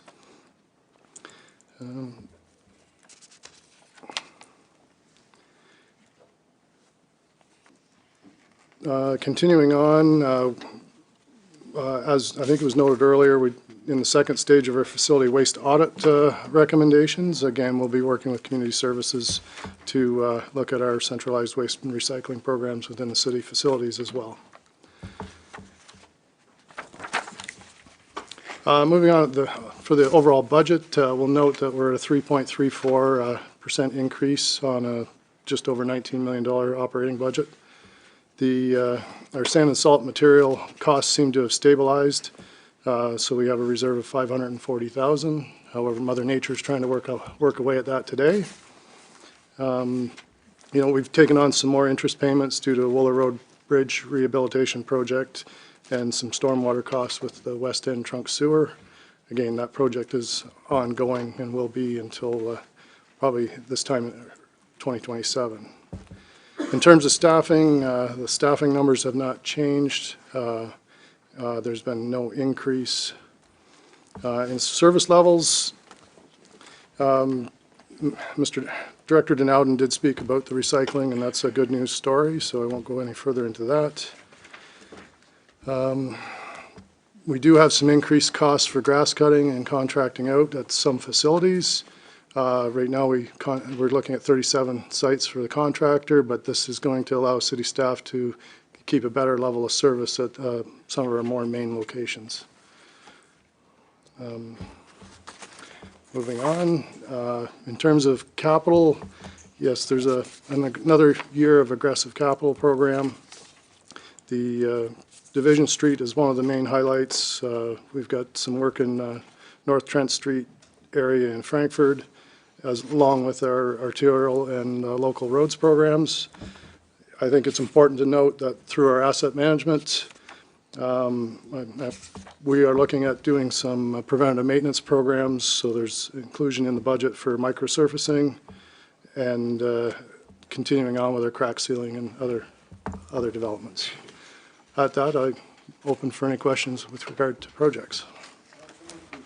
Yeah, I hope this is a simple one for you, Matt. I get calls all the time about rail crossings, how rough they are, how much better they are someplace else. Will you please explain to the public what part of the rail crossing we are responsible for? Because I keep telling them, call CN or call CP. We're only responsible up to within a certain area of the tracks, are we not? So if we could get that made public, I would appreciate it. Thank you. Through your worship to Councillor McHugh, I'm probably best to answer that. So municipalities are responsible for up to close to a meter of either side of the crossing. If there's any sort of crossing improvements going on within that sort of right away from the railway, then that's sort of a joint responsibility between the municipality and the railway authority. Typically, if they have ballast in there, they would place a ballast. If there's some pavement between them, the municipality picks up that cost, or there's some cost sharing on that. But typically, our responsibility ends a meter outside of the crossing itself. What about the bridge on Second Dug Hill Road? Where's it end there?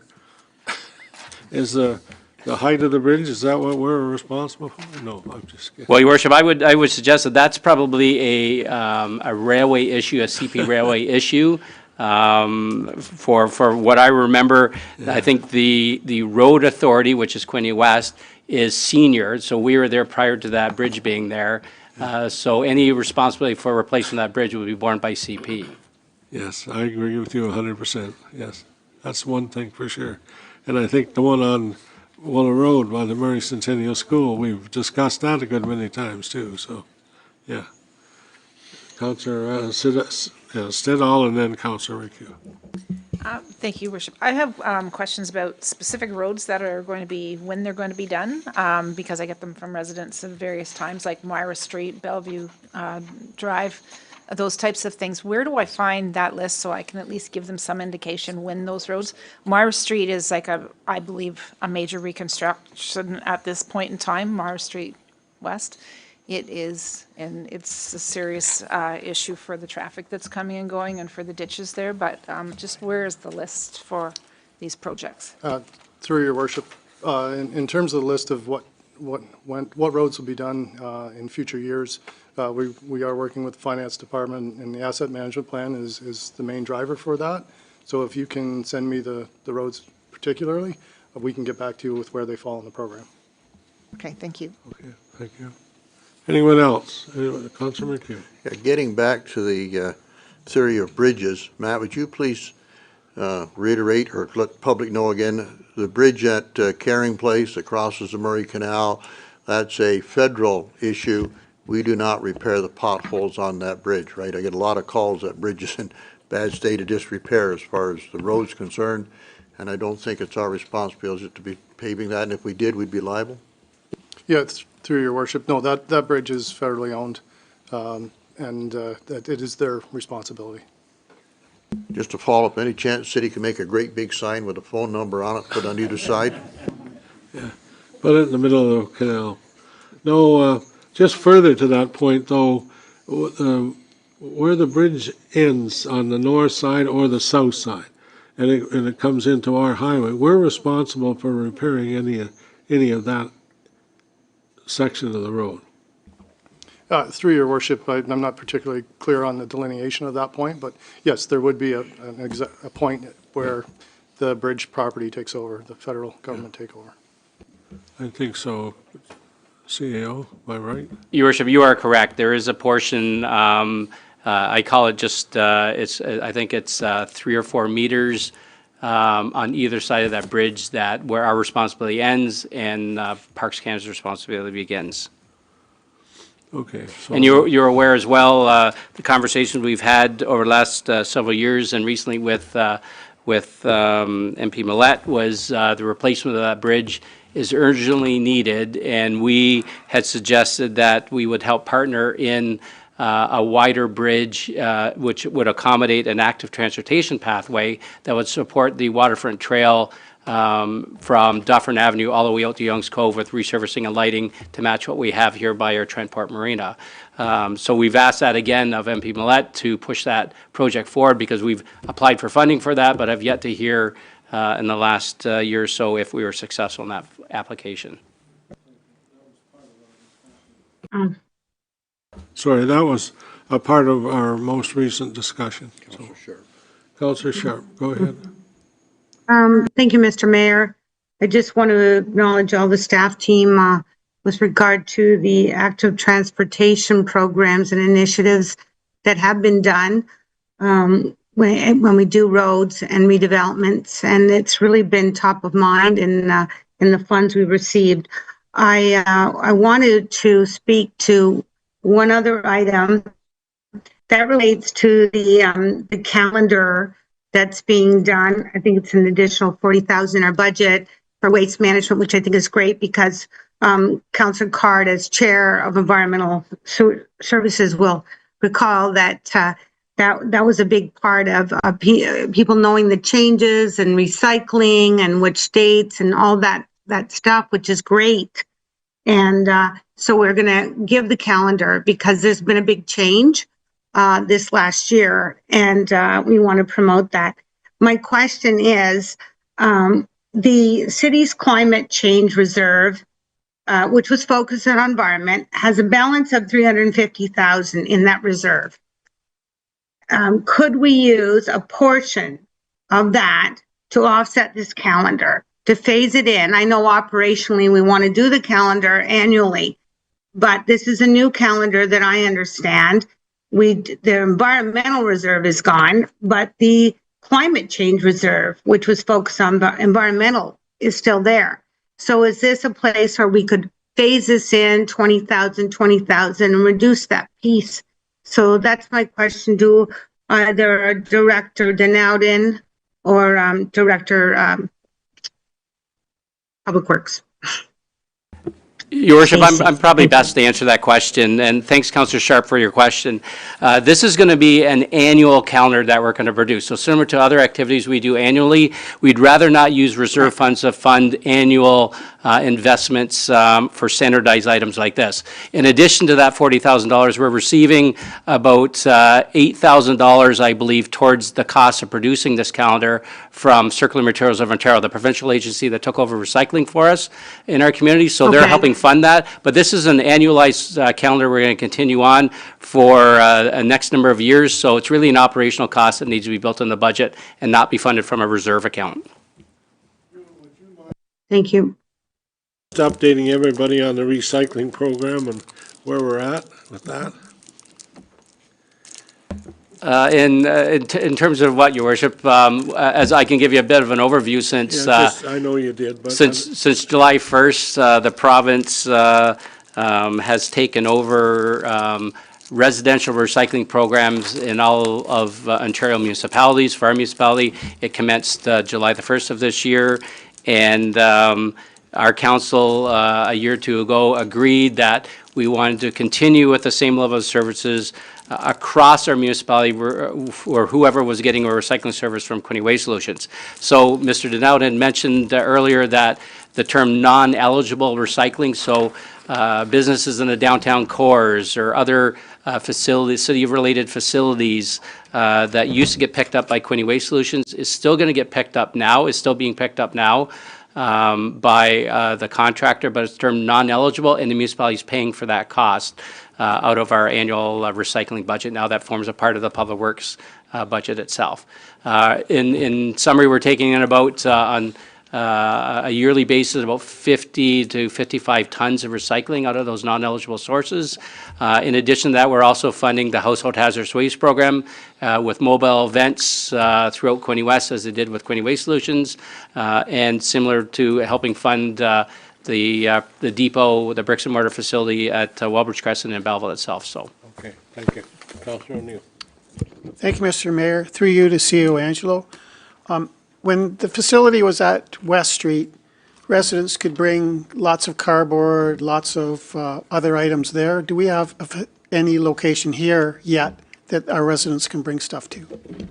There's a great question, Councillor Neal, and I mentioned to the Environmental Services Committee that I'm working on an agreement with GFL right next door to the recycling facility to have that in place for 2026. That'd be great. Thank you. And just further to your comment, GFL is doing okay and got all the wrinkles out of the pickups and the routes and so on? Your Worship, I think you're referring to E360 that's doing all of our recycling, organics, and garbage pickup. It's GFL that's doing the household hazardous waste and the mobile events for us. But how about E360? How are they making them? As far as I'm concerned, exceptional. You know, we had some hiccups at the beginning of the program with some misrecycling, but they were fantastic to work with, and I believe it's very much streamlined now. So good, thank you. Okay. Question, Councillor Card.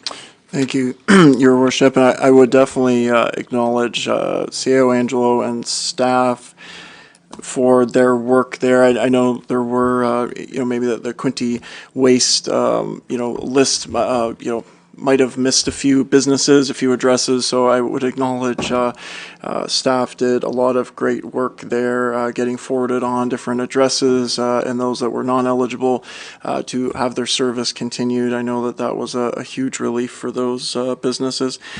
Just wanted to note the implementation of the second stage of the facility waste audit recommendations. Wonderful to see it in here. Director Tracy, thought that was some really good work, moved out of environmental stewardship, and great to see it's going to the next level and being rolled out across all public city facilities in time. It's great.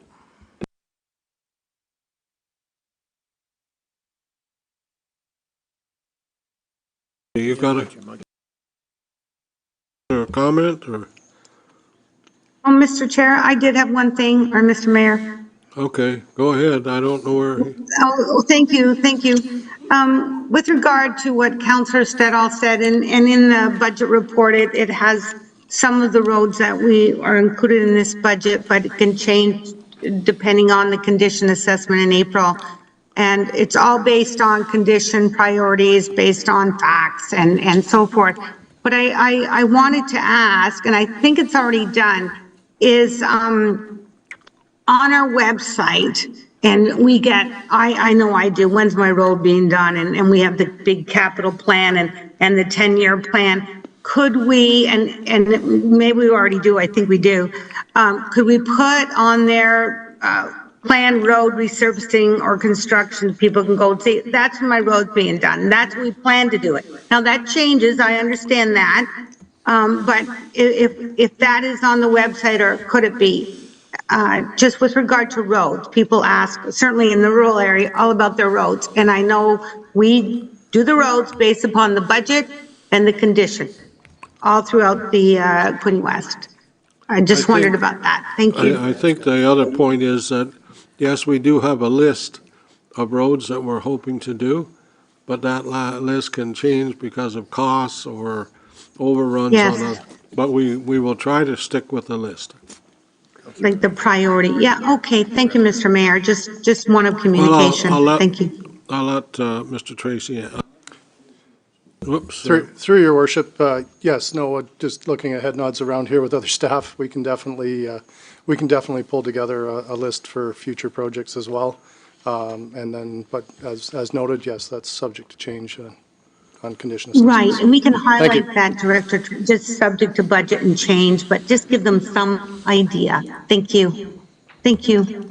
Your Worship, if I can add to Mr. Tracy's comments, at the back of the book, under the appendices, that gives you the 10-year capital plan. That's posted on our website as well. Is that lists all the roads that are happening over the next 10 years, subject to council's approval annually. Now, it does give the lump sum for service stream and arterial roads, so some of those, as Mr. Tracy said, we could break down, because, as we all know, the surface stream and roads are always subject to a spring review. But the majority of those projects, city department-wide, are included in those appendices at the back of your budget book. It gives a 10-year capital plan in there. Did I see, Yeah. on the I social? thank you. I just want to comment on that. I appreciate that, CAO, Mr. Angelo. I appreciate in the back of the budget book. I am talking about on the website, maybe the next 3 years, based on budget and what we're able to do. These are the roads we're doing. That's where I'm coming from. Just highlighting the roads. Thank you. I know it's in the budget book. Thank you. Okay. Oh, sorry, Councilor Quinte, are you with us? Yes, I am, Mr. Mayor. Okay, go ahead. So, this past year, we did resurfacing of the Frankfurt Road from Loyalist Wallbridge Road traveling west, but I don't see it on the list this year. Why are we not continuing to do the next section of the Frankfurt Road? I can't remember. I think it's going to Scott's Church Road or something, and then we have to go to Rose Road or beyond. Why did we leave that off? Yeah, Mr. Tracy. through your worship to Councillor Quinte. No, that is a future priority. However, that is being looked at for 2027. Okay. So the people that live along there that have been telling us about the road condition, like we're going to try to maintain what we have, I take it then, or do we have ideas on keeping it together? Because it's Through your falling worship. apart at the shoulders. Through your worship, yes, we will have a look at it operationally and make sure it's maintained as best we can. And at this point, there are other priorities that push that to 2027. Okay, thank you. Thank you. Councilor Stedall. A couple questions. One of them actually is to do with the money that comes in, the federal gas tax. Are we using all of the federal gas tax just for the roads? And I'm wondering if we've seen any potential changes. I probably know the answer to Well, that. I think there are for some increases coming from the federal government to help us with our asset management and roads. Who's Mr. Denouden, Director Denouden, are you able to, with your staff? Yes, through your worship. I do know that all of the federal gas tax, or now known as CCBF, is used for roads and bridges in Quinte West. In terms of the projections out, I'm quite sure they do give us the projections out. I believe this one is increased this year, but is flat for another year. So we do know a few years out, I believe, on the CCBF. So with that in mind, I would like to, at some point, bring forward a resolution is that we ask our federal government to increase the federal, CCBF program for our asset management. We've asked for it in the past, and there was a resolution that was here, but I'd like a resolution is that I would propose that we put a resolution on is that we request more funding.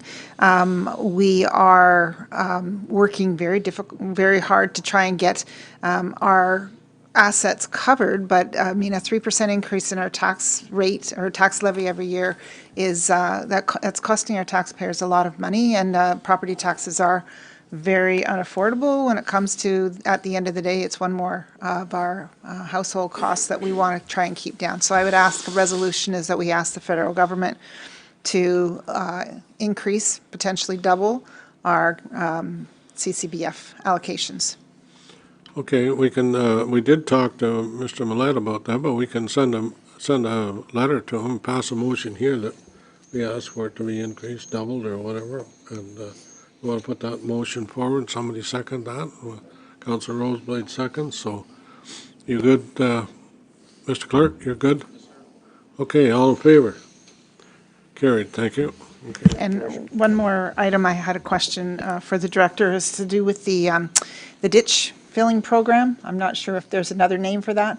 I know in the rural areas where there's ditches and culverts, is that there was a program that was available for people to be able to pay towards recovery of the cost for having their ditches filled. Is that program still in effect? And if so, is it still at a just straight cost recovery basis?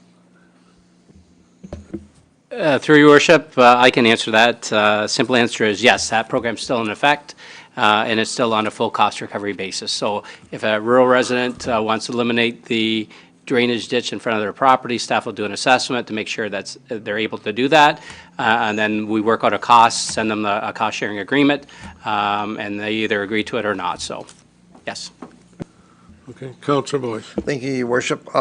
Recently, when Premier Ford said that all speed cameras were to go, he promised millions of dollars for traffic calming measures. Now, recently, I've heard that only municipalities that had those cameras that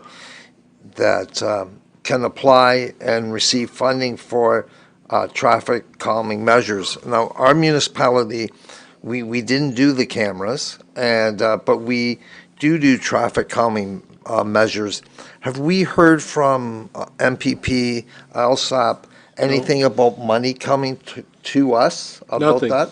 Zero. Then can we send something to Councillor, Councillor, I'm thinking Belleville. Can we send something to MPP, LSAP, and the Minister of Transportation, our desire that we want to be included in money, as we also feel that traffic calming measures are important, and we don't think we should be penalized because we didn't do cameras.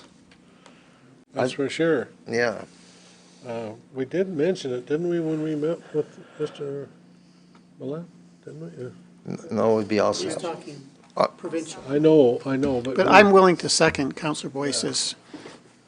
Your Worship, if I can just add, because I've had some discussions as a director on Good Roads Association regarding this. So the first phase of that funding, $42 million, is going towards municipalities that had automated speed enforcement. The balance of the funds of 50% will be issued on, I'm not sure if it's going to be done on a prorated basis each municipality or an application base.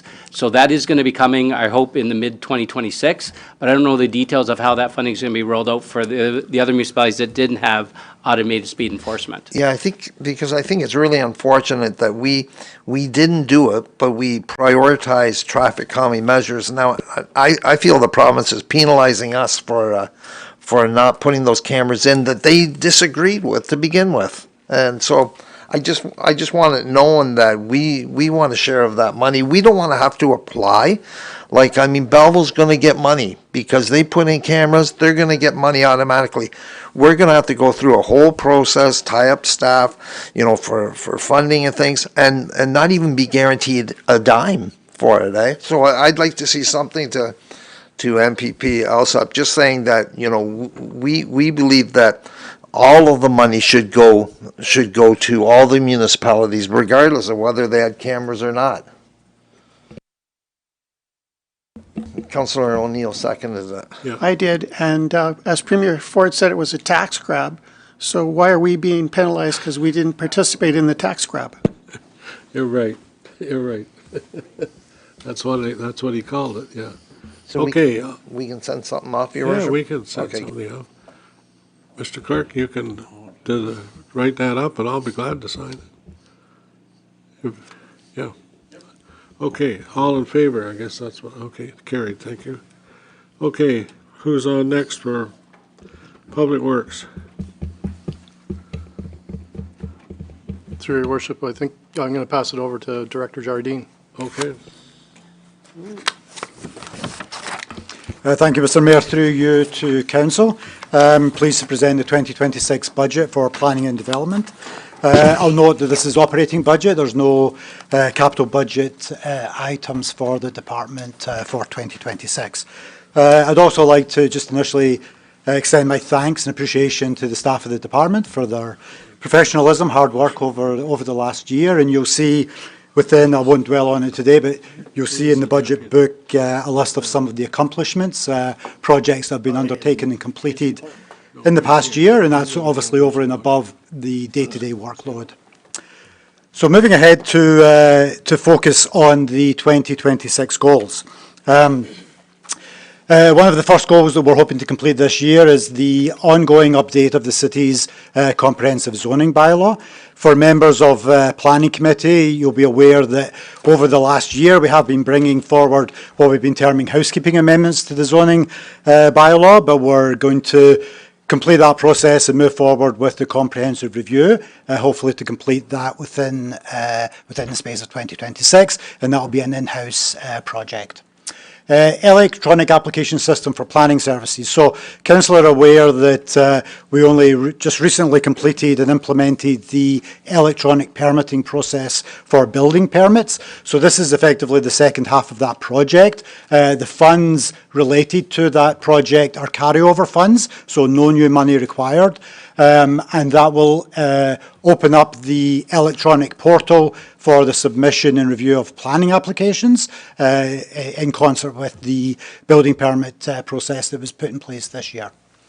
Housing Action Plan update, that was something that I think briefly came up at last council meeting, and just a recognition that over the last year and a half through the Housing Action Plan, we've been undertaking a number of the projects, some of which are completed, some of which are still in process. There were initiatives that came out of the Housing Action Plan. Given that we're, as I say, mostly completed or underway on a lot of those projects, I think it's time to take another look at the Housing Action Plan and refocus through council what the direction is moving forward with that, and how we would best apply the resources that we have to that portfolio. So we will be bringing that forward in the form of an update to the action plan. Again, we'll be doing that in-house. And then falling out of the Housing Action Plan, there's a couple of projects there, continuing with the municipal land review. So as you know, we're obviously nearing the point, hopefully early in the new year, where we can complete agreements on the College Street or the former College Street school site for an affordable housing project. There are a couple of other properties that the city owns that we're currently undertaking an assessment on that, with council's direction, could be utilised for the same purposes. So we'll be bringing those forward in 26. Also under the Housing Action Plan, just again at last council meeting, council were presented with the draft Housing Community Improvement Plan. And really what that does, obviously, as you know, community improvement plans provide a vehicle for municipalities to incentivise a certain type of development that's of the community benefit, in this case, affordable and rental housing. One of the things, and we spoke about this last council, was we're trying to basically encompass a lot of the goals from the Housing Action Plan into this CIP, and the bylaw for the CIP will be coming forward to council on December 17th. So with that approved, that will be the primary tool that the city will utilise to support and incentivise some of the housing goals. And then the other project that we're looking to bring forward in 2026 is a review of the parkland dedication policy, and that includes the cash in lieu bylaw as well. As council aware, that's the process by which we determine where and when we take land or cash from new developments, particularly new residential developments, to provide for additional parkland for the growing community. The timing is good for that with the recent completion of the Parks Master Plan. That allows us to take a closer look at how we apply the plan through policy and achieve parkland or cash to support parkland development in the right locations. So those are some of the primary goals for 2026. So with that, I'll flip forward to the highlights of the budget. So again, broken down into three areas: core, growth and service level. So under core, that's the major component of the inflationary increases in effectively running the operations of the department. Currently sits in the budget at a 7.5% increase. However, that is made up obviously of a number of components, some of which are very different from others. If I could maybe ask the group to switch to the next slide, just to better explain or the next page. So if you look towards the end variance percentage there, so for sub-departments such as the Director's Department, bylaw, and planning, shows you what the increases are. 4% in Director, just over 1%, or just under 2% on bylaw, and actually a negative of 8.5% in planning. So those are the kind of operational changes within those particular work units. But you'll see, and this is the reason I flipped to this slide, you'll see under building a significantly different number. There is a significant increase of 209,000 under the operating budget under the building item. And really where that comes from, there's an asterisk on that number, and it explains it in the footnote below. That's really a product of the exercise that the city undertook, Planning and Development Department, in concert with our Finance Department this year, where we developed a full review of the fee bylaw, or the fee structure for planning applications and for building permits. And you'll remember that we brought full staff reports and the studies to Council, I think on November 19th, explained the process of evaluating the work against the permit and application revenue, and brought it as close to a cost recovery model as we can, phased over a couple of years. So those fees have already been developed into this budget, so they are represented on the basis of Council approving those increases through the bylaw at next Council meeting. One of the elements in doing that exercise, particularly on the building, and this goes back to why that number has an asterisk against it.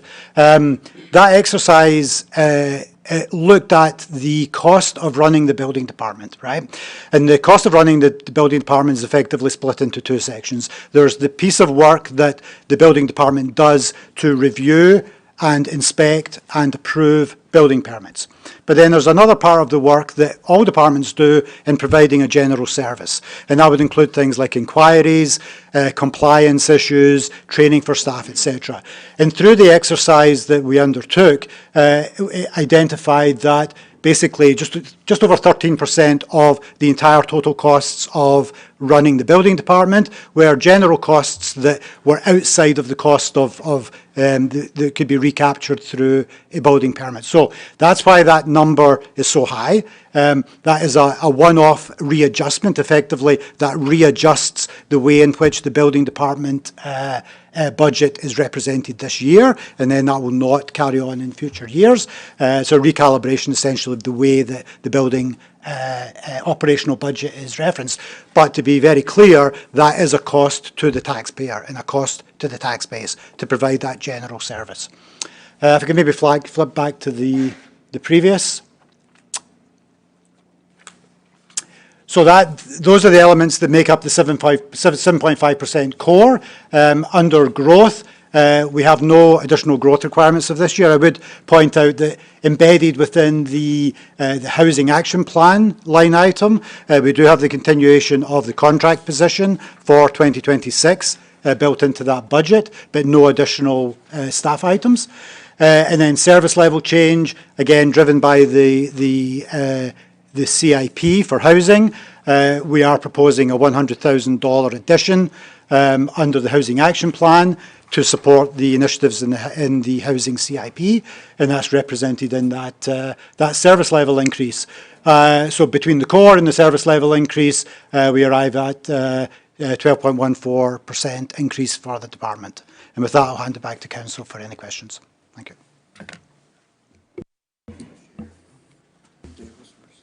Okay, Dave? Thank you, Mr. O'Neill, sorry. Thank you, Mr. Mayor. A couple positive comments. One, the amount of complaints I'm getting for bylaw has decreased dramatically. I find you're returning their calls, you're giving timelines, and I appreciate that. And the other is people that want to build something. This new pre-consultation is working out very well from the people I talk to. So thank you. Very good, thank you. Keep listening. Anyone else? Oh, Councillor Card. Thank you, Your Worship, and through you to Director Jardine, I just wanted to, forgive me, when does the current Housing Action Plan Coordinator contract run until? Through the Mayor, that contract runs until June of this year. Until June. But also, just for clarity, the position is currently vacant. It was just recently vacated last week. Right. And is the plan to, as you just mentioned, bring back to council essentially a refresh or an ask for some strategic direction on that moving forward, and that until June is the idea that the existing workload and onboarding the CIP program would carry that position to June either way, sort of thing? Mr. Mayor, if I understand that right, if council approve this, the continuation of the contract dollars, we would be going out early in the new year to fill that position. Definitely, the Housing Action Plan will come back to council with the question as to where to go next, effectively, on the housing initiatives. But I would say that there's obviously work that's currently ongoing. It's one of those chicken and egg questions, to undertake the work that we've even got ongoing, such as bringing the College Street project to completion, implementing the CIP, we're developing a housing dashboard, working on a draft encampment review policy. That work takes resources. They don't exist anywhere else, certainly within planning and development services. So if it's council's intent that those services continue to be supported and provided, I would suggest that we need the extra staff. Yeah, that's fair. I think what I was, I guess certainly council has to choose what the kind of the future of it. My personal thoughts are that I'm sure that there will be kind of more strategic objectives, avenues you'll find for work for that position to do. But I guess theoretically, is it possible if the plan, I said until you formulate it, it's probably not possible to answer, but I guess I'm thinking about if there isn't a lot of action items, like you said, the workload for for some reason that plan is rejected by council, if the position would be necessary after June. But I guess we can have that discussion. I know it has no levy impact.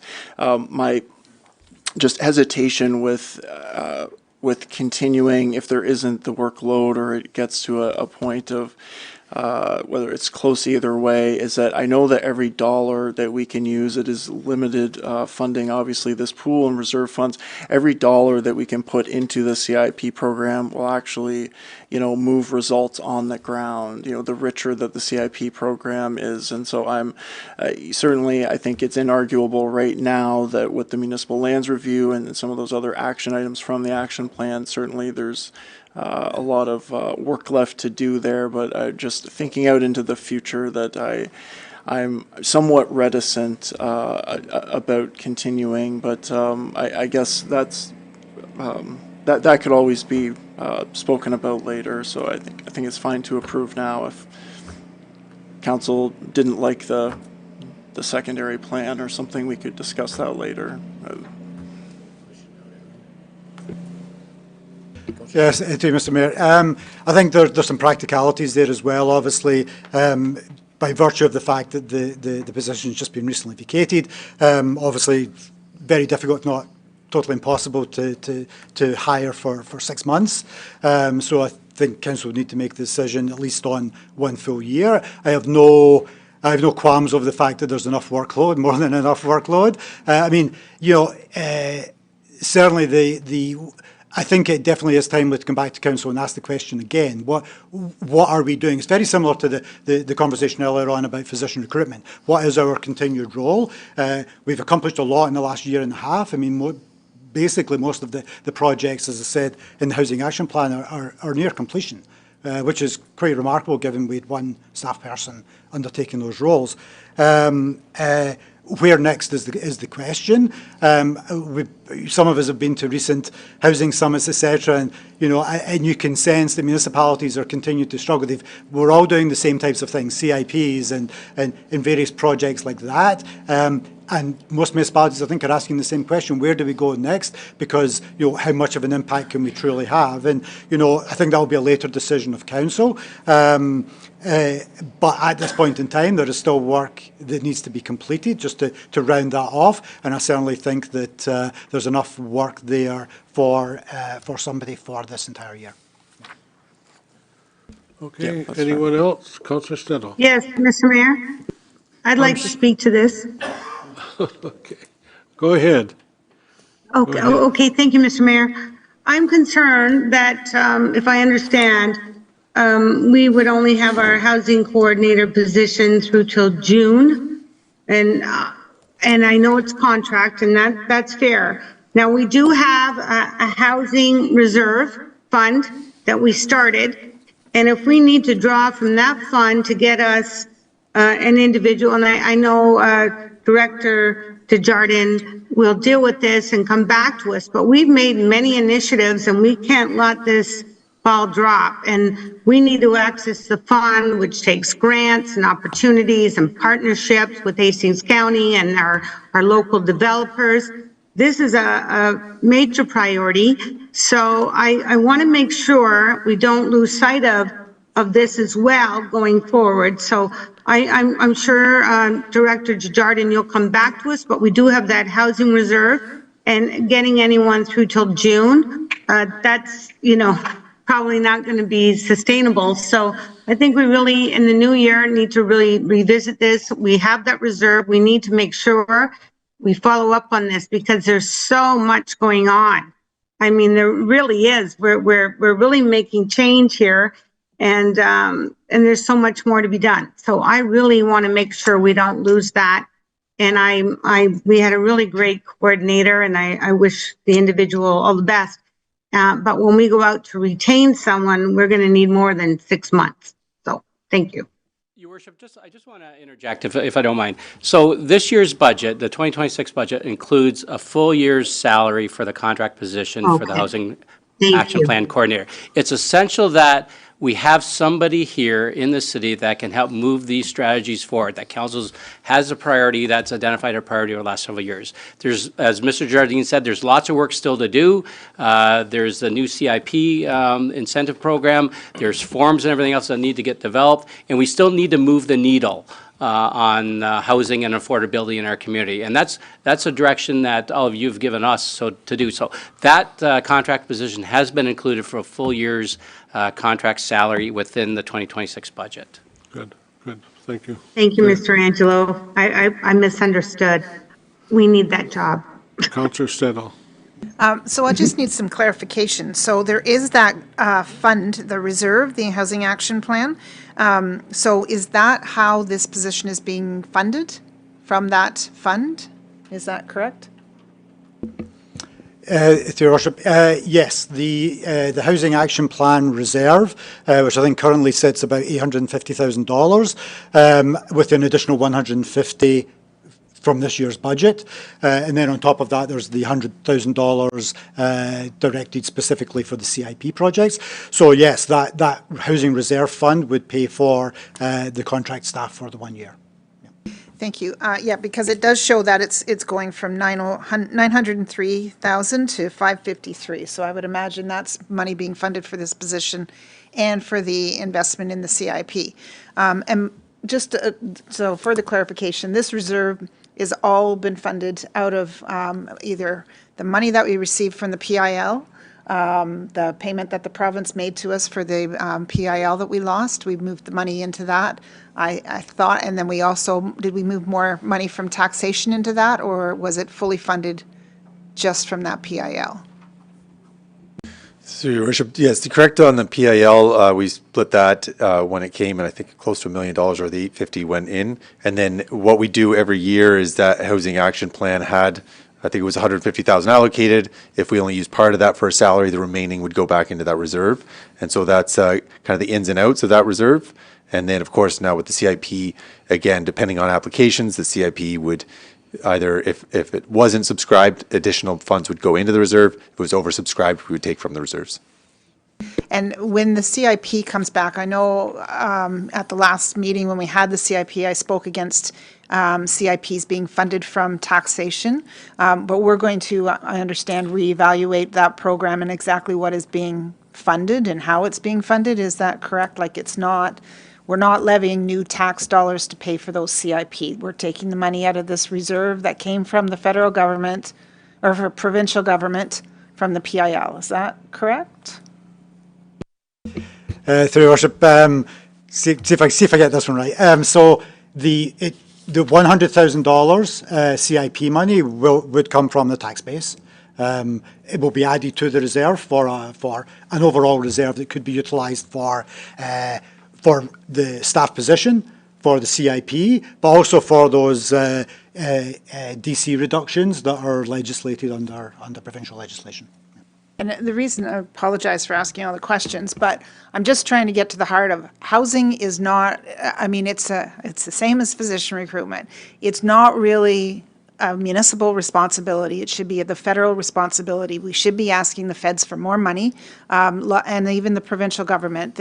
Lots of other municipalities got lots of money from the Housing Action Plan, and I forget the name of the other one that they had, but even just from getting the strong mayor powers, there was money that was handed down to municipalities because they met certain Accelerator housing. fund. So, yeah, Housing Accelerator Fund. Thanks, Councillor Sharp. So we are now funding this ourselves, and that is my issue, is that we shouldn't be funding this. It should be coming from the provincial and the federal government. I feel like we do need some of these incentive programs. I like the TIG program the best. That's the tax incentive program, so it's actually new money that's going to be coming into us, not coming into our pocket, but going back to the developer, whether they're residential or industrial.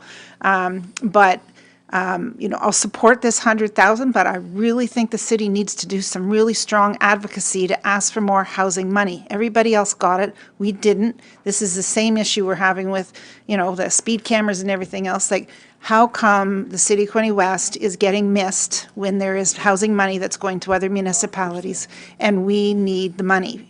Obviously, we need some housing. We know that. People have been asking us for housing for years. We know we need to build more. So we need some more housing funding to help with this program. So maybe that's the motion. I'm going to ask CEO Angelo just to explain some of the situations that we have in this city that inhibit the building of houses, such as our wastewater treatment facility.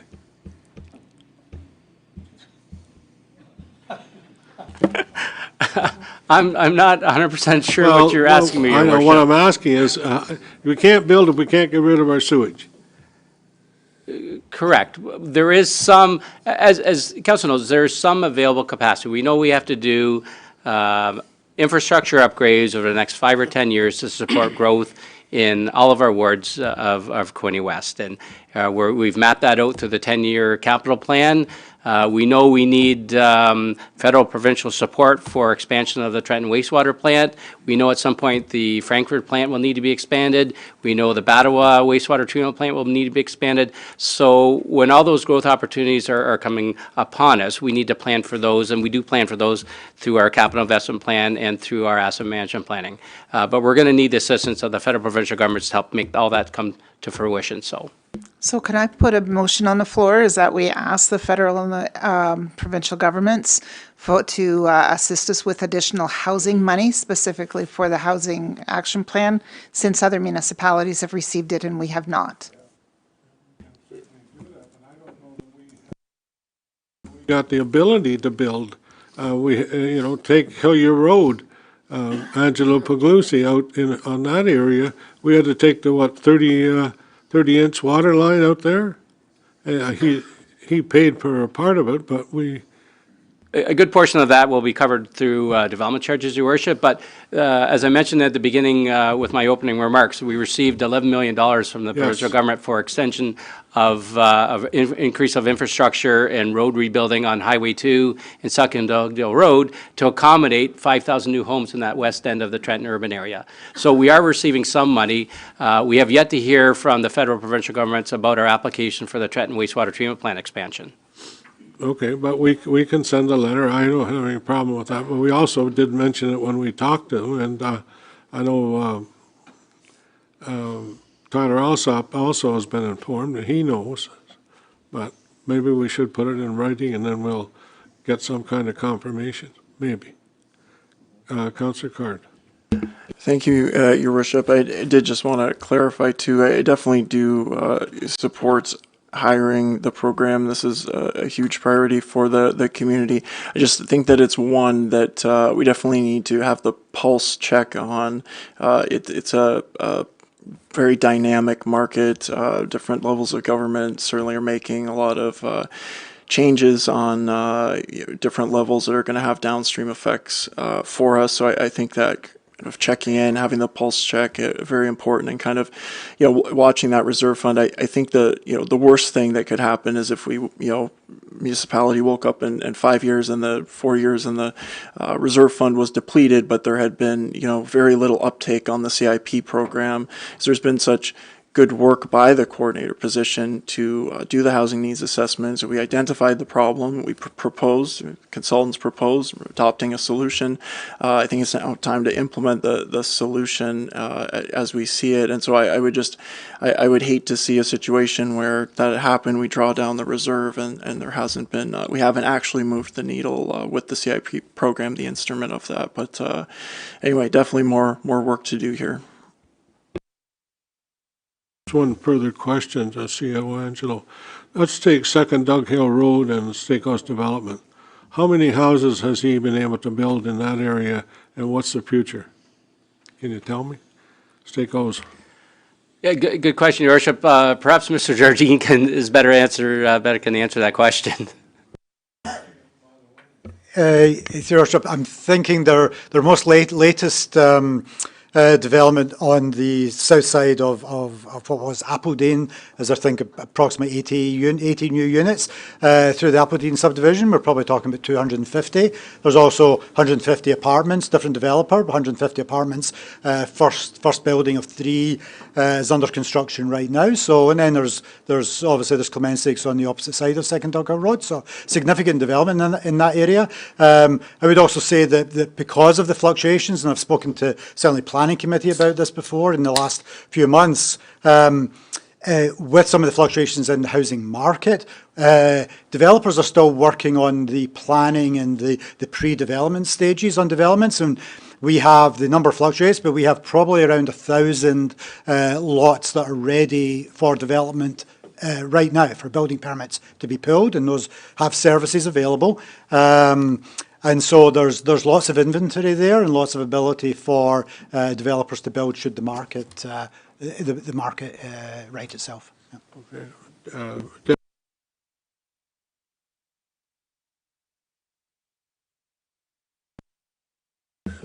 You're good?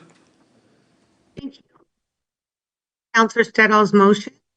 I believe anything we can do to move forward or put a little bit of I won't say maybe pressure, but just advise our representatives that we're here, we want the money, and for housing. I know Hastings County fights very hard, and our representatives on that committee work very hard for the very same reasons for affordable housing. So absolutely, doesn't hurt to send another letter.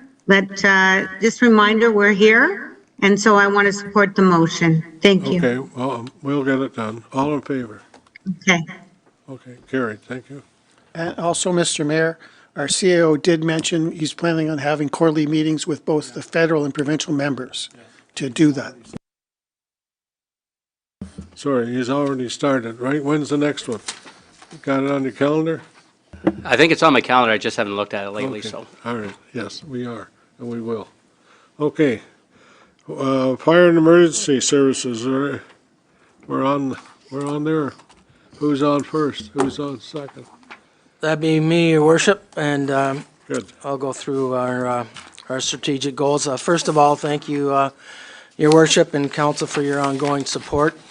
And just, I'm just going to, for people listening at home or live streaming, just a little background of our Quinte West Fire Service. We're a composite department, which means we're a combination of career and volunteer firefighters.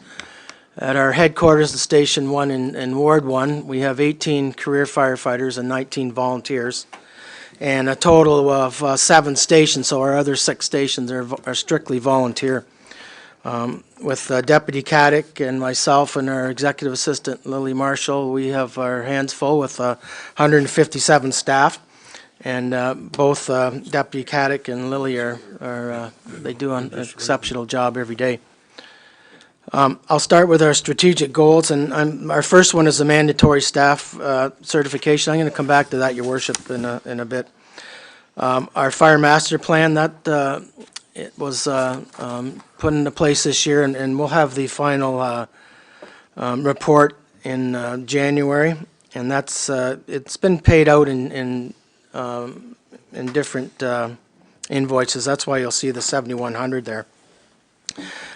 We've got on here another communications tower, the Young Cove, and Your Worship, where this is going to help us, and Councillor McHugh can comment if he would like, but is on our western boundary. And this morning, just before we got here, we had a crash on the 401 and with a tractor trailer flipped over near the Brighton border, and I was listening to it, and the first thing our captain said is, I'm going to have to come back to the truck because there's stronger radio communications, because it's very poor, and when we have snowstorms and rainstorms, it's even worse. So that's a priority for us in 2026. Also, with our technical training, Your Worship, I don't know if you recall, but our Jaws of Life, which are the hydraulics, which were the new and greatest thing 20 years ago, the battery-operated tools, they're becoming outdated. I was on a call on Sunday night with a new vehicle that had rolled over, EV, electric vehicle, and they had to cut the roof off. Our older tools will do the job, but they're not near as efficient as a new one. So Deputy Caddick and I are pricing those tools right now for our 2 stations that look after the 401. And our fire prevention division, Deputy Caddick and I are very pleased with our chief fire prevention officer, Dave Wheeler, and we've got some people in there now. We had quite a turnover there with staff there, but they're becoming very aggressive, and we're gonna see a real increase in invoices coming in with inspections, and that's already happened. So some of our growth requirements, what we're seeing, we're really not any busier anywhere particularly other than our medical calls, and we seem to be, we're out every day, I would say. Rick, yeah, every day to a medical call. And some of it's, it has to do with the drug issues, but every day we're on medical calls, all 7 stations. I want to touch on the certification, Your Worship. Now, Council helped us with our training officer a few years ago, or 2 years ago, but myself personally, I had no idea with the certification that it was going to take so much money and so much time. One course that we have to take, there are 13 courses altogether, by the way. One course is 8 days that they have to commit, the volunteers. And our volunteers, they do make a good wage, and they deserve every penny, but you start adding up close to $35 an hour, and in the contract, we have to feed them. The cost just is staggering to me. So we had a chat with Director Denowden and CEO Angelo, and we told them, we're not sure how to ask council for $400,000, but on different options. But CEO Angelo said, well, we'd like to get it done. We want to maintain that we are a full-service fire department, and that's what the deputy and I want to maintain. Director Denowden came up with a solution that the money could come out of a one-time reserve from WSIB surplus. So that's what we're hoping we can have council endorse. So other than that, Your Worship, those are the key points for our budget. Just further, what kind of money can come out of that fund? I guess that's my question. So, sorry, Your Worship. Yeah, so we have a reserve set aside just because historically WSIB did things differently, but lately they've been providing surpluses back to businesses. We received about $500,000 just in the last month here as a surplus for 2025 into that reserve. So we don't know which year there will be no surplus and that reserve will dry up, but at this point we have about $500,000. We can allocate it really as we see, as we like. And so this is the option put forward for this budget. So you've received, on what basis did you get 500,000? So not completely sure when we get these letters from WSIB what they're doing at WSIB to have this surplus, if they're overcharging us and then they remit it back. But we basically receive these letters unknown what the surplus is going to be, but in the last 2 years we've received a big check. Thank you. That's good. Don't send it back. Councillor O'Neill. Thank you, Mr. Mayor. Through you to the chief, if we, Quinte West, is having this type of problems, what are the smaller municipalities that just have volunteer firefighters having? I imagine it's much worse. That's a good question, Councillor Neal. Through you, Your Worship. Some of the smaller departments in the area, some of them aren't going to do the certification. I did speak to the deputy fire marshal a couple weeks ago, and I told him, that I was quite frank with him. I said, look, this is what I have to do, come to council and ask for all this money. So I did ask around, actually, CEO Angela said, check around in our Hastings and Prince Edward. We're trying to work towards it. Most departments are. Some of the smaller ones are in, I know Sterling Rod, and they'll have a tanker operator who'll have a job description that all he does is, or he or she drives that truck to the fire hall. So some of the smaller departments are making job descriptions, and they'll get as many people certified as they can. And again, the fire marshal said, we're not going to come down and start knocking on your door and writing you orders, but we want to maintain the full service fire department, and most if not all our members are on board. And I wanted to say too that our training officer Joe McCone's been doing an excellent job. And so is the deputy. The deputy, he's been proctoring exams, and he's out of town actually this weekend helping out a smaller department in the area. Good. So good question, thank you. Question, anybody else? Questions? Question? Comment? Anyone? Your Worship, Yes, I might Mr. just... Mayor. Mr. Mayor? Hello? Go ahead. Hello? Can you hear me? Oh, yes, I can hear you. Oh, I wanted to make a motion that we use the reserve, the WSIB reserve money for the training program for the fire training for the volunteers, and as many of them as possible to take it. And if we don't have to use it all, then the fire department will have to give it back. But if they do use it all, then that would be great news. So I wondered if I could get a seconder, and I have another question after that. I'll second it. Put it on the floor. Councillor Ollier, second. Your Worship, we actually don't need a move in our sector. It's actually included in the budget that way, so. Yeah, okay. It's in the budget. Okay. Thank you. Well, that's interesting because Chief Whalen said he had to ask council for money, so I wanted to support. All right, my next question, I have another question. I don't see in the long-range planning anything to do with the Bayside Fire Hall. We purchased land there way back, like over a decade ago, in an effort to make some space for a future fire hall on Old Highway 2 at Aikens Road. And I don't even see it in the plans, even in the long-range plans. And 4 or 5 years ago, I even suggested that we could put $100,000 a year to invest in a new fire hall. And if we'd have done that, we'd have $400,000 or $500,000 towards building a new fire hall for the Aikens Road Fire Station. So why has it disappeared altogether from the long-range plans? Disappeared altogether, and we also own land next to San Clemente Hospice. Anyways. That's the land I'm talking about. Oh, I thought you were down on, Aikens Road and Old Highway 2, the Bayside Fire Station. Okay, okay. That's the land I'm talking about, is that parcel of land that's sitting there that we purchased, I believe it was in I Well, want we to say purchased it before 2015, we but it built the could be hospice. older.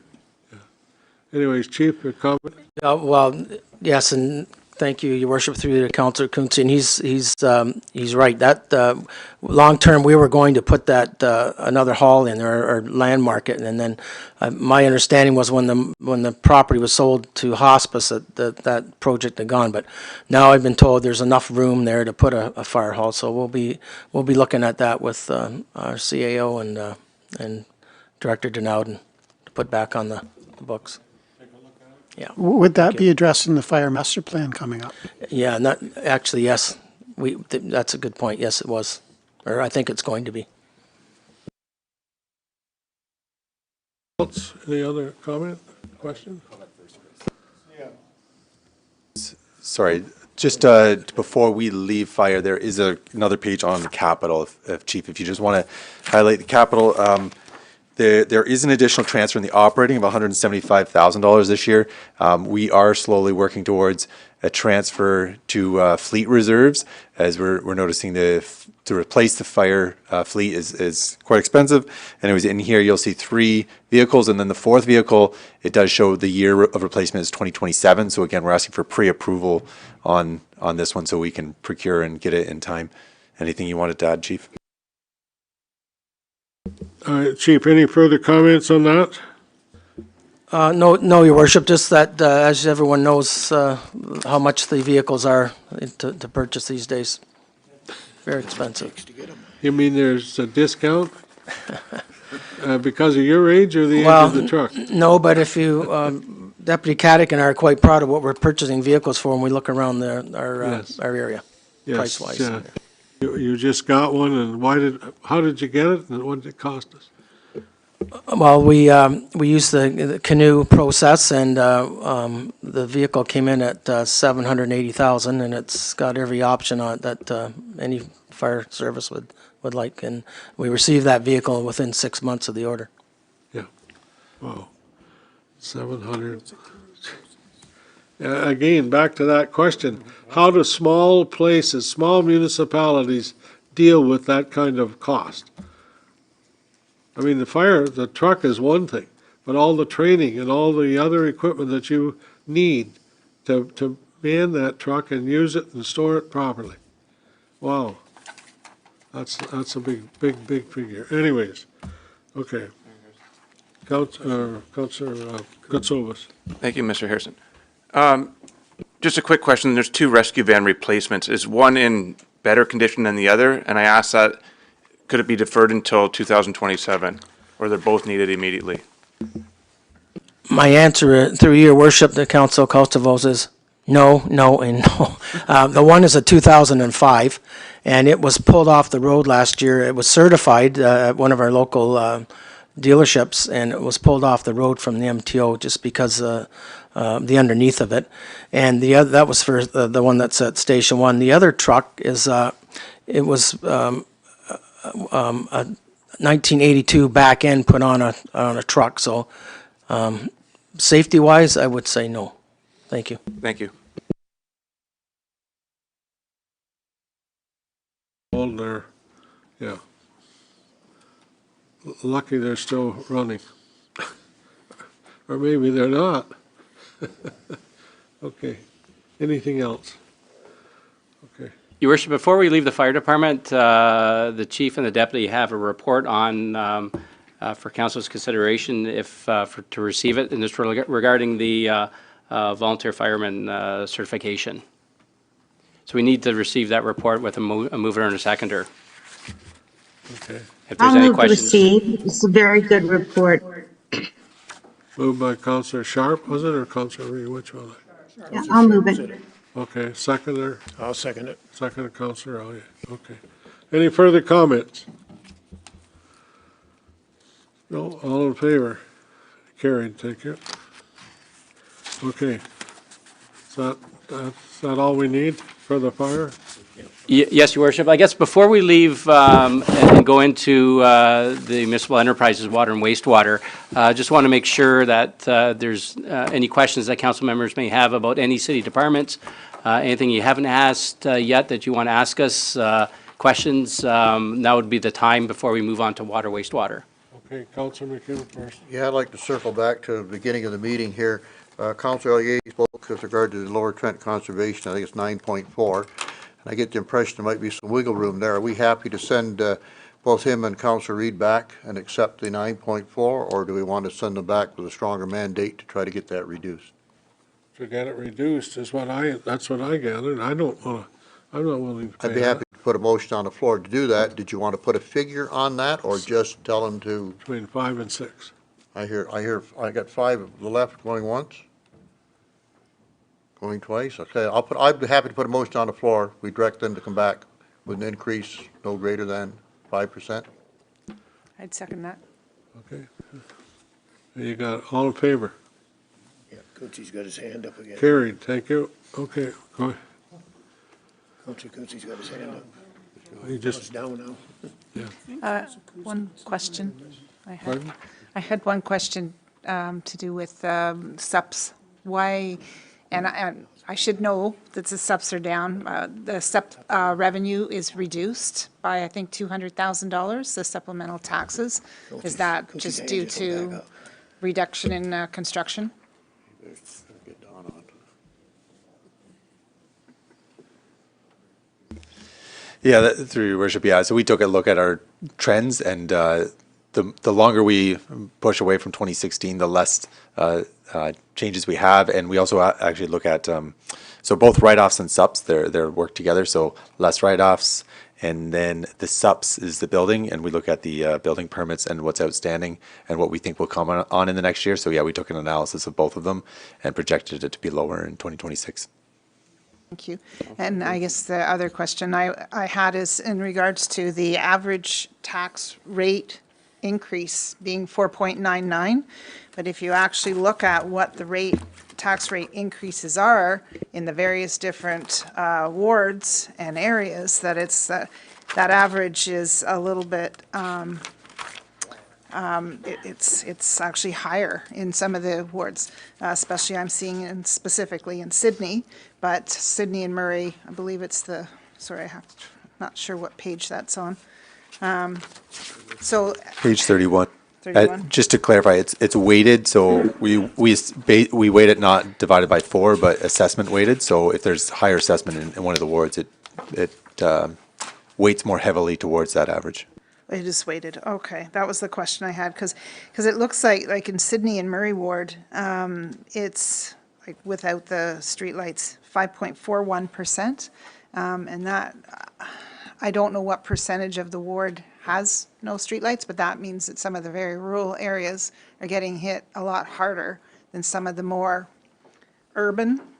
We don't really have urban in Sydney, but anyway, my concern is that the ratepayers may get their tax bill and get a 5.5% increase, and they're going to come back to us and say, hey, you said it was 4.9, and that's not going to be exactly true. So just need that clarified a little bit. I think it somehow merits is when the communication goes out, is that chart, if that's whatever it is that we finally settle on, is that chart needs to be clear, that we don't get ratepayers that are coming back saying, hey, you said 4.99 or whatever the number is.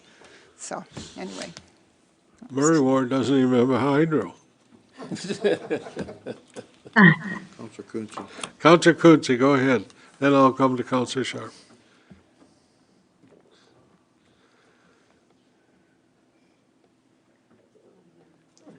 Councilor Sharp, go ahead. Thank you, Mr. Mayor, and I'm really glad Councilor Stedall brought that up, because as, you know, the chart, and I know it's weighted, but we're saying 4.99, but Sydney Murray, large portion, 5.41.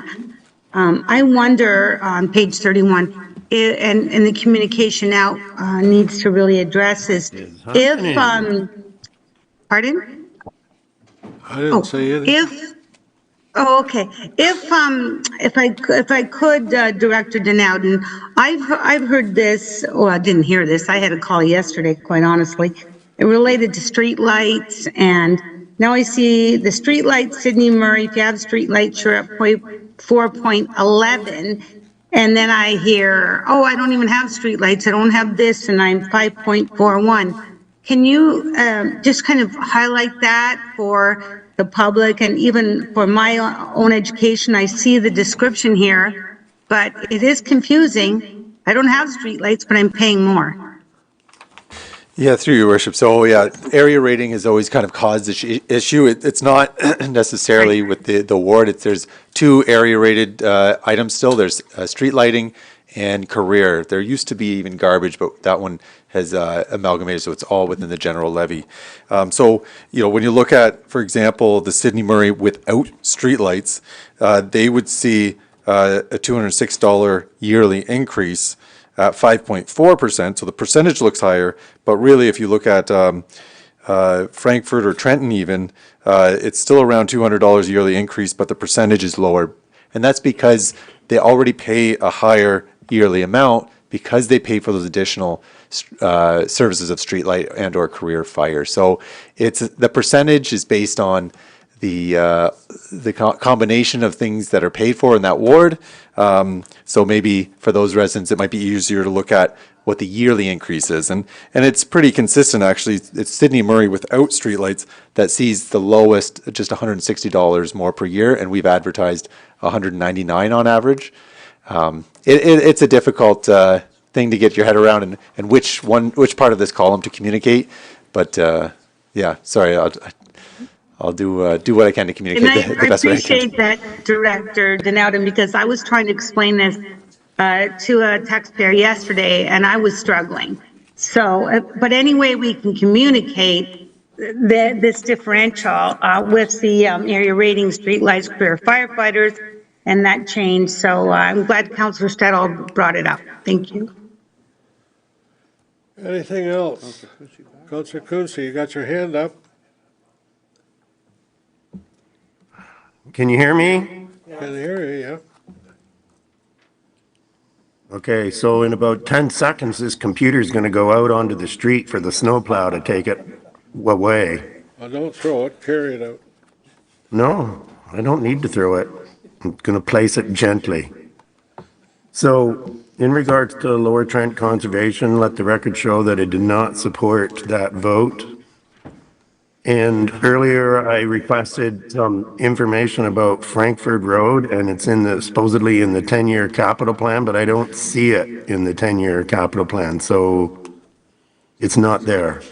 So that concerns me that it's not there. So if somebody could find it for me, that would be fantastic. We'll check it out earlier, somebody will check it out and get you tomorrow. Earlier, Councillor Stedall mentioned about Westmeyer Street. So Westmeyer Street did get some patching this year, but there's a section of the road within the 80-kilometer section of the roadway where there is ponding or where the water can't get off the road because of the ruts in the road.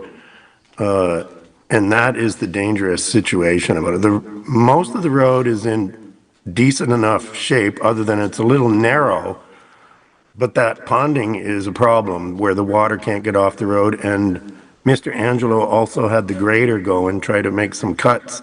So there were some spillways, but it only partially worked in some of the areas. So if Mr. Tracy could take his team out and have a look at it when there's a rain event, they will quickly see the concerns that we all have for that road. Thank you. We'll send them out in a smart car. Pardon? Go ahead.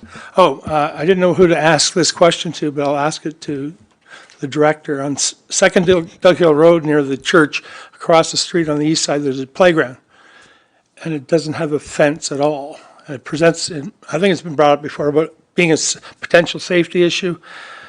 Is that our problem or the developer? I don't think that's ever been really resolved.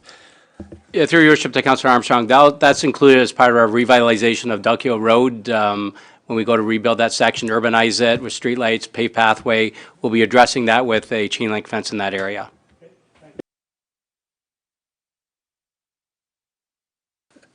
Okay, anything else? Anything else? Are we gonna take a break and say we'll come back tomorrow, or what do we? Well, Your Worship, I guess our staff's preference is that we go into the water wastewater budget. If we can wrap that up today, and then tomorrow it's just the 3 delegations Okay. and external agencies, if that's what council wants to do. That's fine, let's keep going. Yep. Can I ask a question, though, in Yes. regards, so there is a motion, or there's a report from Director Denowden in regards to this budget. Can we talk about that tomorrow? Like, can we at least, not that this is passing the motion to approve the budget and everything, can we at least wait till we see the delegations tomorrow Yes. before we go ahead with that? Yeah, through your worship, that is our plan, that those 2 reports from Mr. Down will be on after the delegations tomorrow. Yes. Okay. All right, who's on first, Matt, or who's on wastewater? Through your worship, thank you. I'm here, I'll go through the water and wastewater enterprise budget. Mr. Purchase here, he's the superintendent of wastewater as well. Again, this was put together with consultation with the management staff and comments from our operations staff as well. Just in terms of accomplishments, as everybody's aware, the West End Trunk Sewer Project is well underway. That'll continue. There's going to be quite a bit of work in Trent Street area in Frankfurt. We have completed the design, tendered the project. We've got a favorable tender, and that pumping station job will go next spring. We have completed our leak detection purchase of equipment, and we have an individual trained, and we're starting to work on that, and that'll carry over into 26 and beyond. Another success, and which we're continuing on, we've done some sewer lining. We've completed about just over 2,800 meters of sewer pipe. Again, relining and extending the life of those assets by approximately 50 years. In-house, we've been working, developing GIS layers to help manage our infrastructure, whether what's been lined, where we're doing leak detection, and further where we're managing our camera inspections to look for lining candidates and repair options. Another good accomplishment was, again, with the Finance Department, we completed our financial plan, and as such, with a lot of other documentation, we were issued our license and permit for our drinking water systems for the next 5 years. Other strategic goals, we are currently working on design for new water tower and pumping station environmental assessment. There'll be a public information center scheduled in January, and we'll be looking ahead in the future to construct that program. In terms of the performance measures, they're fairly flat at this point. There's no significant changes, but I do feel with the continued programs such as water main lining, leak detection, and so on, we'll see these numbers improve over the next kind of 5 year. Flipping over to the core inflationary items, yeah, we have realized significant increases in some of the materials and supplies and utilities. Chemicals is one of our major costs, so that's one of our core inflationary items. We've had debt payment increases, and then there has been the adjustment, which was touched on earlier, in terms of shared costs with city administration. So there's been an increase to of $683,000 to the water and wastewater operations budget. From a growth standpoint, we have actually decreased full-time equivalent. Traditionally, we had that there. We could have filled it, but we chose not to for the last few years, and we've been utilizing seasonal staff at this time to meet those service level needs. On the operating budget, again, there's some significant increases, but we were able to maintain the 7% on the water for expenses and 3.67 on wastewater. That's good. In terms of the capital items, again, we work with in parallel with our engineering group and our our roads operations. Division Street is a major project going forward. We have a number of facility assessments or asset management projects at different facilities that we've highlighted in here. We've grouped a number of small items together into those different treatment plants. There are details there as needed, and we can discuss those if you want. I'll turn it over. Actually, Mr. Director Denouden wants to talk a little more about on the finance end, and then we can open for questions. Yeah, through your worship, I'll just quickly go through some of the overall reserves, debt, and revenue, and then we can ask Mr. Tracy and the team about some of the capital projects they're operating. So the revenue breakdown for capital, about 8.7 million. Similar to the city, over 50% is from the base rate. We do separate the consumption rate here, so that 10% piece of the pie is consumption rate. Generally, consumption rate would pay for just consumption, base rate for base, but the two of them together, about 57% from the user rates. On the other hand, we have about 30% from OSIF for our capital program, which is huge and will help a lot with the next user rate study. And then the 13% from DC. As you know, a lot of our water and wastewater projects are more growth related, so we see a larger use of DCs for the capital program in water and sewer. In terms of our rate comparison, we do check this every year. We see that our rates are very comparable to our region, or eastern region, and we have a 6.9% increase on rates in our current rate study for 2026, and then we see this go down from 6% to 5% and 4% by 2030 until we can recalibrate to inflation after 2030. So similar to the city with this infrastructure deficit, trying to address those issues, and that rate bylaw has been approved already by council. On the next slide, you'll see the asset management infrastructure gap. So historically, we've been spending pretty close to the asset management ideal spend on the right-hand side of 17.6. This year, you see it's significantly less at 8.7. So not only are we limited by the amount of revenue that we're able to put into water and wastewater reserves to pay for that linear infrastructure, but we also do try to plan our projects. So sometimes we see peaks and valleys in our annual spend. So last year was a bit of a peak, and then we'll probably see another peak when we look at building a water tower as well. But this year we have 8.7 million, and as I mentioned previous years, we've allocated a lot to this budget. So we have 44.4 million carry forward into 2026. So there's a lot of capital projects that are still ongoing, and of course the biggest portion of that is the Trenton West End trunk sewer, which we all know is ongoing. A list of the long-term capital plan projects is available again in the appendices if there's any question about those. In terms of reserves, we do see the projections are getting a little bit better from 25 to 2026, going from 12.7 overall to 15.1. More concerning, I think, on the wastewater and water would be the water reserves getting a little low, and we try to leave enough in there for contingencies and emergencies. But yeah, we're keeping a close eye on reserves until we break out of this infrastructure deficit.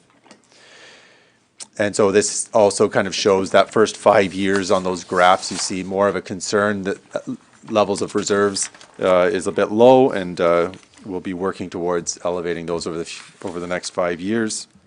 These are similar charts to what we discussed in the long-term financial planning.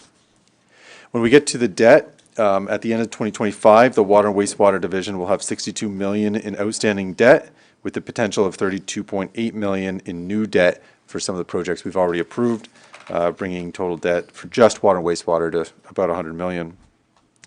There's a lot of these debt are being paid by DCs, and we have a list there of projects with forecasted debt in 2026. So there's still quite a few projects that do require debt financing. Again, most of them are DC related. And we'll go to that last page there, where we just do a quick comparison as we did with the city using the BMA study. So our water and wastewater total reserves per capita on the left-hand side shows that our water and wastewater reserves are quite significantly, I would say, below our Ontario average comparison. And then the right chart shows the debt. Again, the dark bar there is Quinte West compared to Ontario average, quite significantly higher. So we do know these are issues that we bring up a lot during long-term financial planning, asset management planning. We are trying to address these over time, bolster our reserves and limit debt if we can. So I'll leave it there. And again, if you have any questions about projects or budget, you feel free to ask myself or Mr. Tracy. Okay, Councillor Neal, go ahead. Thank you, Mr. Mayor. Through you to Director Denouden. For the projected outstanding debt, that's on the assumption that we're not going to get any government grants, correct? And for example, Belleville got 16.1 million for their water and sewer, and hopefully we should be able to get something too.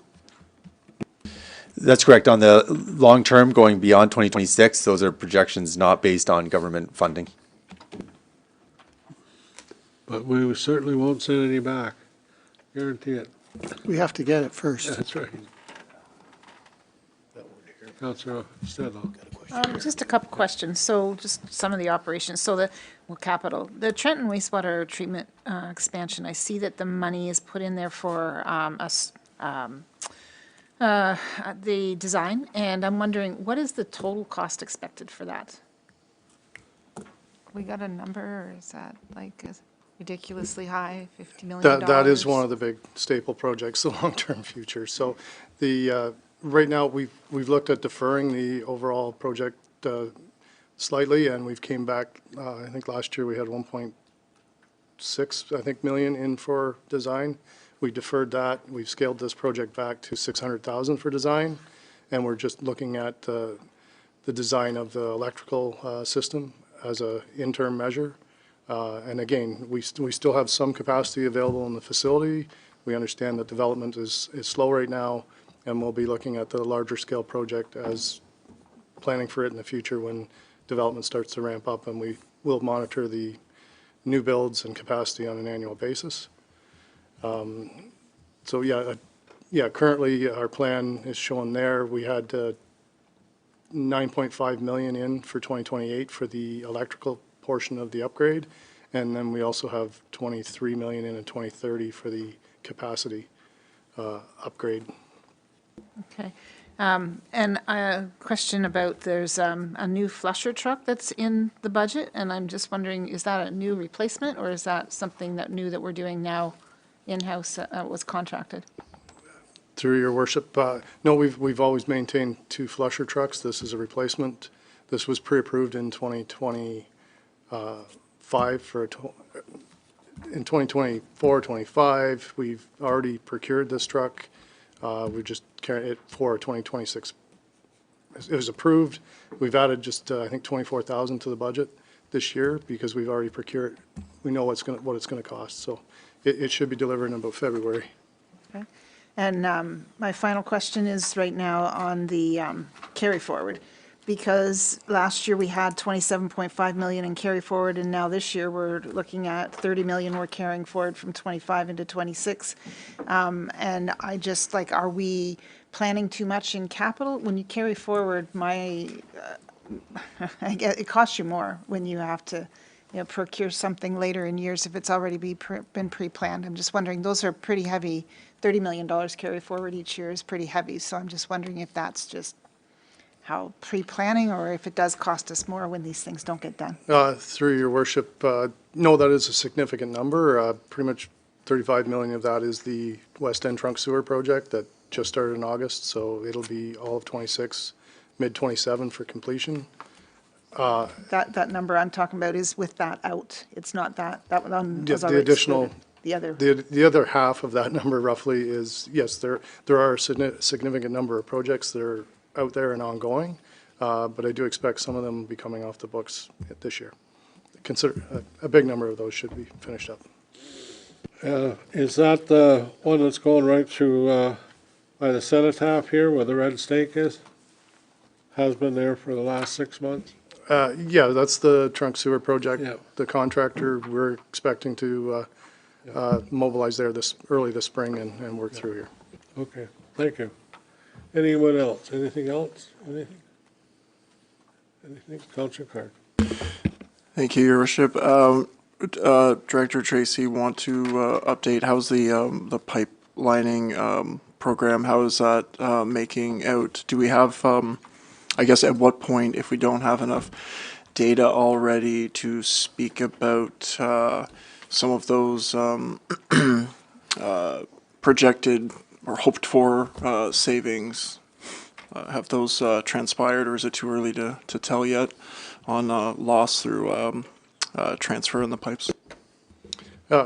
Through your worship, we've done 2,800 meters of wastewater lining. However, again, we haven't, it's too early to see the trends on that side of things. In terms of the water main lining, that is the previous approved budget of 500,000 is carried forward. We're adding that to the 1 million that's approved this year. And from that, we have some large projects that we're looking at. But on the water main, it'll be our leaks detection program, and it'll be, like I said, both of those items are long-term trends. Thank you. Well, thank you very much. Many years ago, CO Angelo, we did some work in Mattawa on the water line, and we had the capacity we had left was 27%. We did the camera, and we detected the leaks that were happening. There was more water coming into the system than was going through the system. And so we did the repairs, and we went from where I told you to over 70% capacity remaining. So I just hope, Matt, that the same thing happens here and we increase our capacity with the relining and so on. So, thank you. Okay, so anything else we need, Mr. Clerk? Councillor Quinte's got his hand up. I'm sure if he has anything he wants to add, but. Councillor Quinte, you're on. Yes, I just wanted to ask if there was a process going to be started in hiring the manager of water and wastewater services. Through your worship, yes, we will be looking at that in 2026. Okay. Okay. So Thanks. hopefully we still have water, right? Okay. I need a mover and a seconder to adjourn, and we'll be back tomorrow morning. Just a motion to recess, Your Worship, until tomorrow. Okay, just a motion to recess until tomorrow. Councillor McHugh and Councillor Roseblade. Okay, anybody disagree? All in favor? Thank you. Carried.